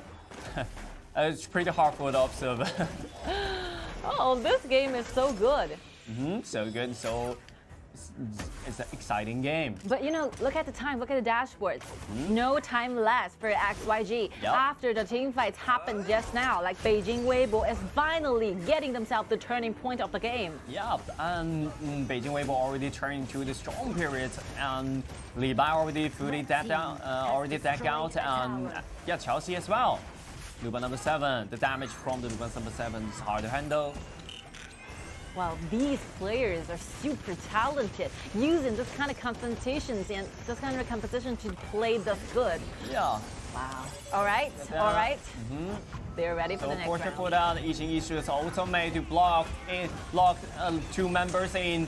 And look at the other side, Chelsea still doing the damage into the front line. So everyone stay low, have to retreat. All right, this is a very special shape of the ultimate from Ying. Managed to lock Ling down there, making sure that Zhao Jing cannot rotate to the top, trying to clean a wave. Buying Luban number 7 extra time, trying to take this high ground down. But nice move from XYG, managed to send member the other Restless squad up there protecting their high ground tower. Yeah, especially Kuang, stay in the front line, so tanky, can receive a lot of damage with his absorbing all the damage. So high ground turret, yeah, it's still in the healthy HP bar. This will be the battles we're looking forward to for a long time, you know? After 19 minutes already. See the goal difference? No, 100 it is. Still 50-50, so the Tempest Dragon is the only chance for each other team to return everything back. It's the only chance for the XYG. And XYG will be having those advantages when it comes to mid lane super soldiers. They have the high ground tower in the mid lane. Yep. 20 minutes we are going to see those fights and these battles. And they have to manage the waves at first. Okay, Kuang. Oh, Kuang been put back and uses ultimate, but it's so tanky, changed to the defense mode and take a lot of damage. And Nuanyang trying to do some damage inside. But look at Nuanyang, found Nuanyang's right there, but he can use the ultimate to dodge the damage. And right now, September's been pulled back by Luban Master, and Resurrection the trigger will buy him the time. But this is the only moment time. Too little and too late. Look at Zemo observing all the damage from the enemy. Splendor, but killed by Nuanyang once again. And look at Meng Yang, want to cut the black line. And the back lines, everyone's staying low, but no one's gonna be killed by the Meng Yang's right over there. Only Xiao is remaining on the front line while helped by Shike, but Shike only a support can do nothing. I mean, Beijing Weibo is completely winning the team fight. He's gonna win this game, and he's gonna take down Shike, take down, sold out all the weapons, all the items, and buy himself Sage Sanctuary. We'll find some times for the minion waves, but that's only moment for them. Too late. They're gonna take down this high ground turret. One last kill has been fulfilled by Nuanyang, and right now all the members are waiting for the wave to dive into the base, and right now another attack offered by Luban number 7, getting the kills and getting the base at the same time. 3 credits to Beijing Weibo. Wow. Being the first ranking, the first team leading the entire Group D. Picking this very unusual, very difficult hero in this composition. What a surprise. Difficult, but wow. Nuanyang actually has surprised me at that time. And the very precious moment, he uses ability, uses proficiency of this hero, dash back and forth, and distract the member of the opponents, and then find the right timing to do the damage to the back line. Wow, that's what we call mastery. I mean, the last team fight started on the point where the 2 assassins encounters with one another, right? Like September is trying to seize the opportunity, trying to do those solo kills, solo battle going against Li Bai directly. And initially he did it. He successfully brought the HP down very quickly, directing Nuanyang. But like Li Bai is one miraculous hero who can use a lot of dashes, dodging a lot of very fatal the last hit damage. So that result into those times they actually buy for those team fights to rush back, surrounding September together, waiting for the Sage Sentry to be active and waiting for another light to be spawned again and kill September one more time. And if you're doing a 5 versus 4, definitely winning. Definite winning. Yep. It is. That would be something different at that time because September, I know the theoretic thing. He was trying to chase after Nuanyang, the image of Nuanyang, the first ability. But he really did chase after Nuanyang, but Nuanyang at that time, there was a jungle monster over there. You already hit the jungle monster for 4 times, so the ultimate seemed activated. So he dodged a lot of damage, dodged all the damage from September. So without the ultimate and first ability, September is hard to get out of this wave. We said this for a very long time. So the peaking time, the most powerful time for XYG, the only one opportunity for them to win this game will be the mid game. They actually did a great job taking all the outer turrets and even one extra high ground towers, but just doesn't have enough ability to train a way through. There's not always a massively winning team fights happen down there. It's always like 1-to-1 trade, 2-to-2 trades. Beijing Weibo is using whatever they can do, trying to get themselves a more favored result of the team fights. Yeah, that's right. Only single mistake from that, or only single ultimate or ability, you miss the main purpose, main target, then you lose, and you lose. So this is typical team fight, I think, typical team fight from the KPL teams. The turning over point will be fighting for this overlord, huh? Where Luban number 7 and Luban stay together with the Li Bai, managed to take that overlord really down, really low, making sure that XYG's member will be rushing into this. But, however, using the chain to change the direction and the positions of the enemies. I really think like Xingyu did a great job throughout the entire game. This Luban is everywhere, making sure that Luban number 7 stays safe enough, and also those pullback, those ultimate are just so determined to get on the right, the right target. Yeah, it's so flexible of his strategies, or the strategy of your playing with this Luban master. So this is quite important that Xingyu can get initiation and defensive offer to the teammates. I mean, obviously, there's gonna be a lot of battles between deciding who's gonna be the MVP for this particular match. My personal opinion, don't take it seriously, but I think should be awarded to Xingyu. This Luban extremely good. You can see those Luban number 7. Where Luban number 7 can find a place to deal this damage is all the result of a good positioning offered by Luban. Luban will be one main brain behind all of this, but you don't want to neglect the truth that Nuanyang is using Li Bai for this one. So when Nuanyang pick up Li Bai, well, definitely win the key at the very beginning. So the MVP definitely goes to Li Bai. Understandable. So, yeah, I said it, don't take it seriously, but it's like only my personal opinion. Yeah, and that's reasonable. But after all, Nuanyang actually he performed so well in this game, and in every very precious moment he performed so well to dodge the damage or to do the damage into the back line. The whole performance is just legendary. You can see it's a rare instance for us, as casters, or as audience, to use Li Bai to actually win the game when your opponent is XYG. And you can see those dashes, those ultimate pull out. One thing, ultimate to dodge the whole damage from September. And then Xingyu flash and use the ultimate to pull back Jing, and right now surrounded by 4. You cannot escape from that. And Zimo already ahead, moved toward to the back line, and then pull back everyone. And use the ultimate to block the way Xihe, which way trying to get out of this place. You know, the surroundings from Shoudou is really good at the first place. He managed to brought 3 members really low. But you have to face the truth that Luban number 7, the burst damage coming out, standing up from as the top, the first frontliners for the entire game. Maybe you're so strong in the mid game, which means Wang. But in the late game, the Luban number 7, you have to call him daddy. Of course. Oh, that's a good pair. I mean, Beijing Weibo using Xingyu and Xiao together, this Luban pair, it's so perfect. And Luban number 7 actually got 42.3% of the whole damage.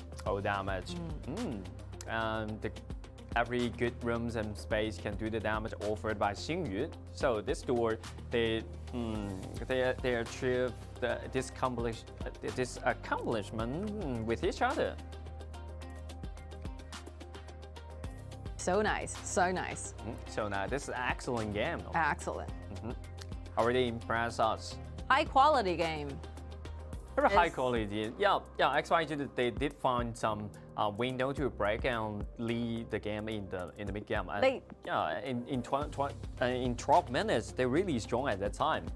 I could just honestly say that XYG did nearly 90% of what's this composition is supposed to do during the game, getting themselves a lot of goal lead in the mid game and managed to win themselves a lot of winning team fights in the mid game. But just one bad news for them is that they're facing Beijing Weibo. Yeah. Beijing Weibo will constantly trying to fight back, and they will go back as long as they are 100% sure like it's your peaking time. We are just trying to avoid getting in touch with you. It's that easy. So sometimes you can see XYG can also use this kind of strategy to fight back. This is all coming as a result of a lot of thousands time of gaming experiences. All right, so we are ready for our interview. Hello， 花卷，跟我们打个招呼吧。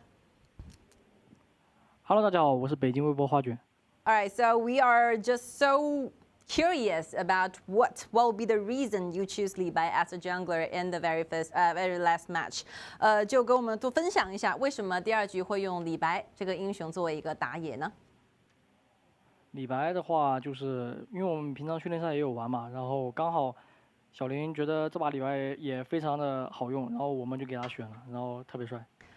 During our normal draft and practice, we use Li Bai a lot. And for this particular composition, we think Li Bai will be working. And during the game, I think Yang really did a great job. 在这场比赛，其实在前中期都是一个比较逆风的过程，或者说也没有找到特别主动的节奏。整个比赛的节奏，包括运营的思路，当时整个团队是怎么商量和沟通的呢？当时的决定就是因为李白这个英雄前期不是特别强嘛，然后我们只能选择就是去尽量拖发育，然后让鲁班还有李白去尽快的溜神装，然后带我们飞。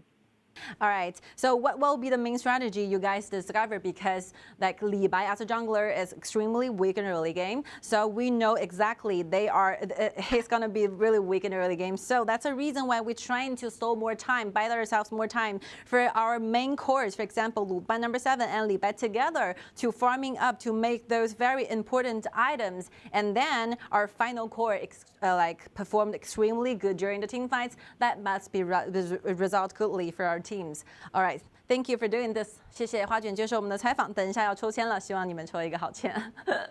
Thank you. 好，谢谢，拜拜。拜拜。All right, because I personally, I had a very good relationship with Hua Juan. Hua Juan is a very good kid, you know. Good kid of that. Kind kid. Honestly, I think, it really showed up. This hero, Li Bai, really showed up in the BO7, by Beijing Weibo. Maybe other team, they are practicing this hero. I don't know. Maybe Xiao Peng. Wow. If I were to draw out one possible player who's gonna do this, might be Xiao Peng. Definitely the way. Just waiting for more good thing to happen during the quarterfinals. And we're taking a full grasp of all the results from today's matchups. Yep. Finally, we finished the group stage right here. After these days, we've been through a lot. We have witnessed the non-KPL team, the potential and the quality. Unfortunately, the non-KPL team did not successfully make out to the knockout stage. So maybe next year they will become more stronger. And Easter Pro, Chongqing Wolves, Suoshan, DRG.GK, and Beijing Weibo will be running firstly in each individual teams, and the number 2 place will be result into Nanjing Heroes, Shanghai EDG.m, Chengdu AG, and XYG. And after all of this, we will be wait for a very short moment, wait for the draw for the quarterfinals to begin. Oh, this draw was quite interesting because, well, Yuan Stapo and Chongqing Wolf, that's the two guys no one willing to match up with. And don't worry, we're gonna walk you through those rules of the draw and how the draw is gonna be like when our draw is about to start. So stay focused and have a little bit of time for you to recess for a little bit, and our draw will be coming up shortly. So hopefully, like, we have leave you a lot of matches, a lot of wonderful memories to try to place upon, because since November the 22nd, our game has been kicked off, and finally we skipped to the next half of the KIC quarterfinals. Yeah, time flies. Now we are looking forward to the draw. Yeah, to the draw. Final 8. All right, so please stay focused and do not leave shortly. We will be back together witness the draw for quarterfinals.